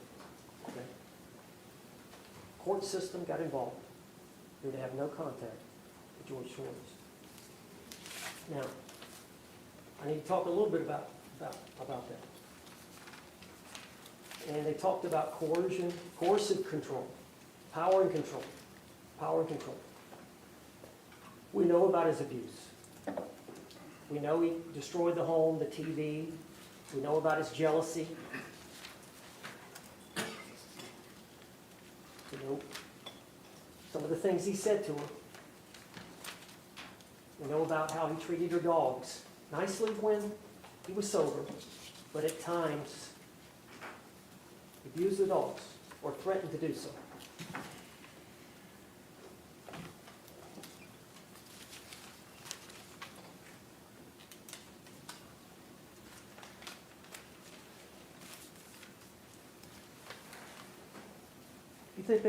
If you think about power and control, when you're controlling a person, and I think she testified that he kind of smothered her, was always around her.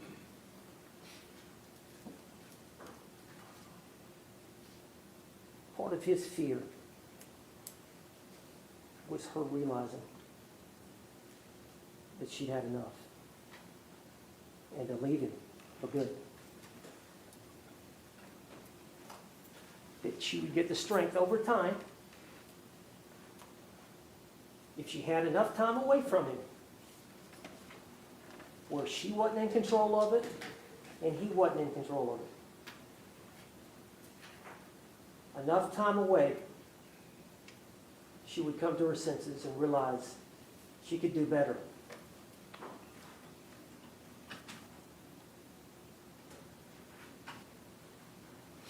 The judge has been giving court orders all week. That didn't stop Jorge Torres. Jorge Torres knew he was going to lose control if she had a bunch of time away from him.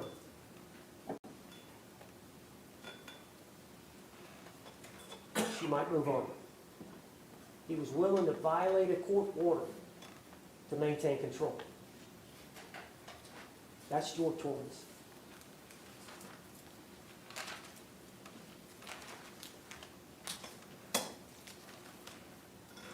I want to show a couple of videos, and I want to say something to you. Shelby Andrews is going to help me. If we could dim the light. Yes.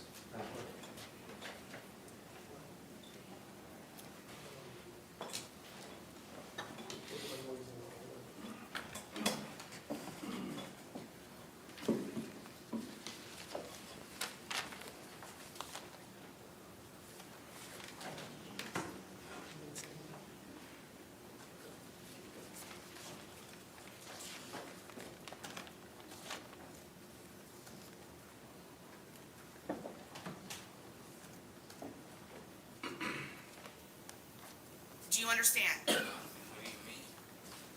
As of this moment, and until I can get you out, Get the fuck out of here. you're a roommate. I dare you. Did you see him? No, look at him.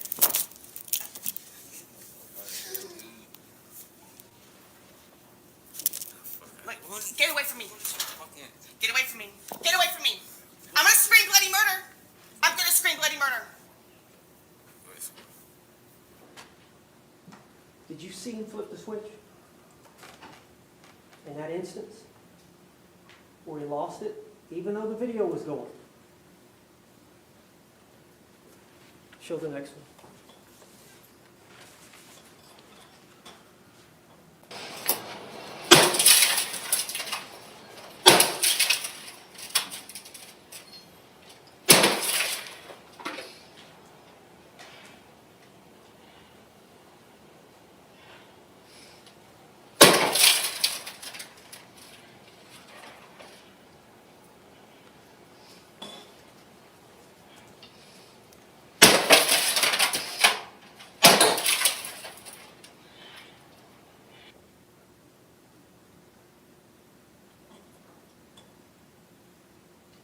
Thank you. Thank you, Judge. You turn it off. Can you turn it on?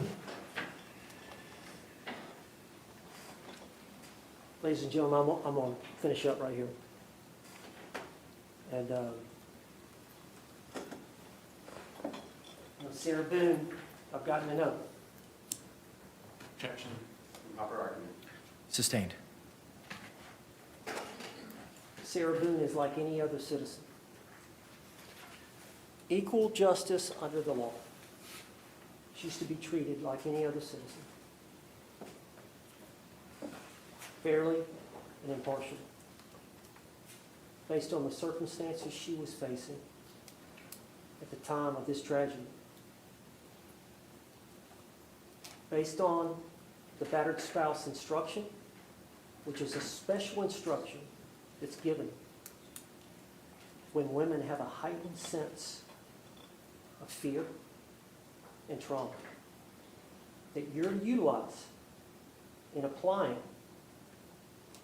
her subjective standard to the reasonable standard of what a reasonable person would do under her circumstances in using the force that she used to defend herself. I hope I hadn't missed anything. I've tried my best.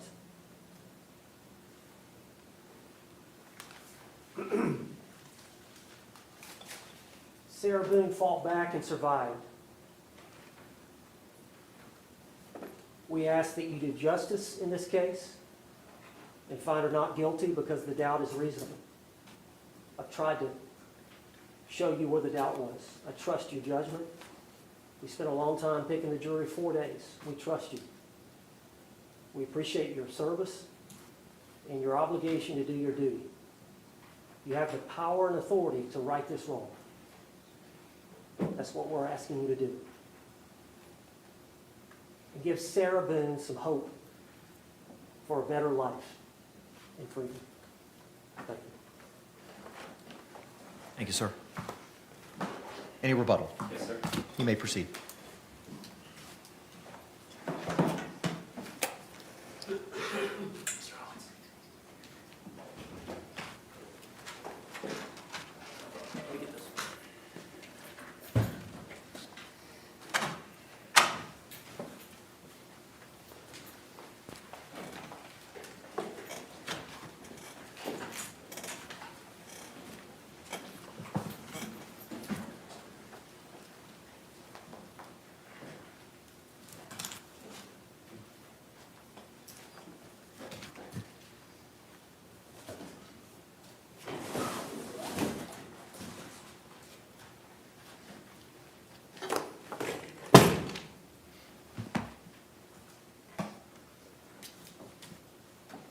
Ladies and gentlemen, Jorge Torres is dead because the defendant believed he deserved to be zipped shut in a suitcase so that she could make him feel how she felt when he cheated on her, when he choked her, and to hold him there as a captive audience, according to her testimony. Now he has to listen to me. Well, right out of the gate, there are credibility issues. Cheating to me means viewing pornography. Well, we saw cheating really means women and the heated conversation on June 14th about these women in Facebook. And that is what leads to the arrest on June 15th. He's out whoring, Candy Crush, all the bizarre things that you see in her phone. She uses the legal system as a weapon at times. There's no denying that they are engaging in violent behavior, and it is over nonsense. It is smashing TVs. They call the police, and then they're standing there looking bewildered about what to do and who to say, and laughing and joking. Ladies and gentlemen, the courtroom is the place for justice, not a suitcase. The reason we have a jury system originally started with the idea that the king, the crown in England, shouldn't be able to go and incarcerate citizens on his whim. So it developed into a system where citizens would have to say, yes, you can take our fellow citizen. But the opposite is also true. A citizen cannot take another citizen's life because he or she feels like it.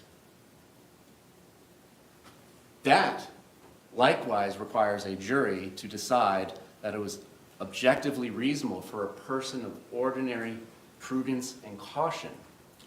Like Mr. Cacciatore argued earlier, battered spouse syndrome is not a license to kill.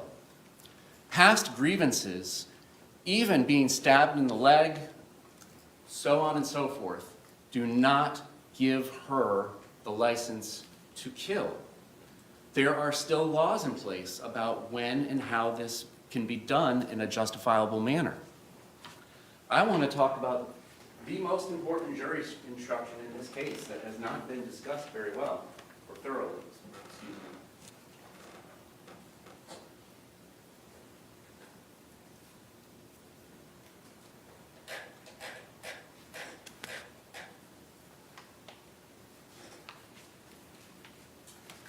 However, the use of deadly force is not justified if you find that Sarah Boone used force to initially provoke the threatened use of force against herself. And we'll stop at that comment. The facts of the case that came from her own mouth, if she is to be believed, and we will explore thoroughly why you should disregard every bit of her testimony, from court to the detectives, to the 911 operator, to the doctors. Her testimony, if it is to be believed, the most favorable light that she has presented of herself, is that at the end of a Sunday fun day, where we are drinking, we're outside by the dartboard, we're doing puzzles, we're doing arts and crafts, and there finally comes a point in time where we're going to play hide and seek. And he says, "Tag, you're it." Even though she's it, she goes upstairs, hides in the shower, eventually gets tired of being there, it's cold, so on and so forth, and she comes back downstairs. And as she comes back downstairs, she can see Mr. Torres fiddling to place himself inside the suitcase to try and hide for this game. And the lid is not closed and it's flapping. And out of jest, out of levity, undisputed according to her testimony, she comes over there and zips it shut. Whether it's 100% or enough for 2 fingers to get out, that is something that you decide as the jury. But there came a point in time where the fun and games was over. And Mr. Torres told her that. "Babe, I can't breathe. Sarah, babe, let me out. This is all on video. We don't have to imagine this. This is all on video. 1062. At that point in time, she is using force against him that is not justified. She is the initial provocateur. She is the aggressor under the law. And what level of force is it? I can't breathe. Not let go of my hand, not get your hands off me. I can't breathe. This is no different than 2 people, maybe they're buddies at the bar, similar to an example that was given by Mr. Owen, who are wrestling, and one has another one in a headlock. And there comes a point in time where the person on the receiving end of the headlock says, that's enough, I'm tapping. George Torres was tapping, and she ignored it. And she was kind enough to tell you why. Out of anger, which translates to hatred, ill will, spite, just like that in jury instruction for second-degree murder. She told you exactly why. She got angry. Him saying, "I can't breathe, babe," was what triggered her. Not a fear of imminent harm. Those are her own words. That is the law. These are the two paragraphs that solve this equation without getting up on a big whiteboard in college that's 30 feet long, 15 feet high, and a ladder, and somebody's scribbling Latin words and Greek letters for months and months to solve this huge, complicated equation. The equation is solved in 2 paragraphs. She is the initial aggressor. He is saying, "I can't breathe." It is no different than a naked chokehold that she does not let go of. And she told you it's because I want him to listen to me. This is my bully pulpit. This is how he made me feel in the past. She doesn't describe it as teaching him a lesson, but that's exactly what she says. I want him to feel like I felt in the past. I want to tell him things. Ladies and gentlemen, we can play semantical games, but that is teaching him a lesson. Therefore, we have to look at the other 2 paragraphs. Because right now, plain as day, the use of deadly force is not justified if you find that Sarah Boone used force to initially provoke the threatened use of force against herself. And what force are we talking about? Well, the threat of force that she tells you she was facing was him fighting for survival. Him sticking his fingers out of the suitcase. Him sticking his hand out. That is the threat of force, coupled with, "I'm going to end you." Well, ladies and gentlemen, she is the initial provocateur. She is the one using deadly force against him. If I have somebody in a rear naked chokehold, they are entitled to use deadly force against me to break that chokehold, at least until we're separated. He had every right to say what he said.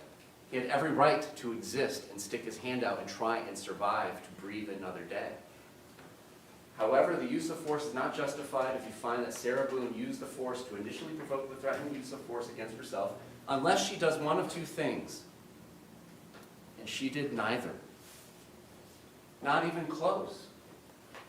The threat of force asserted towards the defendant was so great that she reasonably believed that she was in imminent danger of death or great bodily harm. All right, let's give her absolutely every benefit of the doubt, which you should. This is a criminal prosecution. The state of Florida has alleged she committed murder. You need to do everything you can to look for reasonable doubt. But a reasonable doubt is not an imaginary doubt, a forced doubt, speculative doubt. So accepting that all of their past history, accepting the doctor's testimony, and the limitations on what they reviewed compared to what we reviewed.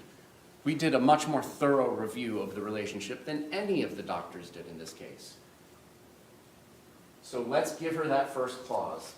Because of their past relationship, with George now fighting for his right to exist and saying that he will end her if he gets out, we'll give her that. But just like Mr. Cacciatore mentioned earlier, lawyers' words mean things to us, and they mean things to everybody, but really to us. Or an and. There's an and.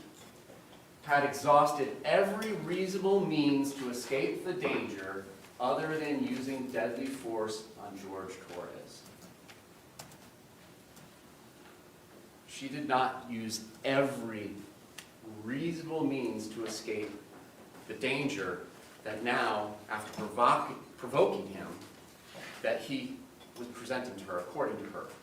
She didn't pick up her cell phone and start walking, call 911.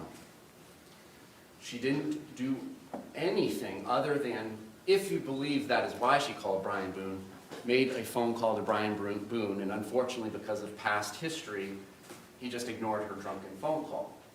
She did not exhaust every reasonable means to escape this danger that she created. She started it. She created this. other than using the deadly force on Jorge Torres. Now, this is a weird situation. This is not a rear naked chokehold.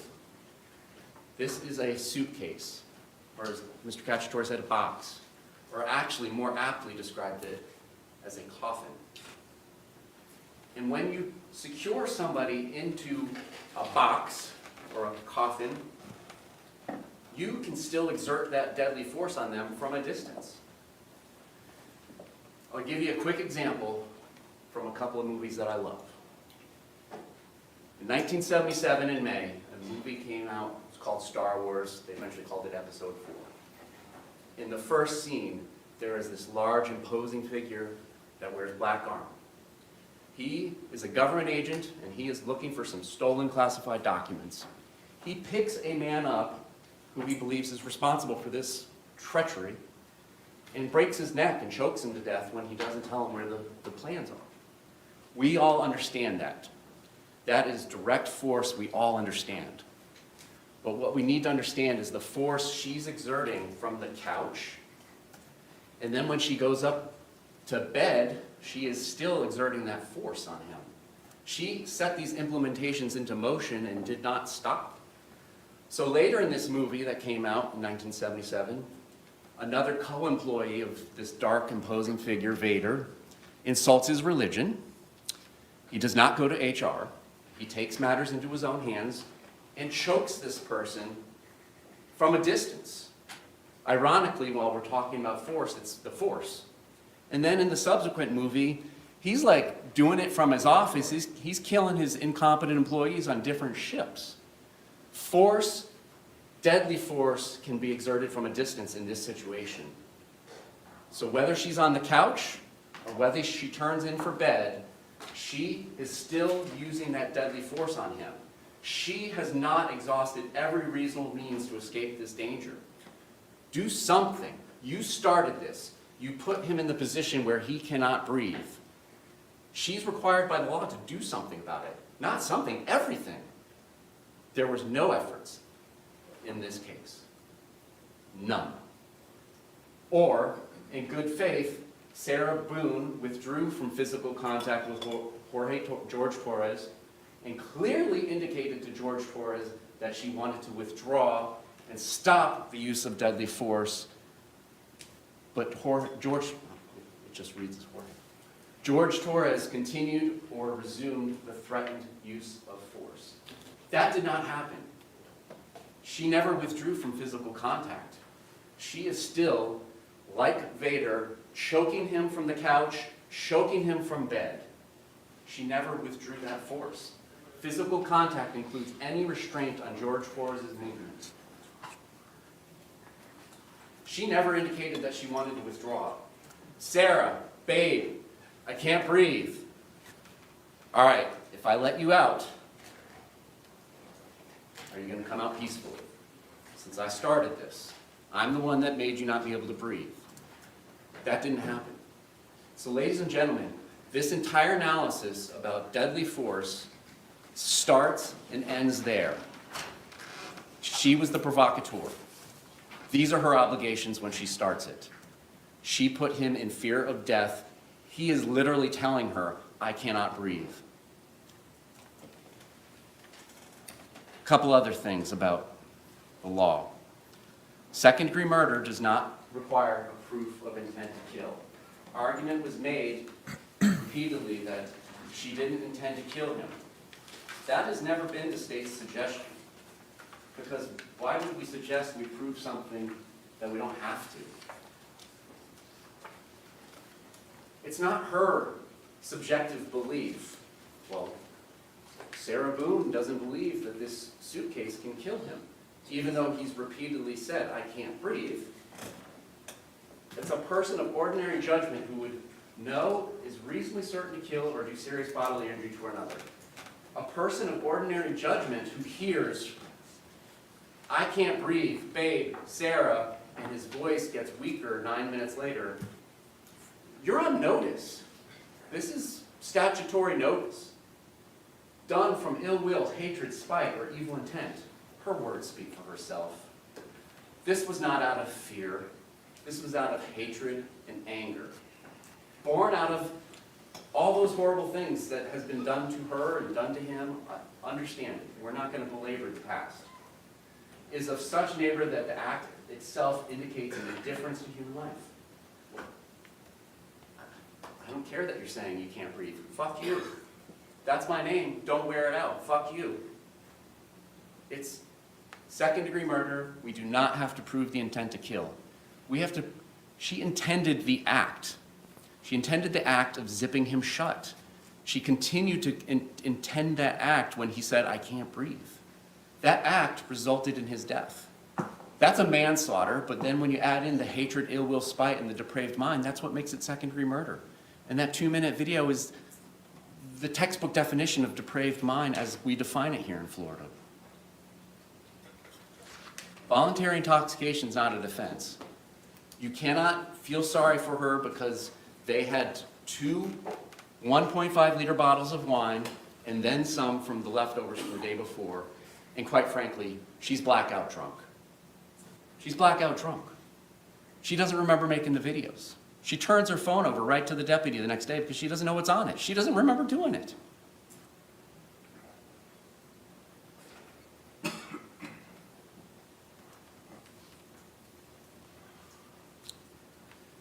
Another thing that we just haven't talked about much is her story. She can't be up in the shower hiding and taking a picture at 11:03 p.m., 9 minutes before the video. That portion of her story just doesn't add up. And what it shows is it's more like 20 minutes instead of 11 or 12 minutes that we know he's trapped in what turns out to be his coffin. Let's talk about her testimony at trial. And we'll talk about all the problems. A lot of her issues predated her relationship with Mr. Torres. So it's not attributable to the trauma from Mr. Torres with all the luggage she brought into the relationship. And listen to the way she talks. It's not splitting the bills. It's helping without argument. It's not cleaning up and doing Sunday chores. It's cleaning up so we can relax. It's a reward. She talks about him like he's a child. I need to lead him to the next activity from one to the other. And then you saw the videos, and I'm not going to belabor it, that we showed in rebuttal, but the relationship and the power dynamics speak for itself. He was treated like the third dog. And it might very well have been a dog that bit and was violent, but he was treated like a dog. Why are you leaning against my door? Get out of here. Go downstairs. You're worthless. You're garbage. They showed the part of the video where he slaps the phone, but that's after 5 or 6 minutes of being berated and dehumanized in a way that nobody should be treated. He just wanted to get in bed and lay down next to his fiancée.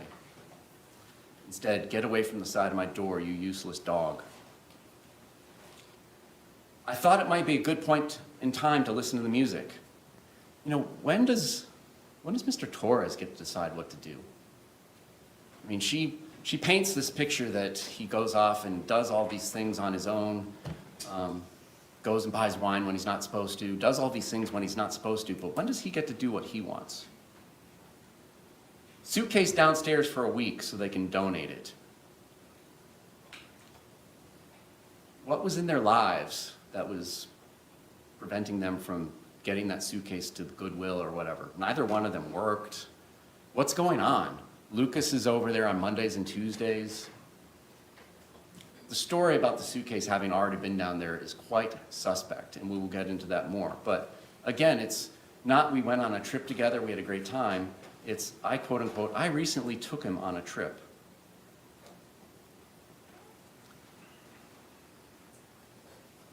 Then it comes down to the moment of truth, which we've already gone over. And it's just quite frankly inconsistent because she doesn't, there's no explanation for the picture. Her explanation at trial when I brought it up to her was, I just don't remember. I don't remember this period in time from the picture at 11:03 to when I was supposed to be coming down the stairs. There's a major glitch in her matrix. She shakes the suitcase, please stop doing this to me. And then his hand gets out. Now she's the point in time when she gets angry. and doesn't do what the law requires after basically choking him with his coffin. Beats him into submission with the bat and turns it back over. For the first time ever at trial, she says, "I'm going to fucking end you," is what he said. She never told that to even her doctors. We've heard the arguments why she didn't tell the truth to the police and all that. And there's a lot of truth into the argument that was made. There's a lot of truth. When the argument is made that she didn't understand self-defense,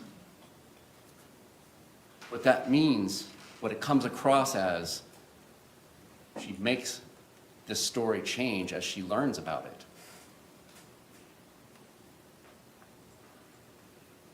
When we apply the jury instructions to her statement, all 6 of them apply against her.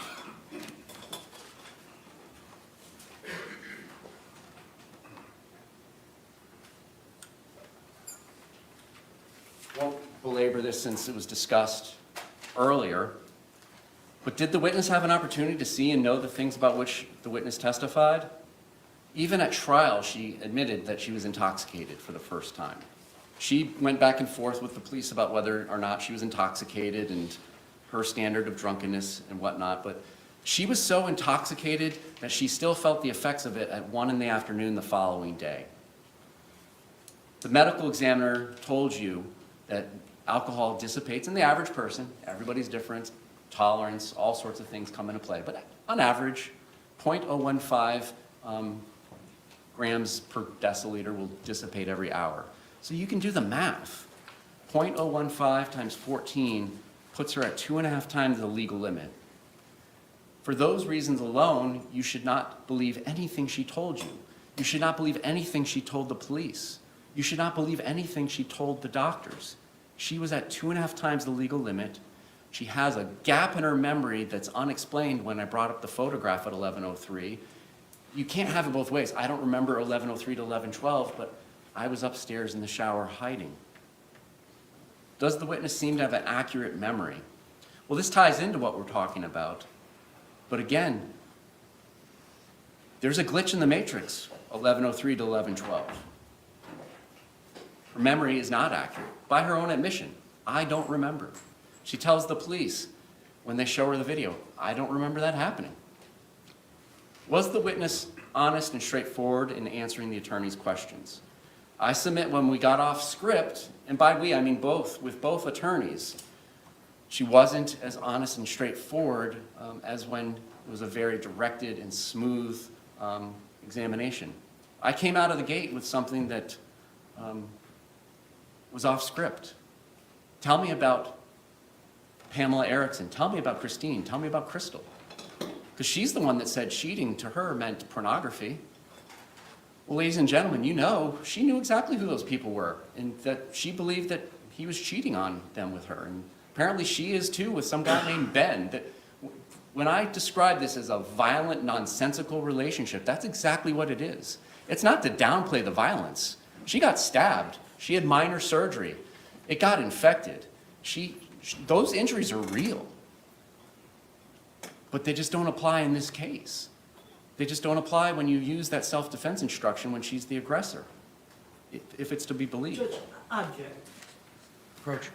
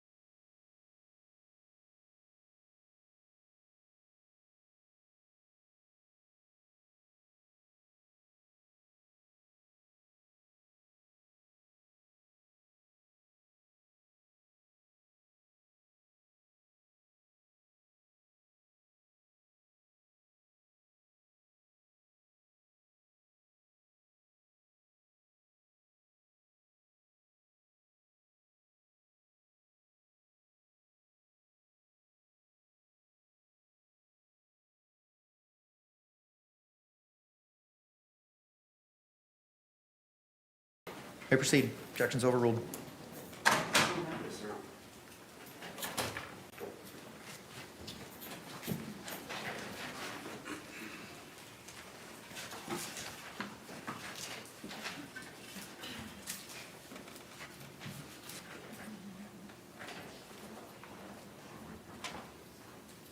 Let me say it loud and clear.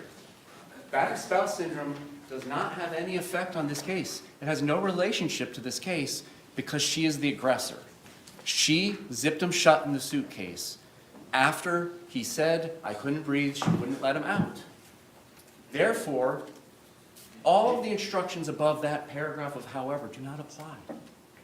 They do not apply. Now, turning back to what I was saying, did the witness have some interest in how the case would be decided? Well, of course. 3 out of 4 panels that y'all came from indicated to the judge fear of punishment was more important than the fear of public speaking.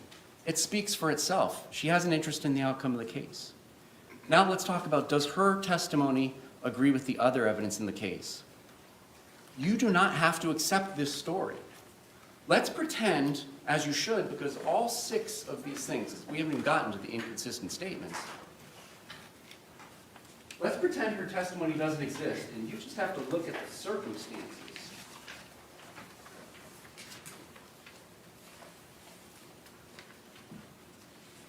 The testimony from the defendant is Jorge Torres' head is here. You can stand if you need. You've been sitting a long time too. His head is here. His butt is kind of down here.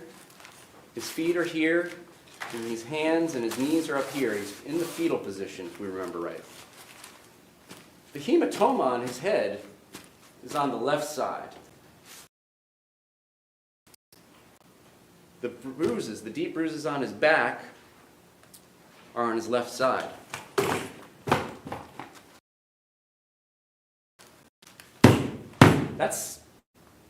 You hear that? That's solid. You don't have to accept that she put those marks on him when he was in there. The evidence doesn't support it. You can conclude she used this bat when he was outside the suitcase. You don't have to believe her when she said they were playing hide and seek. You don't have to believe her because she doesn't know the rules. She came downstairs, saw what she had done, and had all the opportunity in the world to clean up whatever mess may have been at the bottom of the stairs. But ladies and gentlemen, physics doesn't lie. She can't expect you to believe her testimony about the loud boom being the day before compared to her 2 neighbors who weren't drinking, who have no interest in the outcome of the case, who suffer from none of the infirmities of her testimony. She suffers from all 6 infirmities. When her neighbors say there was a loud boom that night, there was a loud boom that night. Did it shake the wall they shared in common? It shook the wall that they shared in common. Did she have any injuries consistent with being dragged up and down the stairs the night before? No. You saw the pictures the CSI took. You don't have to accept her story about hide and seek. Something made that loud boom. It takes energy to make a loud boom. Energy that could very well be in the form of somebody going down some of the stairs, all the stairs, in the suitcase, out of the suitcase.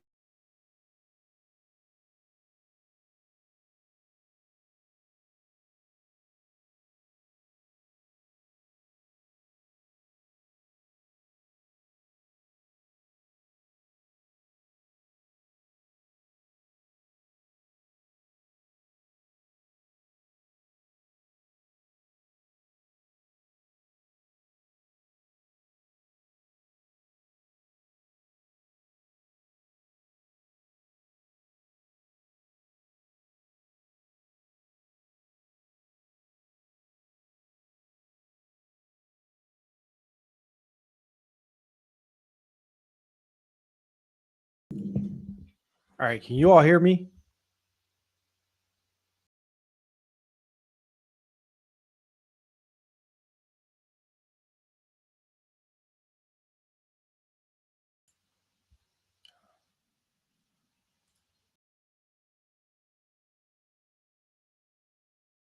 All right. I didn't realize you all couldn't hear the court either. So I'm going to back up. I've reloaded the video. Nobody said you couldn't hear the court. I thought you all were just saying you couldn't hear me. Apparently all the audio went out, huh?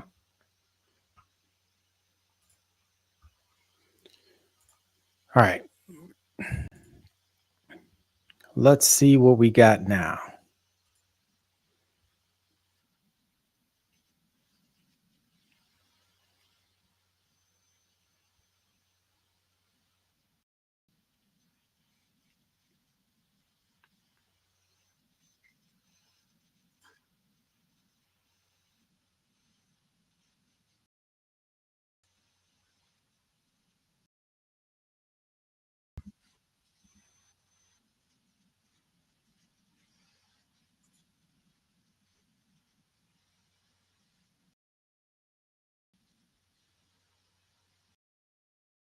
We good?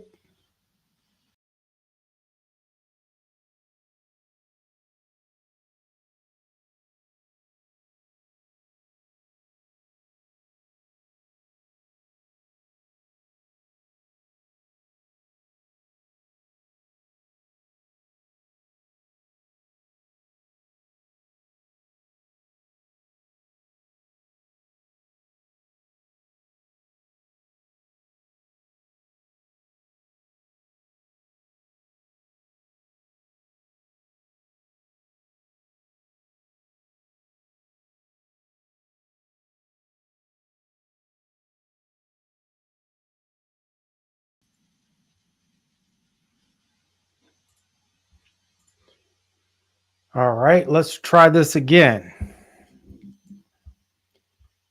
I'm going to try to reload it again and see what we get. I'm hearing everything. I don't know why you guys aren't hearing it. Why everything just kind of conked out there.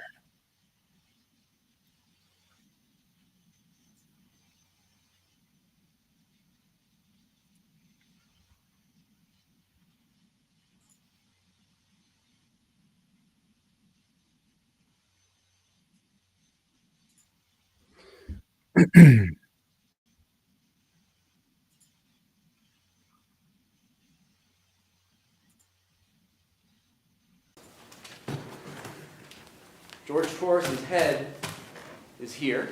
Can you hear now? You can stand if you need. You've been sitting a long time too. His head is here. His butt is kind of down here. His feet are here. And his hands and his knees are up here. He's in the fetal position, if we remember right. The hematoma on his head is on the left side. The bruises, the deep bruises on his back, are on his left side.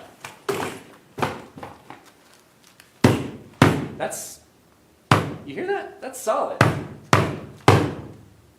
You don't have to accept that she put those marks on him when he was in there. The evidence doesn't support it. You can conclude she used this bat when he was outside the suitcase. You don't have to believe her when she said they were playing hide and seek. You don't have to believe her because she doesn't know the rules. She came downstairs, saw what she had done, and had all the opportunity in the world to clean up whatever mess may have been at the bottom of the stairs. But ladies and gentlemen, physics doesn't lie. She can't expect you to believe her testimony about the loud boom being the day before compared to her two neighbors who weren't drinking, who have no interest in the outcome of the case, who suffer from none of the infirmities of her testimony. She suffers from all 6 infirmities. When her neighbors say there was a loud boom that night, there was a loud boom that night. Did it shake the wall they shared in common? It shook the wall that they shared in common? Did she have any injuries consistent with being dragged up and down the stairs the night before? No. You saw the pictures the CSI took. You don't have to accept her story about hide and seek. Something made that loud boom. It takes energy to make a loud boom. Energy that could very well be in the form of somebody going down some of the stairs, all the stairs, in the suitcase, out of the suitcase. But that's what the evidence supports, is there was a loud boom that shook the walls and interrupted a FaceTime conversation that was so loud that the girlfriend on the other end heard it. Something loud happened, and then there was silence, according to the witnesses. And they can argue that Juan Torres' testimony was great for them. It's great for the state. She was screaming at him already at 7:30 p.m. She was already on her bully pulpit. And we know she doesn't need to put him into the coffin to get on her bully pulpit. There's video after video of her on her bully pulpit telling him how it's going to be, how you're going to live your life. Go take a walk. Do this. Do that. You don't have to accept anything she said. It's inconsistent that he received the hematoma to his head, his bloody mouth. How is his mouth getting bloodied inside the suitcase? That's protected from her and her bat. But that suitcase, a 100-pound drunk woman is not beating through the wood of that suitcase or whatever it is that's making that noise when it's thumped. Ladies and gentlemen, those injuries happen outside of the suitcase. Ladies and gentlemen, somebody or something went down those stairs. She has no injuries consistent with going down the stairs. He does. He has blunt force trauma all over him. You don't have to buy her story, and you shouldn't. The inconsistencies, I'm not going to belabor it. Your dinner is waiting in back. Let's just briefly talk about the experts, and we'll move on to the end. Dr. Brandon was absolutely fantastic. He explained everything that you all needed to know about battered spouse syndrome. And this isn't about whether one of them or both of them had battered spouse, because at the end of the day, she's the initial aggressor, and she had the duty to do the things that the law requires. But it does call into question the credibility of the past power dynamics of their relationship. Those videos speak for themselves. The officer in the last video asks him, dude, you're a guy. Why don't you do something about this woman, your wifey, who you don't want to rat on for beating you? It's like, man, I'm not a beefcake. I'm not going to rat her out. There's countless examples, if you apply Dr. Brandon's testimony to Juan Torres, that really shows you the power dynamics of the relationship. He was her violent pet.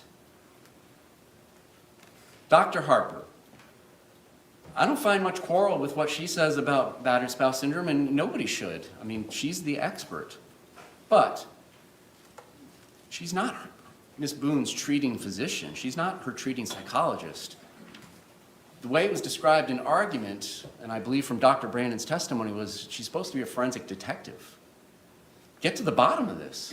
She's going to come in here at trial and tell you her opinion you should rely upon. With 9 visits, she never asked the defendant what it is the victim said that put you in imminent fear of death or great bodily harm. That's the crux of the matter, Doc.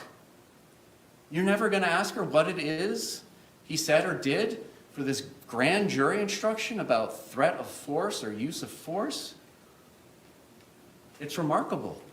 And, she didn't review everything that was presented to you. At the end of the day, it's your opinion that matters about this relationship. And again, we agree with Dr. Werner. It doesn't matter. She had the duty to retreat. She had the duty to take the chokehold off. And if it was too dangerous for her to directly take the chokehold off, she had the duty to do something else, everything in her power, to stop him from dying, because she started it. She set it in motion. She used the force grip on him from a distance, the couch and from bed. It was her obligation to stop. She didn't. But Dr. Werner, she was called by the state of Florida after having evaluated and listened to the defendant give a similar story and concluded battered spouse doesn't apply. So she was never asked to delve any deeper into it. Given the information that she did have, the limited information, she agrees, yes, Ms. Boone has battered spouse syndrome, but it doesn't apply to the case because she was the aggressor and she did not fulfill her obligations. And really just your gut common sense. Go back to jury selection. In jury selection, there was examples about bullies day after day doing something to somebody. And somebody raised their hand and said, don't they have to do something that day? Don't they have to do something that day? And he didn't. After he was put in fear of death and told her he can't breathe, the imminent threat of great bodily harm and death she is describing to you is him fighting for his life to escape. She did not fulfill her obligations. There's details that matter. And again, not to belabor it, I mean, the evidence in the body-worn camera and the 911 calls, it's not offered to prove the truth of the matter as who stated what. Who knows what happened between these two? You see them with the police. Can't believe anything they're saying. It's not offered to prove that she's a bad person. It's not offered to prove that Mr. Torres is a bad person. It's simply offered to call in question the reliability and credibility of what she said about the past. That's all that it's there for. But there are some nuggets and some Easter eggs. There was an argument made during closings that Mr. Torres knows not to do anything when being videotaped. Bizarrely, shortly thereafter, they showed a very edited clip of him attacking her and slapping the phone out of her hand. He knows he was being videotaped, and there was another video like it too. So to make the argument that he doesn't do anything, he's a good boy when he's being videotaped, it's belied by their own argument. They showed one of the videos. Learned helplessness. She seemed to control everything. I mean, his birth certificate, it gets torn up when he doesn't comply with her wishes.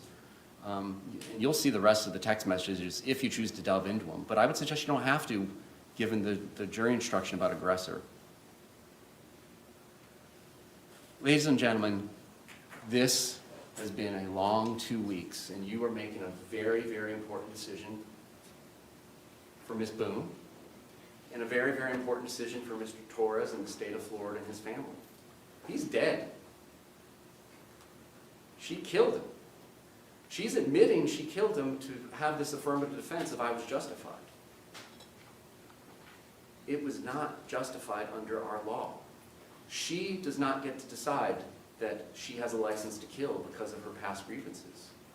The law requires her to stop using the force that she started applying to him. And she didn't.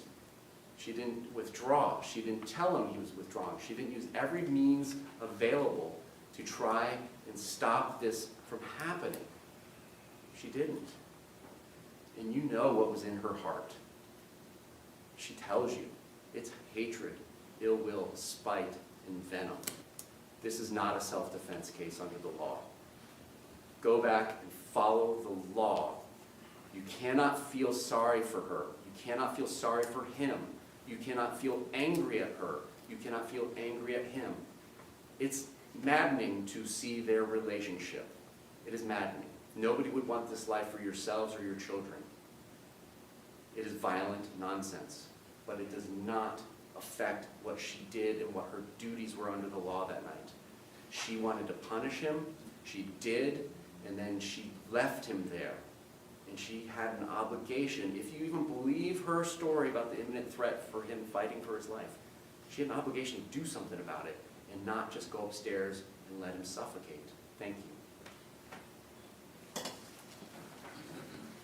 Thank you both. Members of the jury, I have some additional instructions to read to you. If you would be so kind to turn to page 21 of 22. Instruction 3.12, verdict. You may find the defendant guilty as charged or guilty of such lesser included crime as the evidence may justify or not guilty. If you return a verdict of guilty, It should be for the highest offense on the verdict form that has been proven, beyond a reasonable doubt. If you find that no offense has been proven beyond a reasonable doubt, then, of course, your verdict must be not guilty. The verdict must be unanimous. That is, all of you must agree to the same verdict. Only one verdict may be returned as to the crime charged. The verdict must be in writing, and for your convenience, the necessary verdict form has been prepared for you. It is as follows. If you're looking for it, you don't have it. I do. That's why we only have one. The verdict form reads, in the Circuit Court of the Ninth Judicial Circuit in and for Orange County, Florida, case number 48-2020-CF-002603-0, State of Florida Plaintiff versus Sarah Boone Defendant. Verdict. We, the jury, find the defendant guilty of murder in the second degree as charged in the information. We, the jury, find the defendant guilty of the lesser included offense of manslaughter. We, the jury, find the defendant guilty of the lesser included offense of culpable negligence. We, the jury, find the defendant not guilty. So say we all, dated at Orlando, Orange County, Florida, on this blank day of blank, 2024, signed, the foreperson. Final instruction, members of the jury, page 22. Instruction 3.13, submitting case to jury. In just a few moments, you will be taken to the jury room by the court deputy.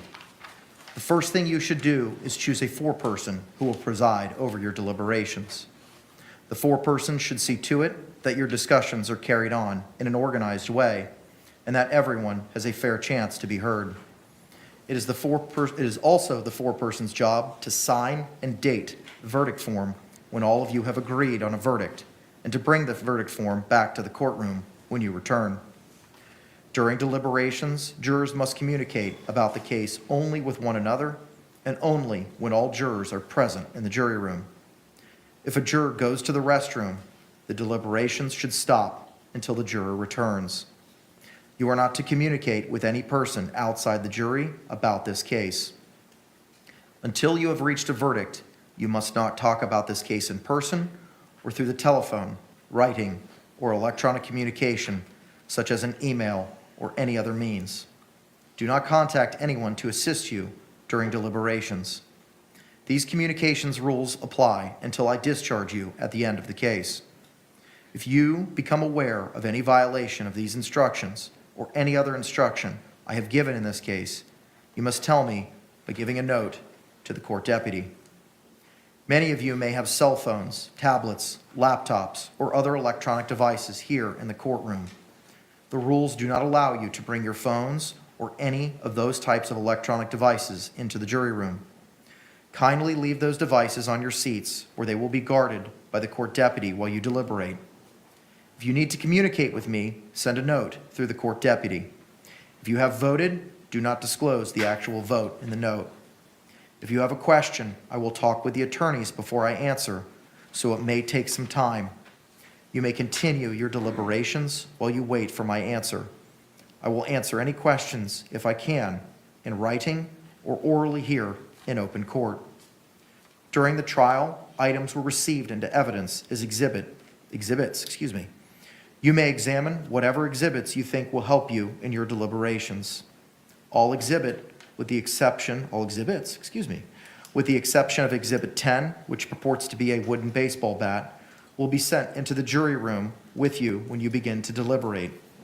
If you wish to see Exhibit 10, which purports to be a wooden baseball bat, please request that in writing. In closing, let me remind you that it is important that you follow the law spelled out in these instructions in deciding your verdict. There are no other laws that apply in this case. Even if you do not like the laws that must be applied, you must use them. For more than 2 centuries, we have lived by the Constitution and the law. No juror has the right to violate the rules we all share. The parties approach.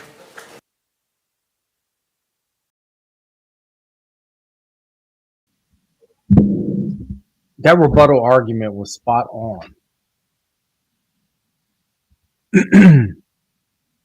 I can't imagine her being acquitted after that. Members of our jury, I want to take a moment and thank you for your time, your service, and your participation in this very important process. As I said to you last week, be it Monday or Tuesday, and maybe even on Wednesday, without your sacrifice and your service, the wheels of justice would simply come to a screeching halt. And on behalf of myself, the state, the defense, and Ms. Boone, we thank you for that sacrifice.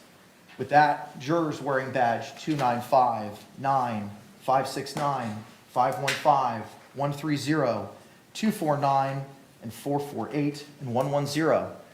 You've successfully served as our alternate jurors in this trial. I wish I could give you more than my thanks and a hot meal that's waiting for you, but I do thank you for your service and your sacrifice. Courtroom deputy is going to take you out at this time so you can collect your meal, and I'll meet you back there momentarily to give you your jury certificates. Thank you for your service. The rest of y'all, if I didn't call your badge, you need to hang out.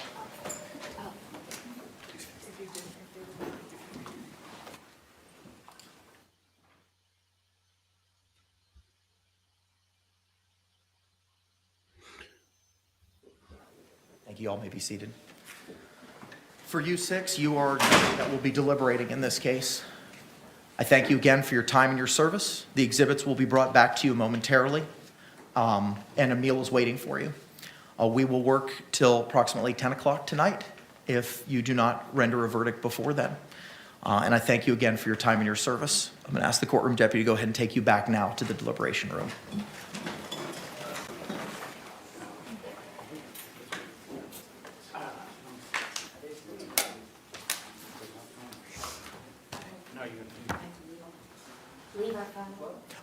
You can bring your phone with you. There's a basket that the deputy will take and collect for you. Thank you.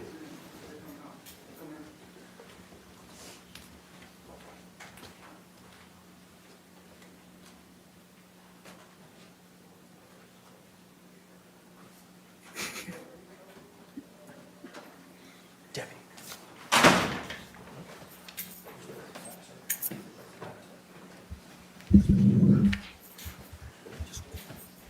Y'all can be seated. Thank you very much. May I raise something real quickly? Did you intend for the jurors to take the notes into the deliberation rooms? Yes. Okay, I would object to that on the grounds that it allows one juror to potentially assert that their notes are better than others as opposed to just relying on their memories. Any response, state? That's not the law. There's a verdict form, there's an instruction that I read specifically on that, sir, that no one juror's notes should trump another juror's notes or their memory. So your objections are ruled. Mr. J and or Mr. Cacciatore, do you have the clean laptop for the review by the defense? And while we're putting that together, can both the state and the defense review all exhibits that were entered into evidence and confirm they are what they purport to be, so that all exhibits that were entered, with the exception of Exhibit 10, the bat, would be sent back to our jury? Yes, please.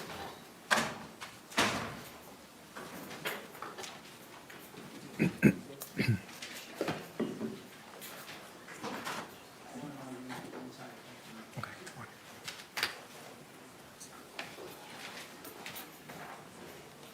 going to go speak to the alternates, and I'll return momentarily. Thank you. So I don't think we're going to get anything else useful here. So I'm going to turn this volume off. And let's talk about that closing argument. So again, they did just kick out those alternates. What's he talking about? If I could. So I sped up. Sworn This is previously live sworn. now.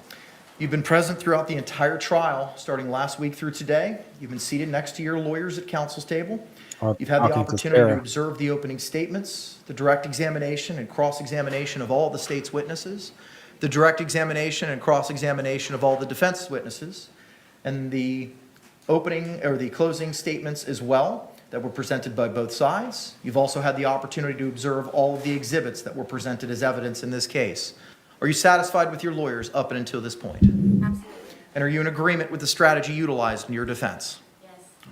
The last issue that I need to address is the state's request for in-camera hearing regarding financial arrangements between defendant and defense team. State What is your concern? It's a very expensive defense, and she's indigent, and there are bar rules that limit the ways that things can be done. I don't know what's going on. It's none of my business unless it's raised in a 3850, so if there's an in-camera proceeding, I would ask to be sealed, and there won't be any need to get into it unless there's a 3850 claim that there's a conflict of interest. Is there anything other than concern or speculation that you have? Just things in passing that have been said and observed. It's a very expensive defense. That's my concern. I don't want her to be able to raise any arguments that, well, I would have pled if I had a conflict-free lawyer who did not want it to go to trial for his or her own reasons. Okay. Mr. Owens, is there anything of concern that I need to be aware of in camera? No, sir. And Mr. Henderson, same question to you, sir. Is there anything of concern that I need to be aware of in camera or otherwise? No, sir. Mr. Beck, same question for you. Is there anything of concern that I need to be aware of, be it here or in camera? No, Your Honor. Okay, all right. Judge, and if you need to inquire from my client about whether or not she wanted to enter a plea or whether she wanted to go to trial, but, you know, we made it clear that it was her decision, not my decision to go to trial because I'm trying to gain some publicity or money or book deal or whatever.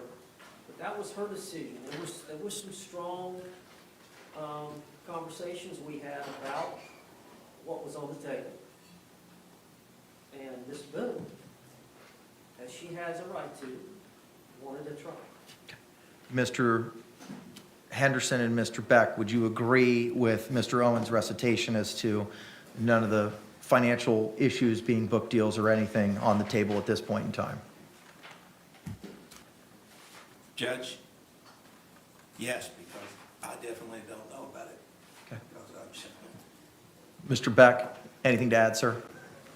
Only, Your Honor, that I believe this is attorney-client privilege information, but there are no concerns about comment on that. I colloquied Mr. Owens, your client, before we picked a jury as to the offer in this case and whether or not she was ready and wanted to proceed to trial, and she had affirmed at that point in time that that's what she wanted to do. So I see no reason to inquire of that further.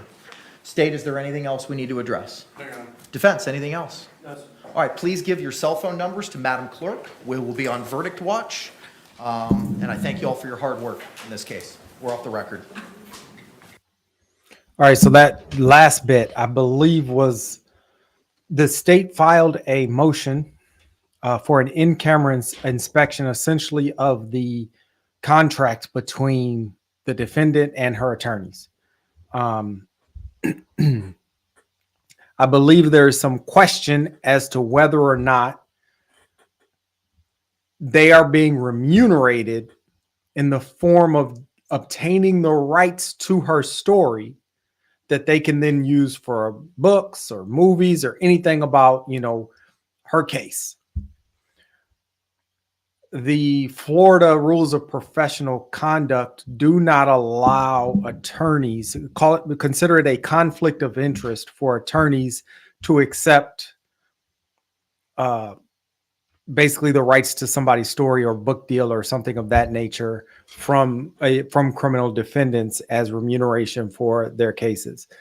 So if such a thing was in the contract, that would be an issue. And the reason that that's a conflict of interest is what we were hearing about. They would encourage her not to plea out in this case because if they have the rights to a book deal, they want this to go as long as possible. They want to have trial. They want perhaps for her to get convicted and then they went on appeal, right? They want her ordeal to be as compelling to the general public as possible so that if they do have the rights to the book deal, they'll sell more copies. My tie is multicolored, Tread. It's multicolored. So we just heard, it's actually blue, pink, and white.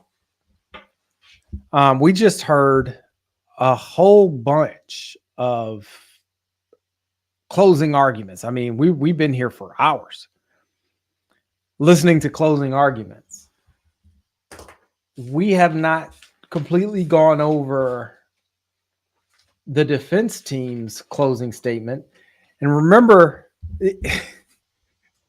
Owens was up there talking for a long time. And remember, he asked for special permission from the judge to only do half of the closing argument and for Mr. Henderson to do the other half. Apparently, he went on so long that Mr. Henderson didn't even get to say whatever it was that Mr. Henderson was going to say. So it was obvious that he was not quite as prepared as the state was for their closing argument. But again, just to go back to some of the things that he said. So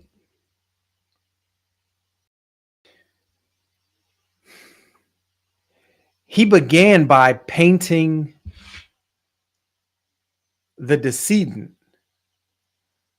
as a monster. He said, from the positive things you saw in the videos to the positive things you heard Sarah Boone say about him to the absolute monster he became. And I do mean monster. He was adamant that Jorge Torres was a monster. So from the very beginning of his closing argument, he made it very clear that he's going to try to make this case about the decedent and the decedent's conduct, and not about his client and his client's conduct, not about the defendant and anything she did, but about the guy who passed away in a suitcase and what he did. He said that she measured each day from beginning to end. Was it good at the beginning? Was it good at the end? And that's how Sarah Boone lived her life. So he's trying to essentially tell us, and you're seeing some of the chat comments in Court TV on screen, and a lot of the comments are in favor of a guilty verdict. So we're not alone in thinking that Sarah Boone is guilty here. But the defense team is trying to get us to believe not only that she was battered, but that it changed, her being battered changed her entire psyche, and that it changed it to the point that she should be acquitted of this crime because she lives essentially in constant fear. That's what the defense was arguing. She's in constant fear. The problem with that argument is exactly what the state pointed out in their first closing and what they pointed out in their rebuttal. Being a battered person in an abusive relationship doesn't give you a do what you want and get away with it badge. Just because your psyche has changed doesn't take away the requirement under the law that there be an immediacy to the fear, that there be some imminent threat to you. Whereas Owens is trying to paint it like you just carry around with you this new bundle of rights that allow you to do whatever you want to your abuser whenever you want to do it. And that's not the law.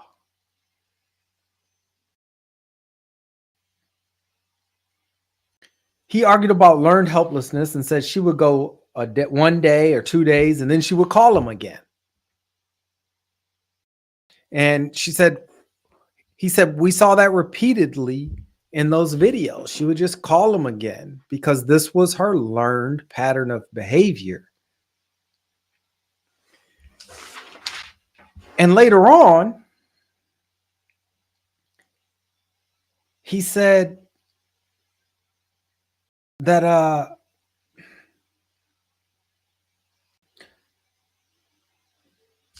where did he say it? Hold on. I'm going back to my notes. They're all over the place because his closing argument was all over the place. I mean, he was jumping back and forth, just trying to make sure he hit points instead of having some cohesive argument. And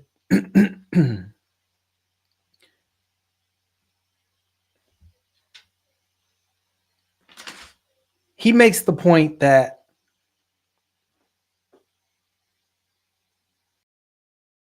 yes, Sarah's sometimes abusive to George Torres,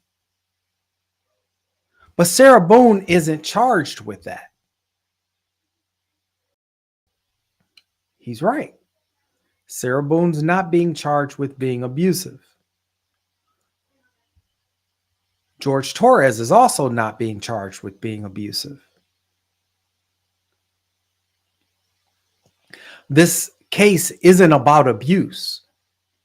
Finding him guilty of being an abusive boyfriend or an abusive fiance or being an aggressor in an abusive relationship simply isn't enough. Even if the jury believes everything you're arguing that he is a monster, that's simply not enough. You have to get past the hurdles in the law. On rebuttal, there was a very good analogy used. He said, think of this like being in a headlock, and you're playing, you're wrestling, and somebody puts you in a headlock. It might be fun in games for a little bit until you tap out. Once you tap out, the game is over. And you expect the other person to release you from the headlock.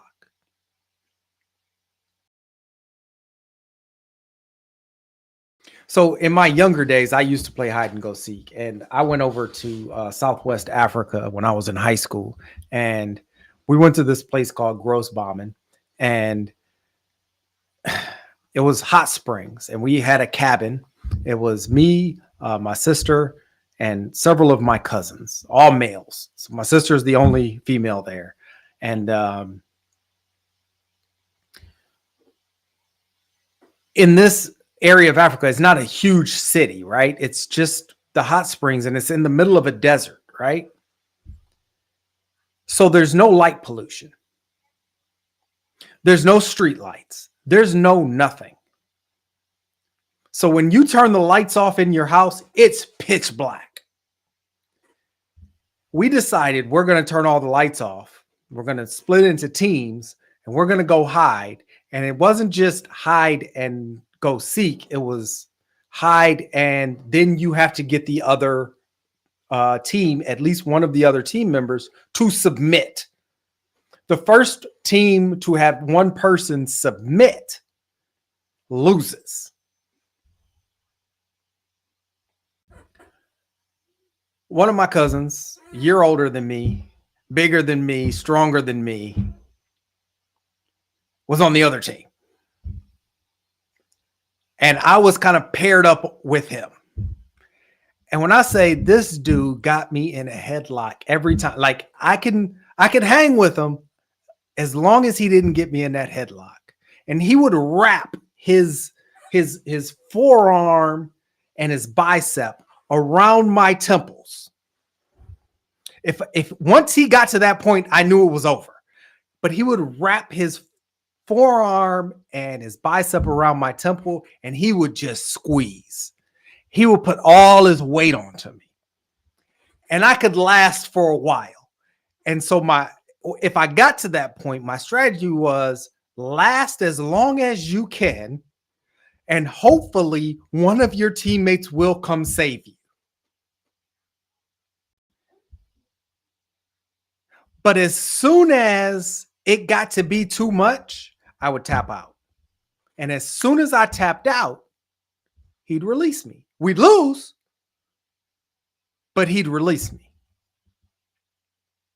That's the analogy he was making. When that night was over, I had the biggest headache in the world, but it was still fun because I knew I wasn't in danger.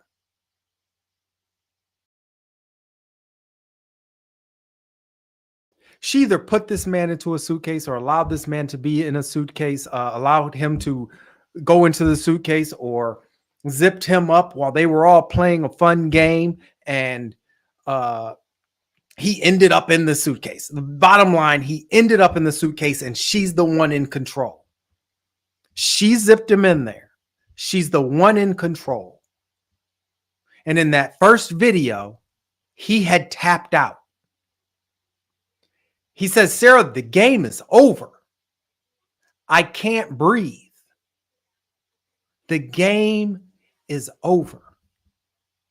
And according to her testimony,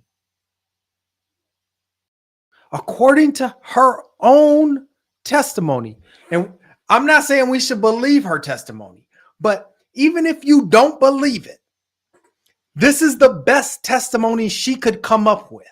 According to her testimony, when she's taking that video and she's not in fear for her life yet, she is essentially teaching this man a lesson. While he's tapping out, she's teaching him a lesson. She wants him to feel how she felt. And it wasn't until the 9 minutes in between that first video and that second video, that 9 minutes, the magic 9 minutes, according to the state's proffer, the magic 9 minutes that we don't have on video. It wasn't until then that she began to fear for her life, but he had already tapped out. He was done with the game. The game was over. Because of that, because she didn't end the game, because she didn't release him, because she still wanted him to feel what she felt. She still wanted to exert control. Because she didn't seem to care that he was saying he couldn't breathe, she showed depravity. She showed indifference to his life. And that was before she was in fear. That, my friends, is murder. It's murder.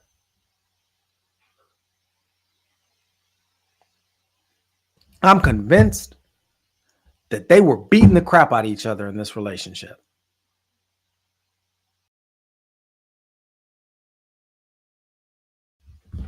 He says at one point, Owen says at one point that Torres said, "What did you hear her say?" And he said, "He's been choking me." And did that surprise you? He says, Torres says, "No." And then Owen says, everybody knew what was going on. The family knew what was going on. The police knew what was going on. The neighbors knew what was going on.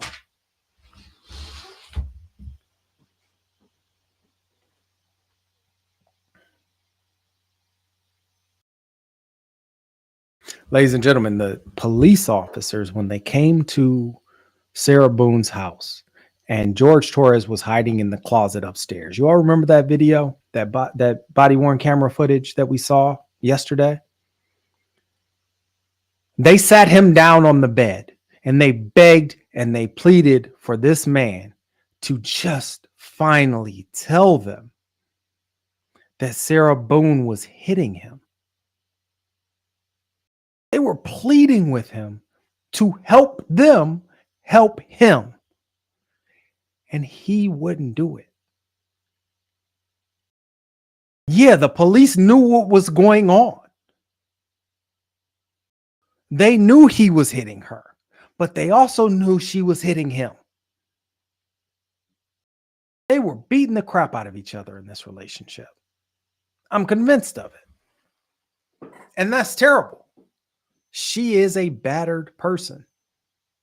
And that is no way that anyone should have to live. But it doesn't give you the right to execute somebody. You can defend yourself. You can defend yourself to the point that you take someone's life.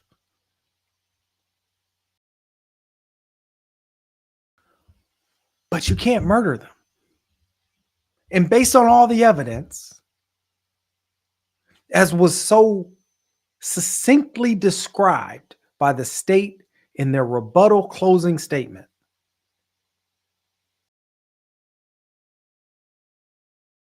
all the evidence taken together proves beyond a reasonable doubt that she committed murder.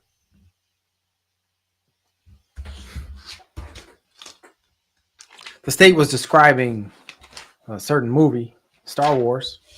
He was talking about the force choke and how that can be done from a distance. And he said when she went back up to the room, she was still exerting force against Mr. Torres. And she was. She was exerting force against him. She was still, if he was still alive when she went back upstairs, she was still killing him slowly.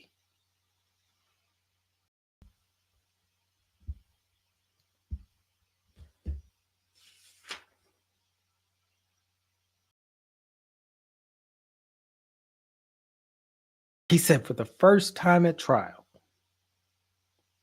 she finally tells everyone what he said during those magic 9 minutes that sent her over the edge, that put her in fear for her life, that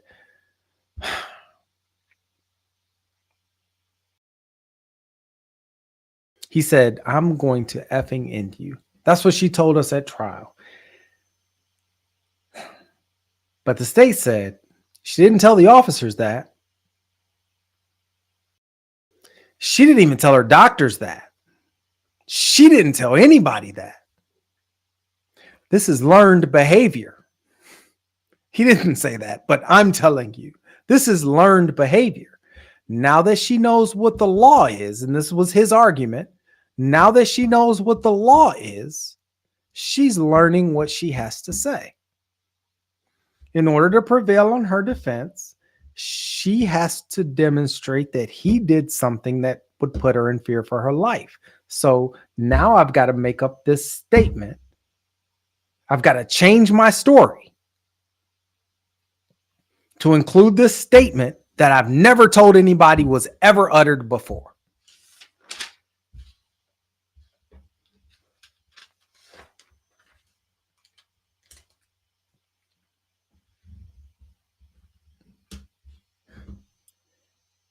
The state also, I want to point this out. Look, when Cacciatore was up there, he was very diplomatic about the things that he was saying.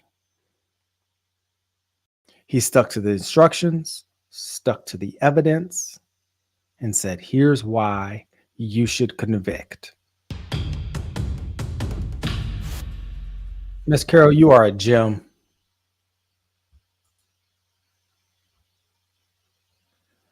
Thank you, Miss Carol. I greatly appreciate it. She's giving a super chat, her dues for the Cool Kids Club. We don't charge dues, Miss Carol, but thank you anyway. Thank you.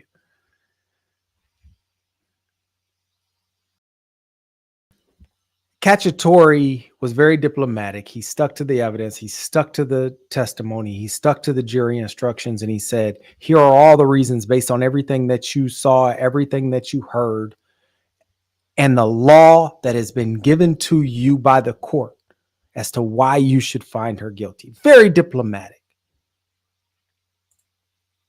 Then Owens gets up there and rambles. Then the other attorney, I forgot what the other prosecutor's name is, but he gets up there And he goes hard in the paint. He is giving them everything. He's coming up, he's telling them, here's what I think happened. He's not saying here's what I think happened, but he's saying, look, you don't have to believe that what she told you about her only hitting this suitcase from the outside, and that's how George got all these injuries. Look what happens when I hit the suitcase from the outside. You hear that loud noise? Natalie, ADAJ, thank you. ADAJ was beating that suitcase and you heard it. The suitcase was hardly moving and you heard a loud noise. That's because the suitcase has that hard plastic lining. He's like, look, she could not have inflicted these wounds on him if he was inside the suitcase. And they're trying to tell you, the defense is trying to tell you to disregard the testimony of the neighbors because they're not credible. They're the most credible ones. They weren't drunk. They said they heard a loud bang that started at the top of the steps, ended at the bottom of the steps. She had all the time in the world to clean up after herself. George Torres could have gone down the stairs outside the suitcase, inside the suitcase, it doesn't matter. But he had a whole lot of blunt force trauma consistent with somebody going down the stairs. But she claims that she went down the stairs the night before, but she doesn't have any injuries. He went hard and he kept going hard.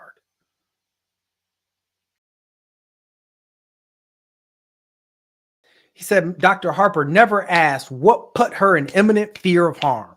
Never asked her. Never connected those dots for us. But somehow the defense wants you, the jury, to believe that she was in imminent fear. The psychologist that saw her, 9 times or I don't know, whole bunch of times, couldn't connect those dots for you. But after one visit with the defendant, the state's psychologist was able to tell you, yeah, she's got battered spouse syndrome. But it doesn't apply here because she wasn't in fear. So, yeah. All right. So I'm going to ask Natalie to do verdict watch, and I'm going to take this down. Natalie, if you could watch for the verdict for us, I'd greatly appreciate it. In the meantime, I want to play something for you that happened, I believe, earlier today. So Torres's family was interviewed. And I just want to play that interview for you just so that we can get their perspective. I haven't heard it. I don't know what they're about to say. I don't know. I just want everybody to hear their side because we didn't hear from them during the trial. So let's hear from them now. We are hearing from 2 very special voices for the victim in the suitcase murder trial for George Torres. Prosecutors say that he was murdered by his longtime girlfriend, Sarah Boone, who had him trapped inside of a suitcase, beat him, and left him to die. The defense is saying that Sarah Boone was acting in self-defense. Now, George Torres' family is speaking out this morning, saying that he's being unfairly depicted as an abuser and that it was Sarah Boone who was the real aggressor. Now, since early in this case, we've seen evidence of Boone's problems with Torres' family. To know what we're here, So we all watch these videos. Remember, she is degrading the Torres family in these videos. She's essentially calling his mother and I believe his sister a monster.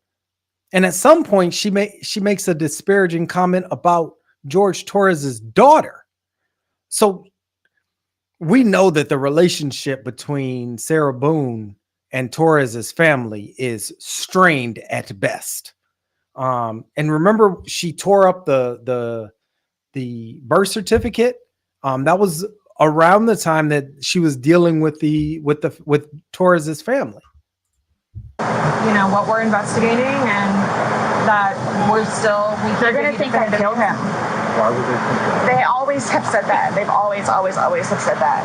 What have they I said? told you it's because I'm the blue-eyed white dragon. That's what they call me. Because they don't want him with me. So he's basically just not really been around his family because he chooses me over them.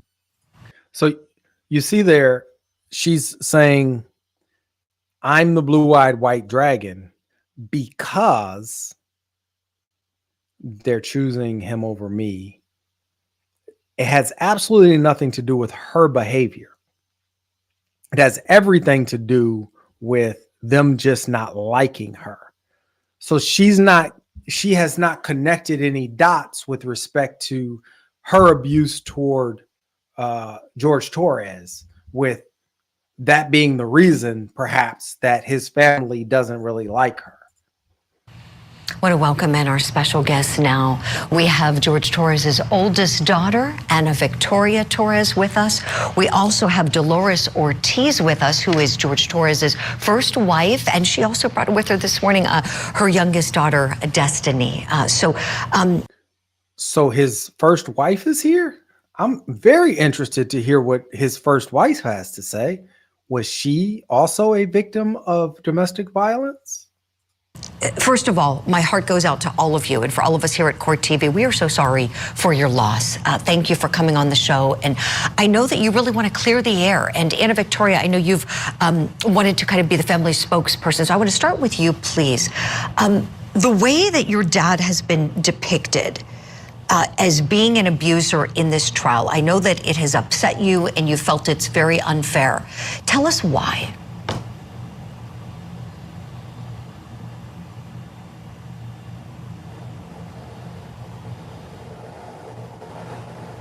Story, and unfortunately we are the voices now, and the way the trial has gone and the way things have taken place have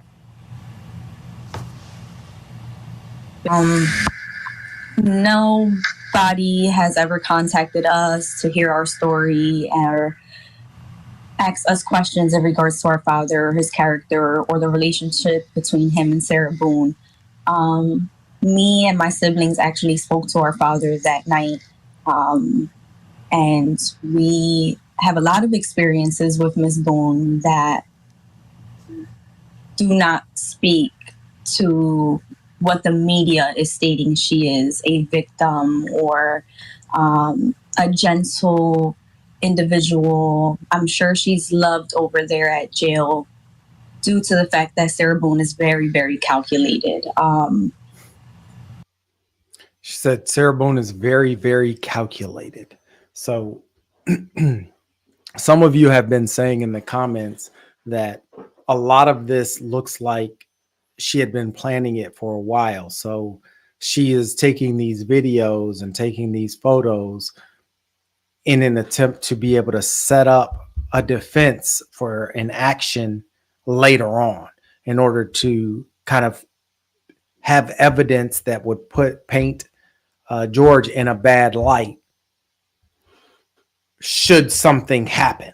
And that's kind of what she's alluding to here, that she's very calculated. And we saw those text messages regarding that she sent to Brian back in January regarding her getting rid of Jorge Torres. She by no means is a kind and sweet, soft-spoken woman. She is very calculated, very devious, very conniving. My father was sheltered and berated. He was kept from us. He was the real victim in this situation. Unfortunately, again, as stated, he is not here to tell his story, but we are here to give his side the best we can from the view that we were able to see things. Sure. So this is a interview that Court TV conducted, and she's here on this interview, and she's saying that her husband doesn't have a voice. His side can't be heard. They're here to give it. I want to hear it, and I want you all to hear it, but I do have to pause every now and then because this comes from Court TV, and I don't want to strike. So you're going to hear me commenting throughout this video, but we will hear all of it. So with that, let's get back to it. Anna Victoria, in one of the videos that we've all seen, Sarah Boone told police that George's family didn't like her and that they referred to her as the blue-eyed white dragon. Would you talk about where that nickname came from, and if it's true that you all didn't like her, and in particular, why?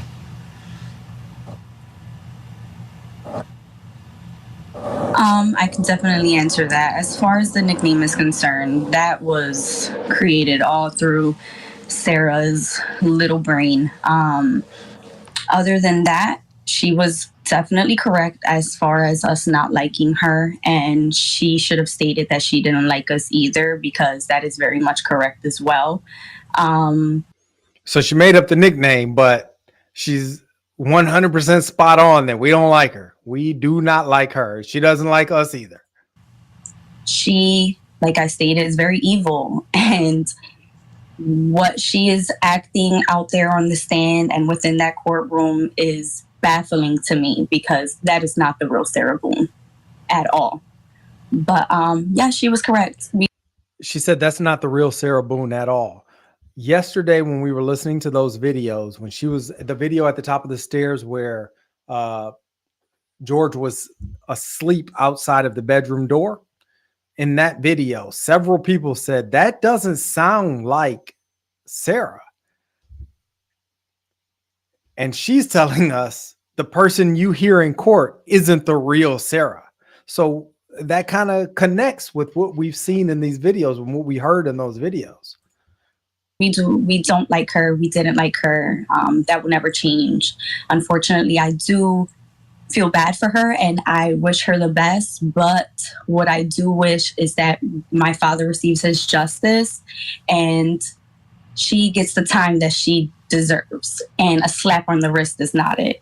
Other than that, as far as a relationship with Sarah, one that was a good one, there wasn't one. We tried, we definitely tried, but she did not. Anna Victoria, thank you for sharing all of that. I want to go to your mom now. Dolores, you were married to George for 14 years. So bear in mind, we're not getting like an interview of Sarah to describe the relationship between her and George's family. So everything they're saying, they're grieving. They likely feel that Sarah Boone killed their father or son or brother. So we may need to take some of what they say with a grain of salt. She just said that we tried in the relationship, but Sarah didn't. Maybe, maybe not. We are 100% clear that they don't like each other, though. I have three beautiful children with him. Two of them are here with us today, Destiny and Anna Victoria. We understand that at one point, Sarah Boone tried to fight you. Tell us about that.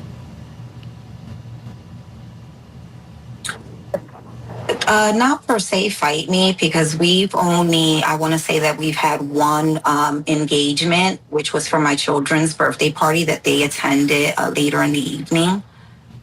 So I really have never had like a confrontation. It was made verbal over the phone. She had threatened me a couple times to come over and that she would dust her doormat for myself and my daughters. But it was basically verbal threats that she would give every time that George would call his children, any chance that he had, that he was able to call his children to speak, and I was present. It was a problem for George. She was very much jealous of me, for what reason I'm not aware of, but we never had physical, altercations. Well, and that's a very good thing. So she's saying Sarah always had a problem with George contacting his children. On the day in question, though, I believe that according to the evidence that we have, I don't recall if it was just Sarah Boone's testimony or if there was other corroborating evidence, but she encouraged him to call the family members that day. But there was also some testimony that Sarah knows that they don't like talking to George when he's drunk. So perhaps that was a kind of to upset them that she encouraged him to call them when he was drunk. Tell us, Dolores, during your marriage to George, was he ever violent with you or any of your kids?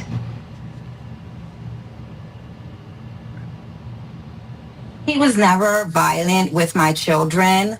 We would have normal husband and wife family spats here and there, but never to the point where police were ever involved, DHS was ever involved. We were never that type of family. I can't relate to Sarah and the abuse that she so-called claims that she's received from George because I never received abuse like that. I want to say the only thing that I can say about George is that he was a ladies' man. Gotcha. So she didn't say he was never violent toward me. She said that she never experienced the abuse that Sarah did, that Sarah alleges that she experienced. And she kind of alluded to, and he also cheats. So the reason that they're not together, it sounds like, is not because of domestic abuse, but because of infidelity. She was 100% clear, though, that he is not abusive toward the children. Okay. And so just to be very clear here, did anything physical ever take place in terms of physical violence that he inflicted on you?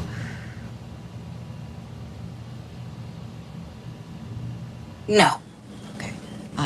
And thank you for that. I know these are very personal questions, but we really want to get everything out here and get your side of all this, as everyone in the courtroom isn't hearing it. Destiny, we're so happy to have you here. You were a surprise this morning. We knew Anna Victoria was coming on and your mom, and we're so glad to see you too. What would you like to say about your dad, the kind of person that he was? What would you like the world to know about him?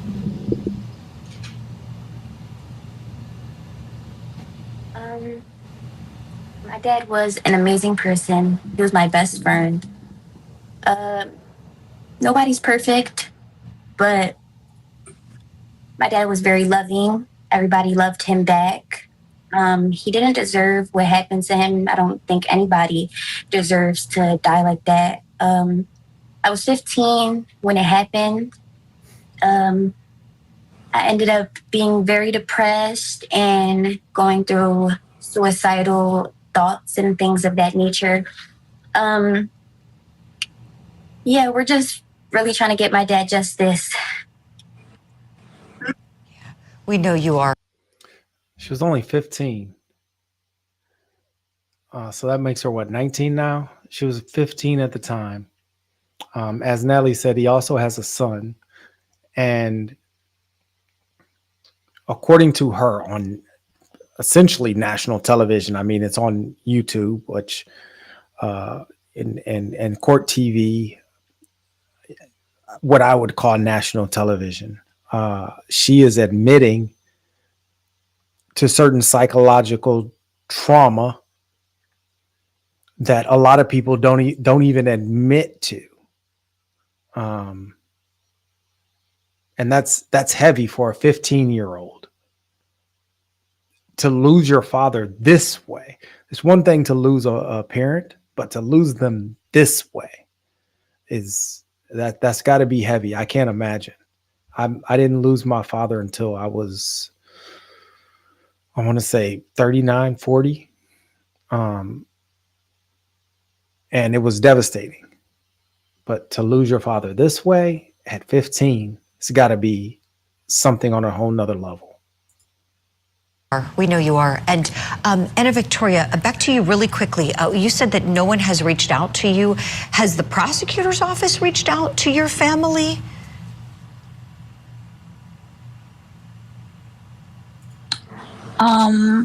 As far as my father's mother, his father, his siblings are concerned, they have been communicated with due to the fact that they do live in Orlando. I live in Philadelphia, but nonetheless, I have communicated with the attorneys.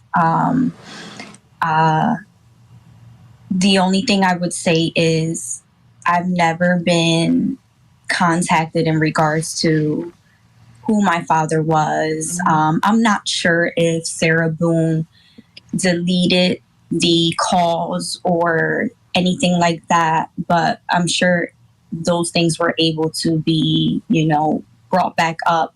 But my siblings and I spoke to our father that night, and I do think that our encounter and what took place over the phone is very valuable to the case, as well as what their relationship was like and what Ms. Boone's plans may have been that night.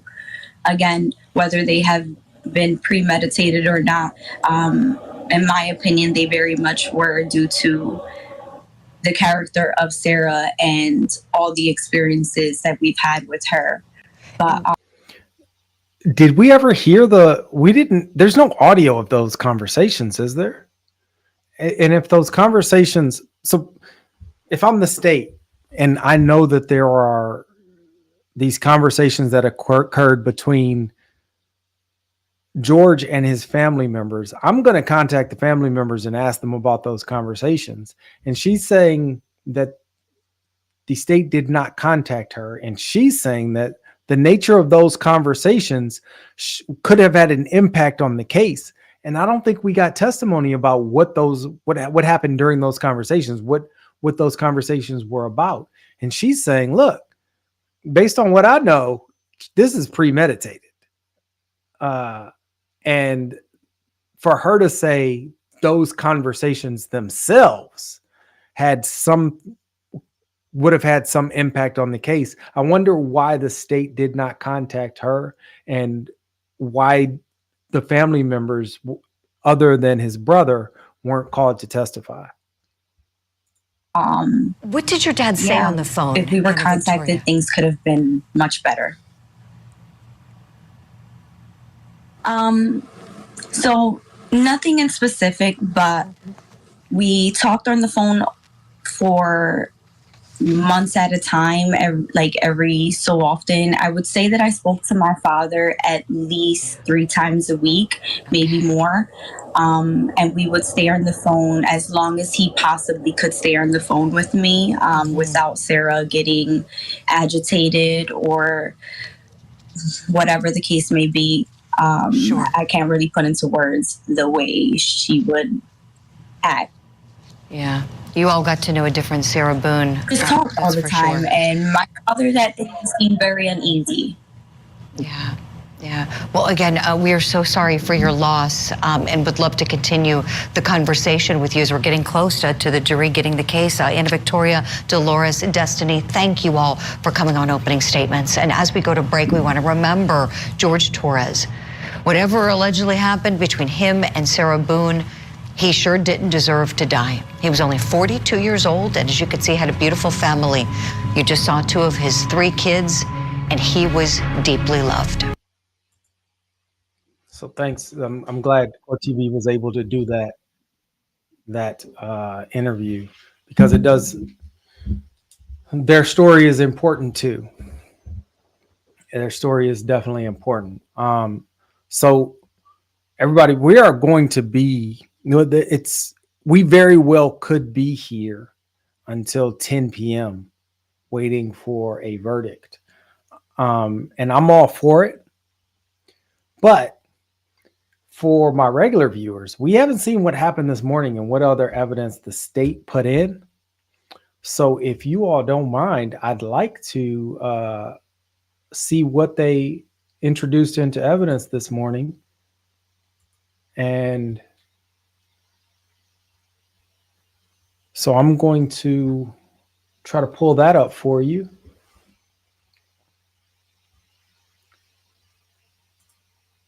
Because we missed something. I know we missed something, and I don't know what it is because I didn't watch it either.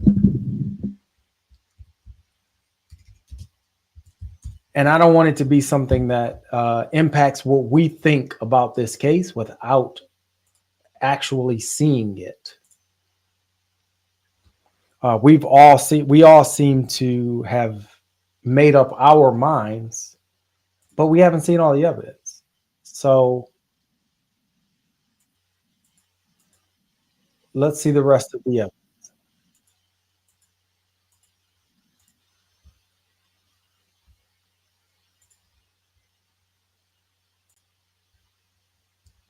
Hopefully Natalie is still on verdict watch because we ain't on it. If catch Shore on behalf of the state. William J. for the state. James Owens for Sarah Boone. Tony Henderson for Sarah Boone. Kevin Beck on behalf of Sarah Boone. Ms. Boone, raise your right hand to be sworn, please. Do you swear or affirm that the testimony you should give shall be the truth, the whole truth, and nothing but the truth, so help you God? I do. Ma'am, good morning. Can you please state your full name and date of birth on this table? She is in jury entry. We've both submitted last night. Let's try to get as much done as we can until our jury arrives. I believe what we had discussed yesterday was starting at the beginning and moving through as quickly as possible until we get to the real meat of some of the issues in the 3.6F and the 3.6G So it looks like they instructions. started with Mr. J? jury instructions, May I remain seated? and then perhaps Yes, sir, you may. the Thank you. jury arrived. So let's get to the I could reflect. where the jury arrives.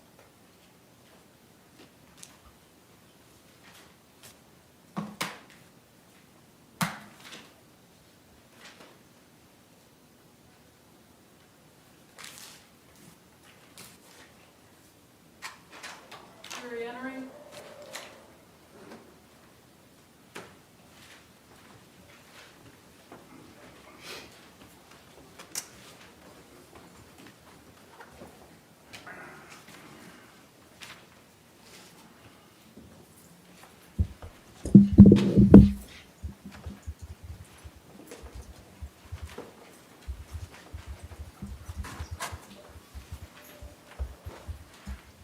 State, do you recognize our jury? Yes, Your Honor. Defense, do you recognize our jury? Yes. All right, members of the jury, you can be seated. Members of the jury, good morning. Welcome back to 12 Alpha of the Orange County Courthouse. Just again, if you could raise those hands, confirm you complied with the court's instructions. All right, all hands have been raised. Thank you very much. Members of the jury, before the state continues with their evidence presentation today, I just have a couple of questions to go over with you.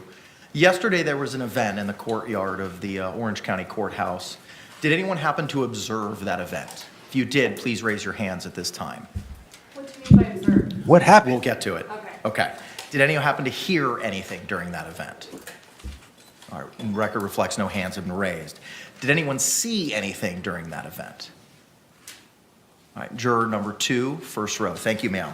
Did anyone participate in that event? Record reflect no hands have been raised. Did anyone receive any writings or review any material from that event? Record reflect no one has raised their hands. Can the parties approach for a moment? I want to know what happened in this event, and I do not agree, Tread, that you get to participate in the tie-off and judge the Except tie-off. for juror number 2 in the first row. We've got a couple follow-up questions for you individually, ma'am. Same instruction I've given you all previously. Please don't conduct any independent investigation or research as to the person, places, things, or charge involved, and don't have any discussions amongst yourselves or anyone else, and we'll bring you back in as promptly as possible. Thank you. So they've got to ask this one juror about this event, and I have no idea what they're going to ask because I don't know what event they're talking about, but they don't want the other jurors impacted by anything they hear. So they got to kick the other jurors out so that they can talk to the one juror. You all may be seated. Thank you. Juror in seat 2 on the first row from right to left. You had advised, based on the court's question, that you had observed something, and you said, what does observed means? And instead of getting that out in front of every other juror, we just want to have that individual conversation with you now. So tell me what it is that you saw or heard or anything yesterday in the courtyard yesterday. When we were walking back from lunch, and we saw that they were gathered, and I asked the deputy if he knew what was going on, and he said it was somebody Bain talking about domestic violence. Okay, and you said we were walking. Who's we? Another juror, I don't want to say her name. Okay, all right. Is that a juror that was on our panel here? Yes. Okay, all right. Do you recall where they may have been seated? No, in the back, over there. Okay. All right. Do you recall what color her hair was? Yes. What, Do you want me to tell you? please. Dark brown or black? Is it the shorter juror? Okay, thank you very much. State, any further questions? And after you were told what was going on, then what happened? I walked back in. All right. Did you hear any of the speakers? I couldn't hear anything. No. Anything further from the defense? Ma'am, did that affect your ability to be fair and impartial? Can the parties approach for a moment? I don't understand protests.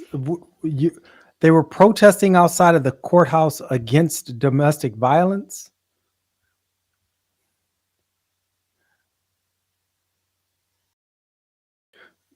So what's the goal of the protest? If they're protesting against domestic violence,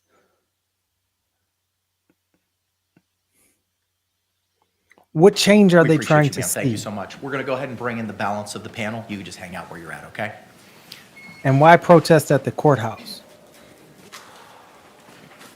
I would assume they want people to stop committing domestic violence, but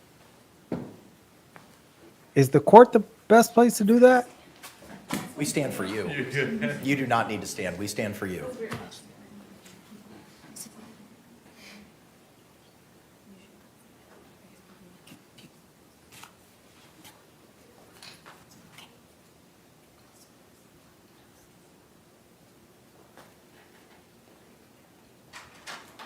Jury entering.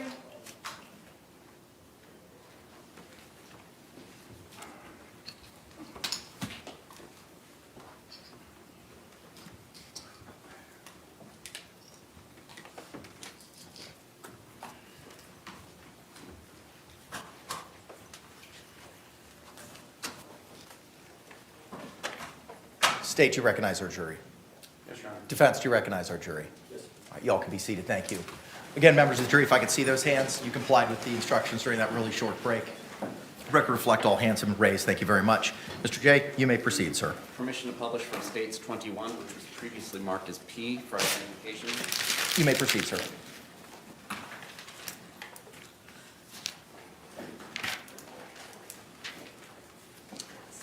Again, this is a DVD exhibit with two folders in the main directory. One entry is in a folder called Attachments. Another is a PDF labeled Extraction.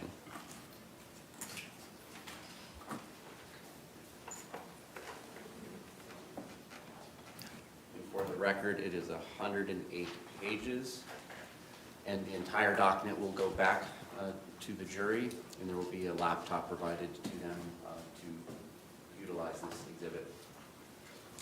For purposes of publication, I'm going to go by page number and date unless something requires more specificity. And for to and from, I'm going to just use the name of the contact if one exists or the phone number if one doesn't. On page 1, creation time for notes, 7:49, asking Jorge or George not to be despicable to me, making more drink after he guzzled his and I shared mine.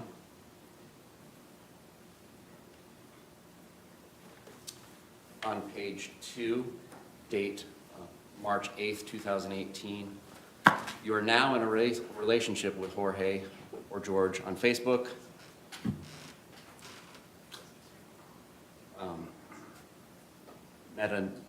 Metadata entry 100014, etc. for Jorge Torres to Sarah Boone, owner.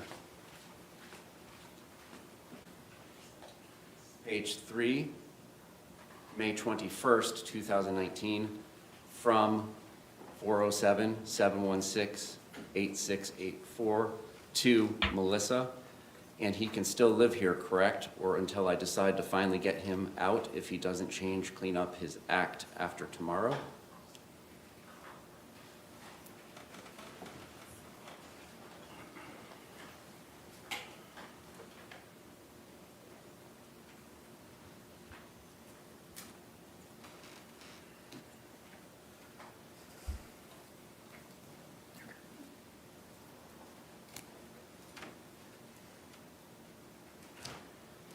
Page 9, May 30th, 2019, from a contact labeled as Mom, Jorge or George, to 407-716-8684, which I will just refer to as owner in future references. Where is my clippers in the gray box? From owner to Mom, Jorge, all capitals, dumpster, separate message, like you, separate message, so is your 2 shirts, separate message, no more Rick and Morty, a response from contact Mom Jorge to owner, okay. From owner to Mom Jorge, Lucas cried when he saw the adventure fund was gone, thank you, no wonder you're out, fuck off. From owner, he's the one that broke it because you took it. From owner, wanted to go on an adventure. On to page 10. From owner, be proud, feel good. You made my, quote unquote, our son cry. Cheese stick, Lucas, your kids, get the fuck out of my life and my son's. No one,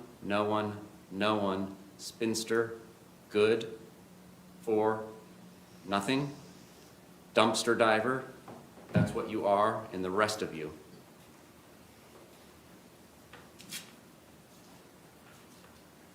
Later on this same page, owner to Mom Jorge, get, all of you, mean, selfish, fuck all you, your firstborn.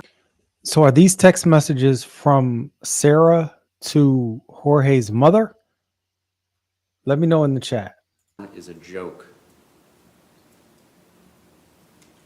Going on to page 11, same date of May 30th, 2019, from owner to Mom Jorge, get the fuck out of my life.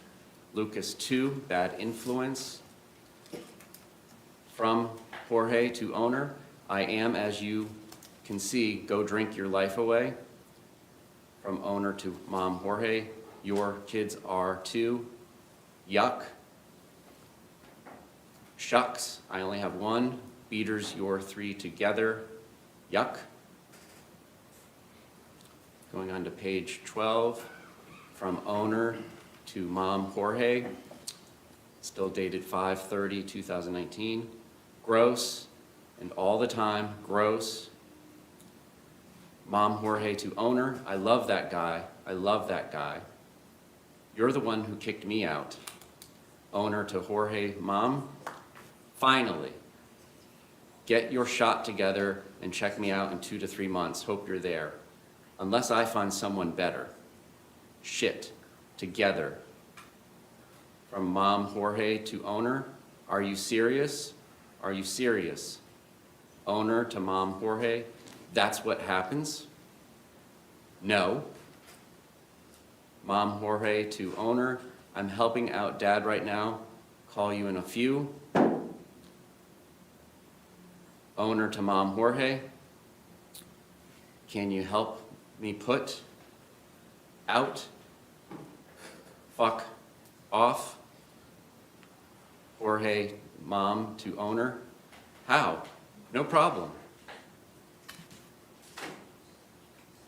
From 267 216-5170 to owner.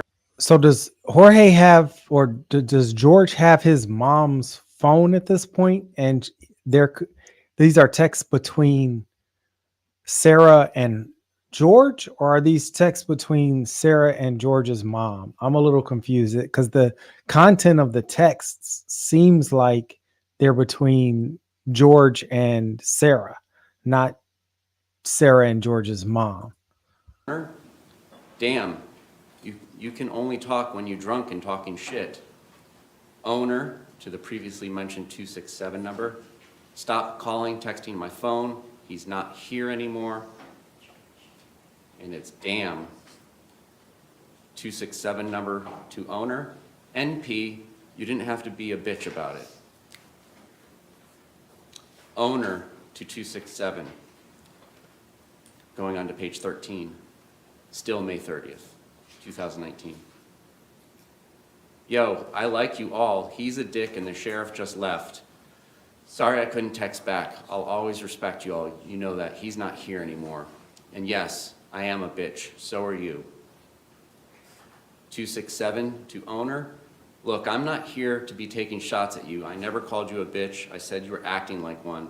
I'm not going to be here going back and forth on some childish shit. Have a good night. Owner to the 267 number. Friends forever, thank you. Would love to chat sometime.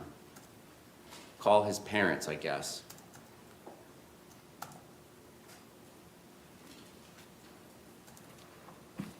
Further down on page 13, now on to May 31st, 2019, from owner to mom Jorge. Tell Jorge to call me. I want my things he took. I have his birth certificate and propane certificate until then if he wants those back. And I have your quote-unquote art box. All right. So it has to be, based on that text message, these have to be between Sarah and George's family, because the text says, tell George to call me. And she's admitting that she has his birth certificate and propane certificate. So the reason for the propane certificate is he works at Ace Hardware. They likely have propane tanks that have to be filled at Ace Hardware. There's a huge propane thing. That's a regulated chemical, a regulated gas. So you have to have like a certificate in order to be able to fill those propane tanks. So she's essentially making it so he can't do a portion of his job if she withholds the propane certificate from him. Mom Jorge to owner, stop being petty. I did not take anything that wasn't mine, I swear. Owner to mom Jorge, you're a liar. I never can believe you from all the other lies. You stop being petty and take shit like you always do. Another one bites the dust, Jorge. Hope you're miserable like you've made everyone else. Mom Jorge to owner, I'm not lying. Owner to mom Jorge, Lucas said he won't miss you either. When I get mine back, you'll get yours. Mom Jorge to owner, I didn't take it. I'm coming over in a few to get my stuff, and I'm coming with Jean and Melissa. Going on to page 14. Owner to mom Jorge, go for it. Bring mine W. Mom Jorge to owner, I don't have anything of yours, that's why I'm coming with them so they can vary that. Owner to mom Jorge, I don't care. They're not going to babysit you because you're an asshole and got kicked out after being taken off the lease. Mom Jorge to owner, they seen what I had in my hands. Owner to mom Jorge, still don't care or believe you. I'm going to get Lucas anyway, so don't waste their time or mine. Mom Jorge to owner, exactly. Owner to mom Jorge, you were a visitor and a terrible resident, boyfriend too. Just go away unless you bring my stuff. Mom Jorge to owner, I don't have your shit, Sarah. I need my birth certificate. Owner to mom Jorge, I don't give a shit either. I worked for that birth certificate, voter's registration, and your ID card. All right, so I think they're going back and forth. It seems like Jorge's at his mom's house. The only way he can communicate is with his mom's phone. So sometimes it's his mom, sometimes it's Jorge. Uh, somebody is saying, "Give me my birth certificate." So that's got to be George. He's saying Jorge, so now I'm saying Jorge. That's got to be George. And Sarah's saying, "You were a visitor and a terrible resident, boyfriend too." She wouldn't be saying that to his mother. She'd be saying that to him. So she's got to be talking to George at this point. Just because your name is on them doesn't make them yours. Even paid for them. I needed you to be a man and take care of me, not beat me, call me names, and make me feel like I'm not a person. Not giving back until I have mine. Mom Jorge to owner, whatever, Sarah. Owner to Mom Jorge. Next step is restraining order. Know that. You can come over here 100 times. Doesn't mean I have to open the door. Good one, Jorge. Go away. Mom Jorge to owner, whatever. Owner to Mom Jorge. It's been a great day without you. Will be from now on. Mom Jorge to owner. You need to do. Owner to Mom Jorge. Enjoy living with your parents at 41 with no girlfriend and lonely. It was the inevitable, just like it has been before. Owner to Jorge, Mom, did you take Lucas's sunglasses? Mom Jorge to owner, OMFG, no I did not. Turning to June 2nd, page 15, 1:10:57 a.m. from owner to Mom Jorge. Jorge, question mark, call me. If Jorge is with you, can you have him call me, please? Text to Mo.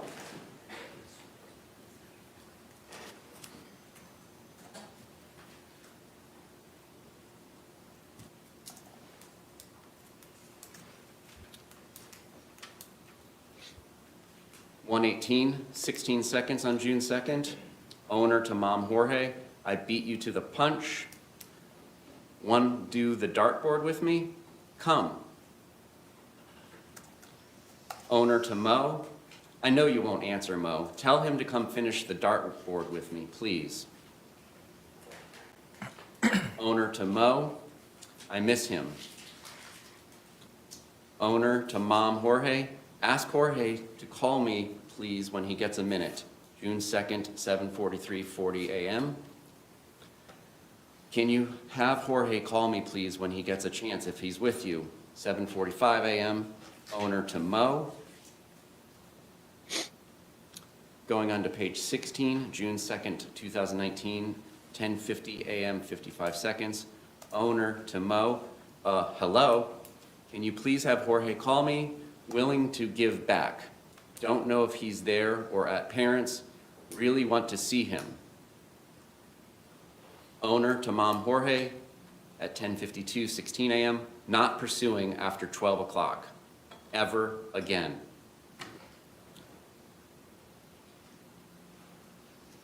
(12:19 p.m., 23 seconds. Owner to Mom Jorge. Please call. Come over. I'll come get you. Come over, please. I need a super hug.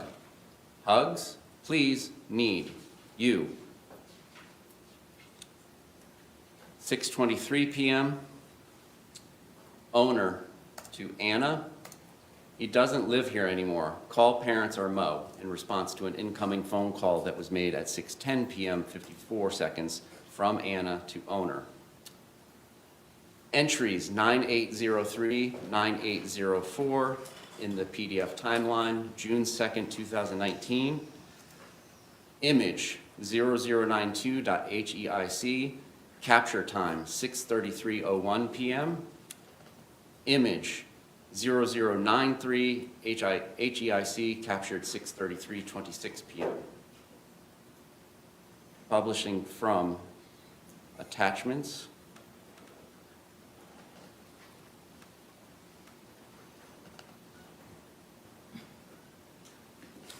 Image underscore 0092, metadata showing 6/2/2019, 6:33 p.m.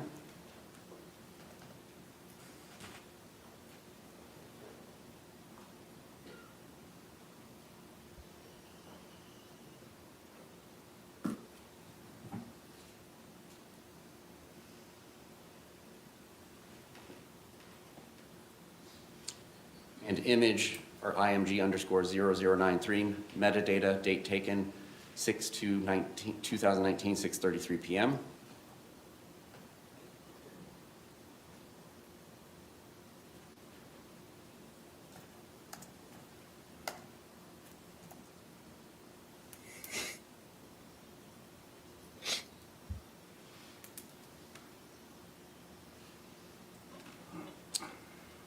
(6:34 p.m., 51 seconds, June 2nd, 2019.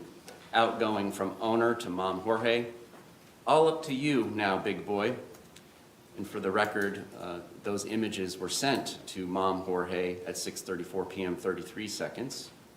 Look what you made me do. Or maybe your mom will for you. Response from Mom Jorge to owner. Wow, that's really childish.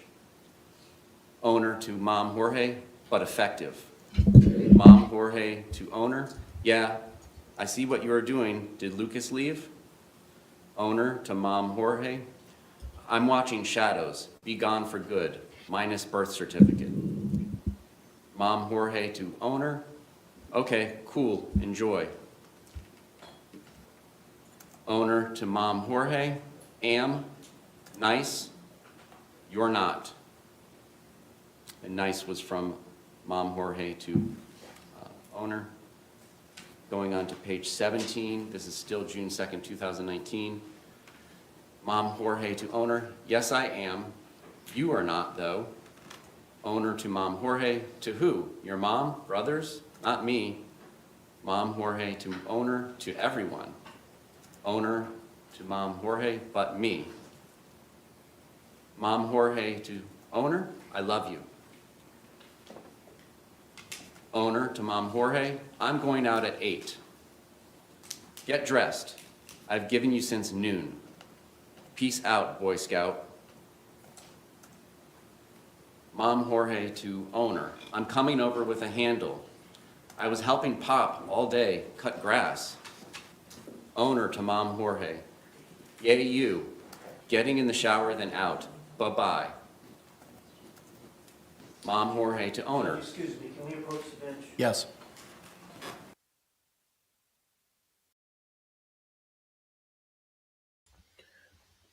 Why do you think the state's putting all of this in?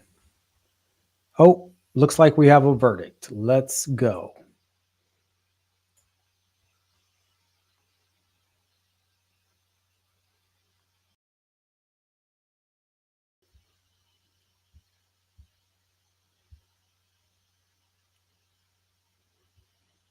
I don't hear anything.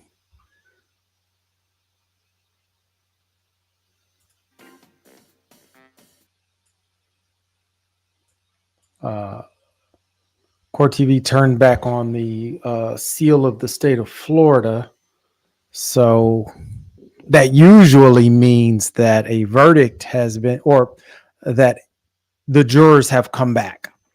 That could mean either that we have a verdict or there's a question or some note was passed to the judge. It could mean any number of things. I can't imagine we have a verdict already. If we've got a verdict now, wow, she's super guilty. Now I know that's how we all feel, but there's a lot of people in that room that have to agree to put somebody away for 15 years to life. We can make these decisions without any consequence whatsoever. Nothing's going to happen based on us thinking that she's guilty, but those jurors have this woman's life in their hands.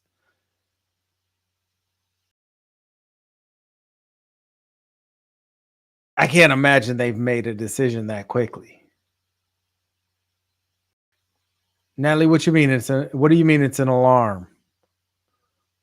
Is there an alarm in the court? Oop. Popped up the wrong thing.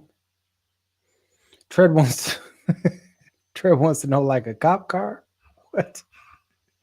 You guys.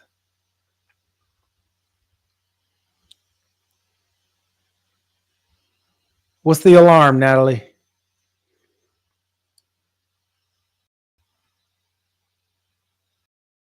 Tread thinks we've got a juror question. Carol said the alarm is for his pizza.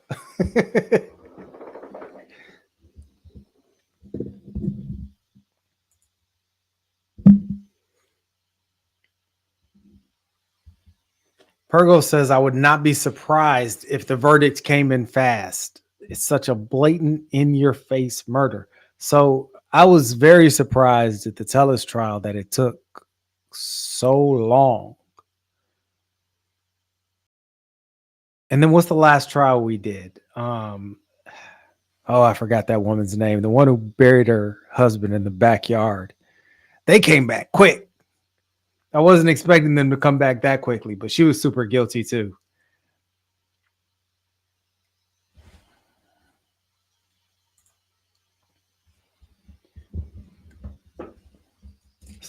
So what do you all think?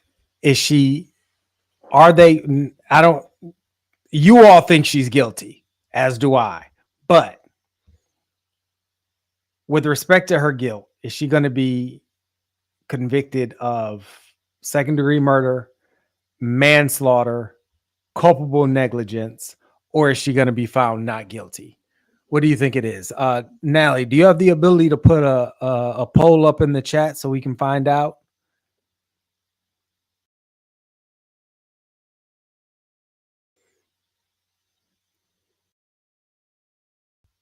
I'm not going to tell you all my vote.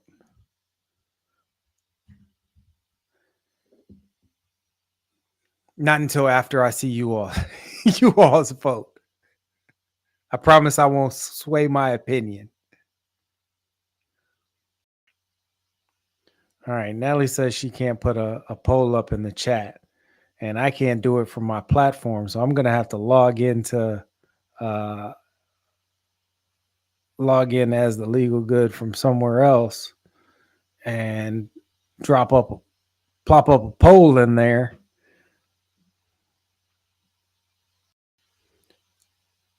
So we can find out where everybody's sitting at this point.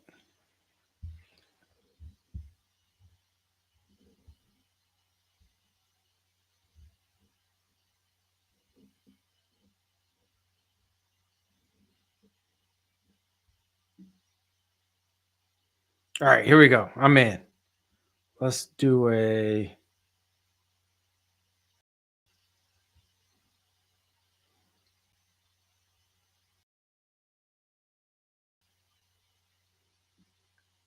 Nope, can't do it on my phone.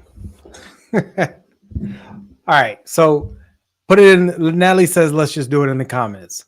One is second-degree murder. A 2 is going to be manslaughter. A 3 is going to be culpable negligence. And a 4 is not guilty. Not guilty of anything at all. Totally justified.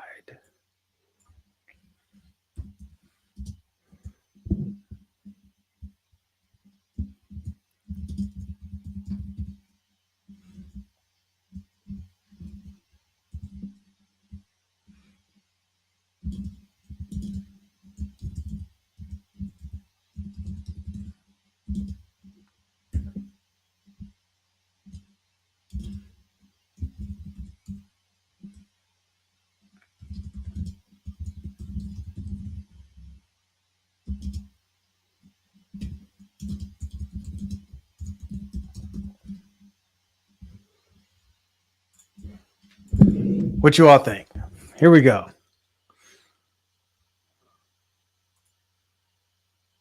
I've got Tread with a 1, 2, 3, and 4. It's good work out of you, Tread. Way to listen to the instructions.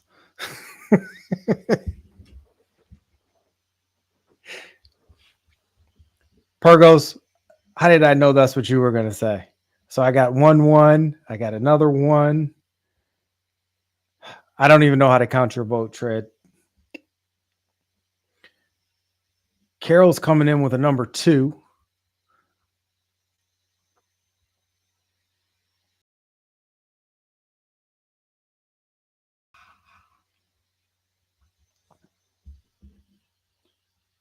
And Carol says it's going to be manslaughter because of that one juror.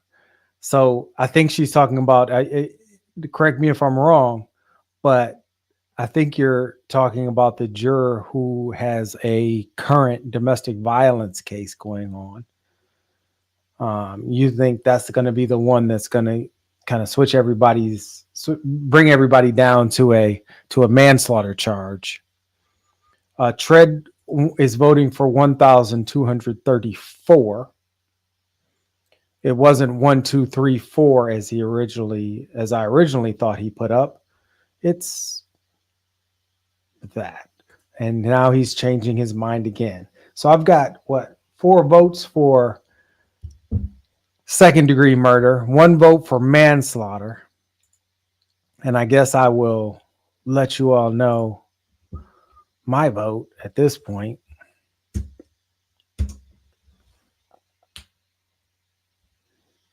I'm with you guys. I think she gets convicted of second-degree murder. So if that does happen, trial's not over. Because we should get some victim impact statements. The accused, or at that point, the defendant, the guilty party should get an opportunity to say her piece. They may hold all of that for the sentencing hearing, but typically they do it now. I don't know.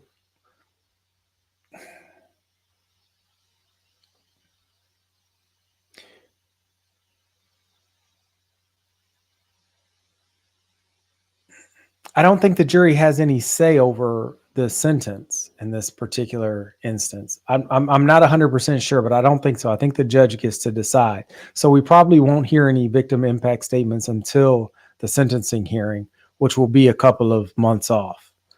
But we'll see. So what do you all think about these text messages that we're seeing in the chat? So the fact that they were vacillating between George and George's mother or another family member kind of, to me, corroborates what we heard from that interview. There was bad blood between Sarah and George's family.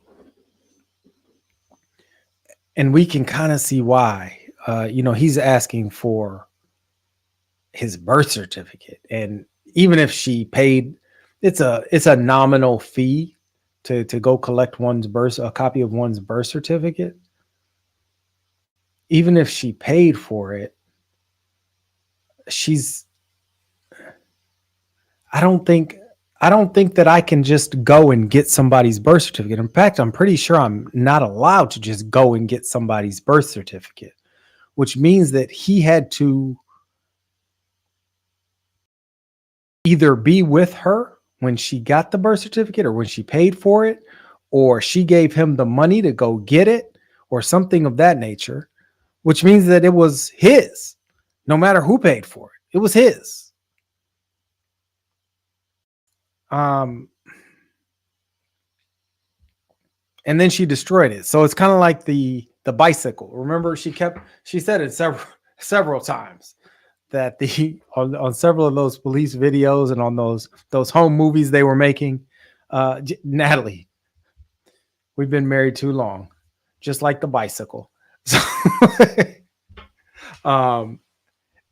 she kept saying in those home movies that the bicycle that he gave her, kept referring back to the bicycle that he gave her as if it was hers. No, that's his bicycle. If it was a gift, it's his.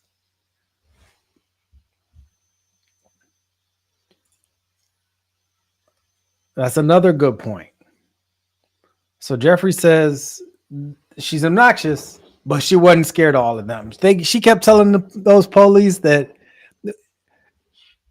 they were going to come do harm to her. They were going to come kill me. I got to go stay at a neighbor's house because they're going to come and do harm to me. I got to go somewhere else. I got to go hide from his family.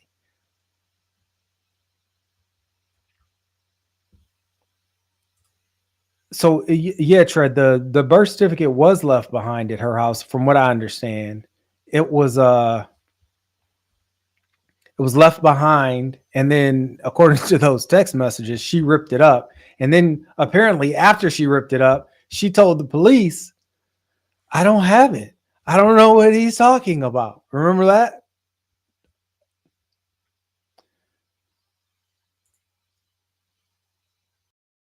I'm going to take down this ticker.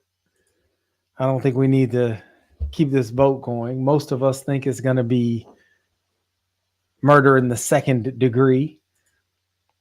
One of us thinks it's going to be manslaughter. Natalie, I think this was a false alarm. Oh, nope. They say moments away. Verdict in Florida v. Sarah Boone.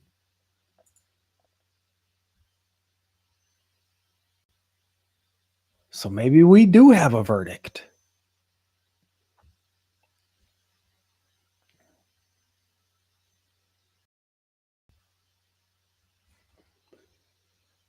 Man, Miss Carol, that is a good amount of time.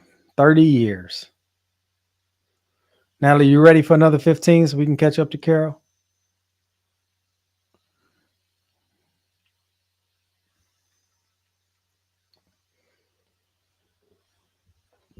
So many times, Carol, Natalie and I are thinking the exact same thing, and we tell each other, get out of my head, because we say the same thing at the same time. I'm going to go back to these texts, and Natalie will let us know when we have some actual action in the courtroom.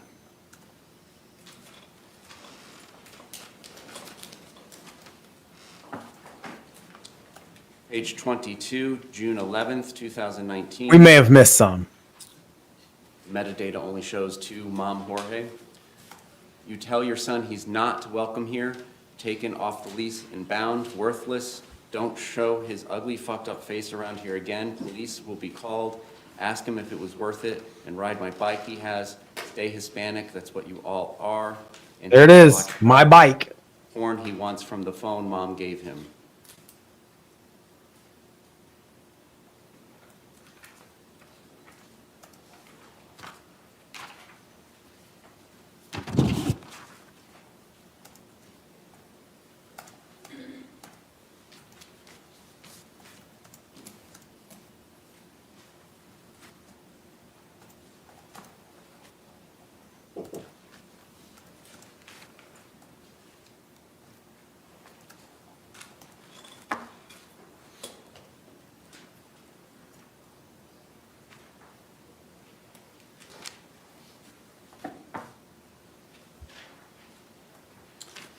Page 26.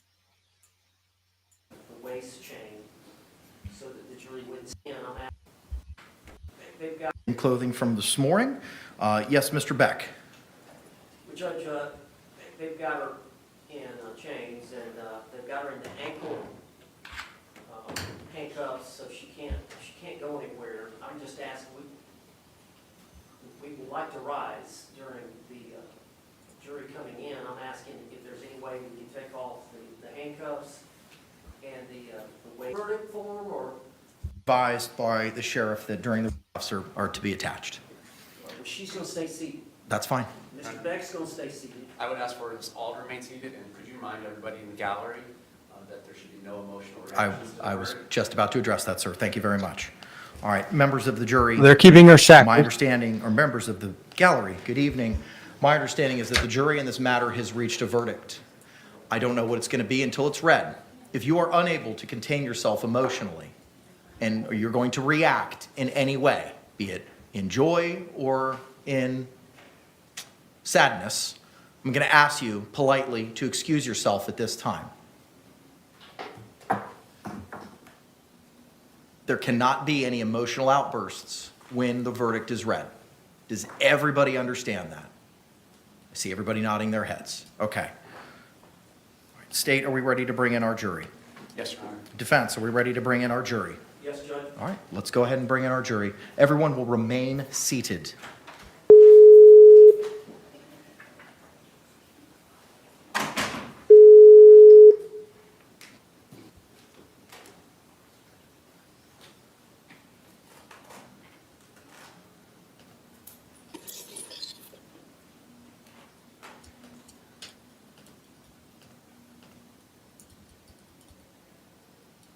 I'm on pins and needles, people. So everybody at council table is going to stay seated because she's shackled, and they don't want to show the jury that she's shackled. So her counsel doesn't want her to stand up. So the state said, let's just let everybody stay seated when the jury comes in.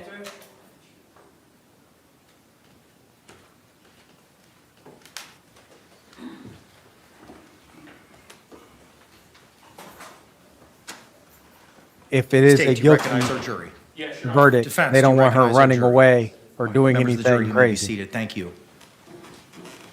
Members of our jury, good evening. I understand that you've come to a verdict in this case. Yes. If you could please hand the verdict form to the deputy, please.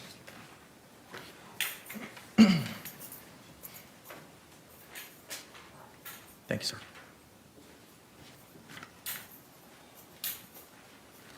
Madam Clerk, if you could please publish the verdict.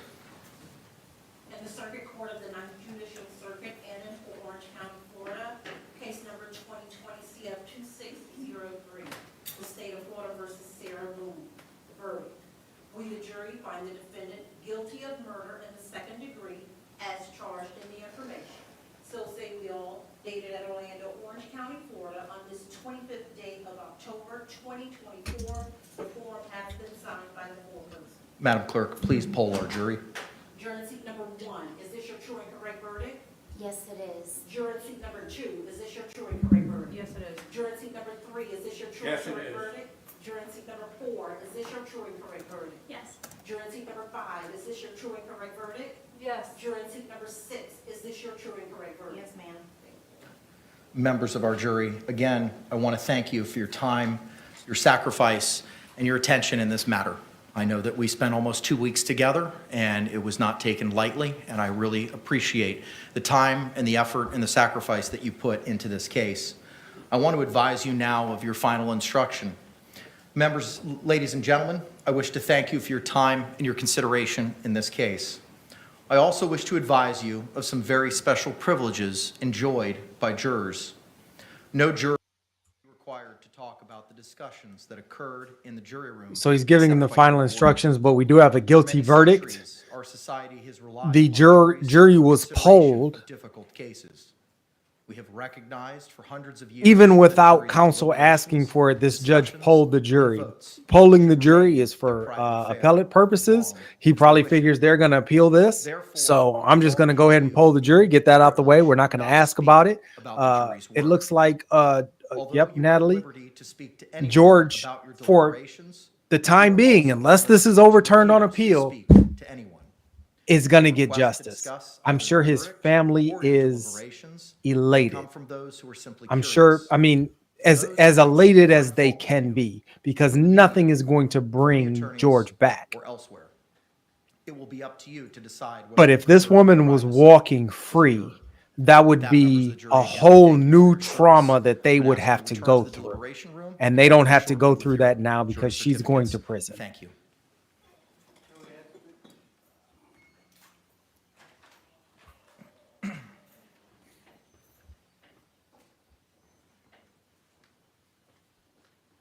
I am trying not to show emotion at this point. I'm not trying not to show that that I am pleased Boone, with this the jury has result. spoken in this matter and has found you guilty of murder in the second degree. The court adjudicates you guilty of murder in the second degree. As this is your first felony conviction, you are entitled to a pre-sentencing investigation by the Department of Corrections. Mr. Owens, are you seeking that in this case? Yes.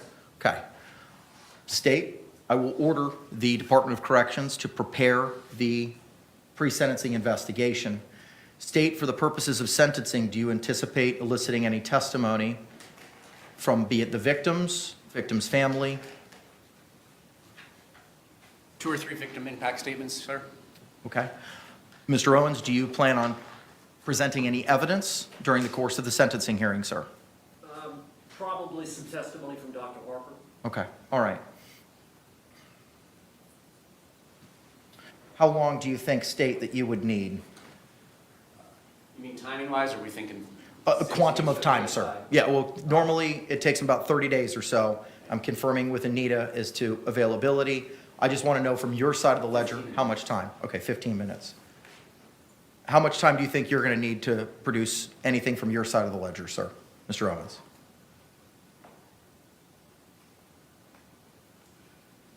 I'd say 30 minutes. Okay. 30 to 45. So if we set this for an hour, that would be sufficient. Parties agree. Okay. State agrees.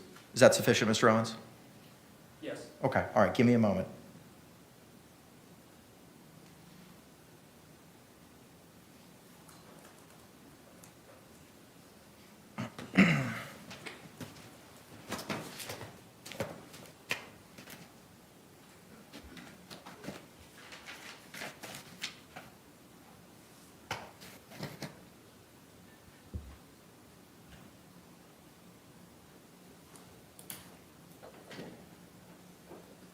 What's going through Sarah's head right now?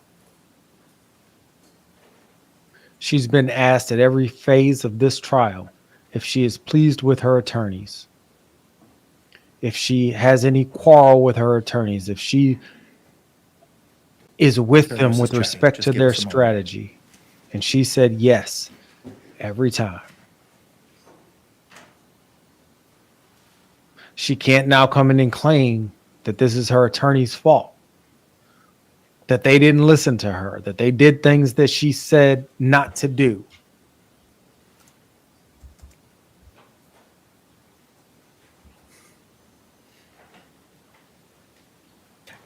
We can set this matter for 1:30 in the afternoon for sentencing on December 2. State, is that acceptable? It's a Monday. I had a status hearing, but I'll make it work. I can move it to later if necessary. I'm co-counsel on it. I can make it work. Okay, defense. Give me 1 minute. Yes, sir.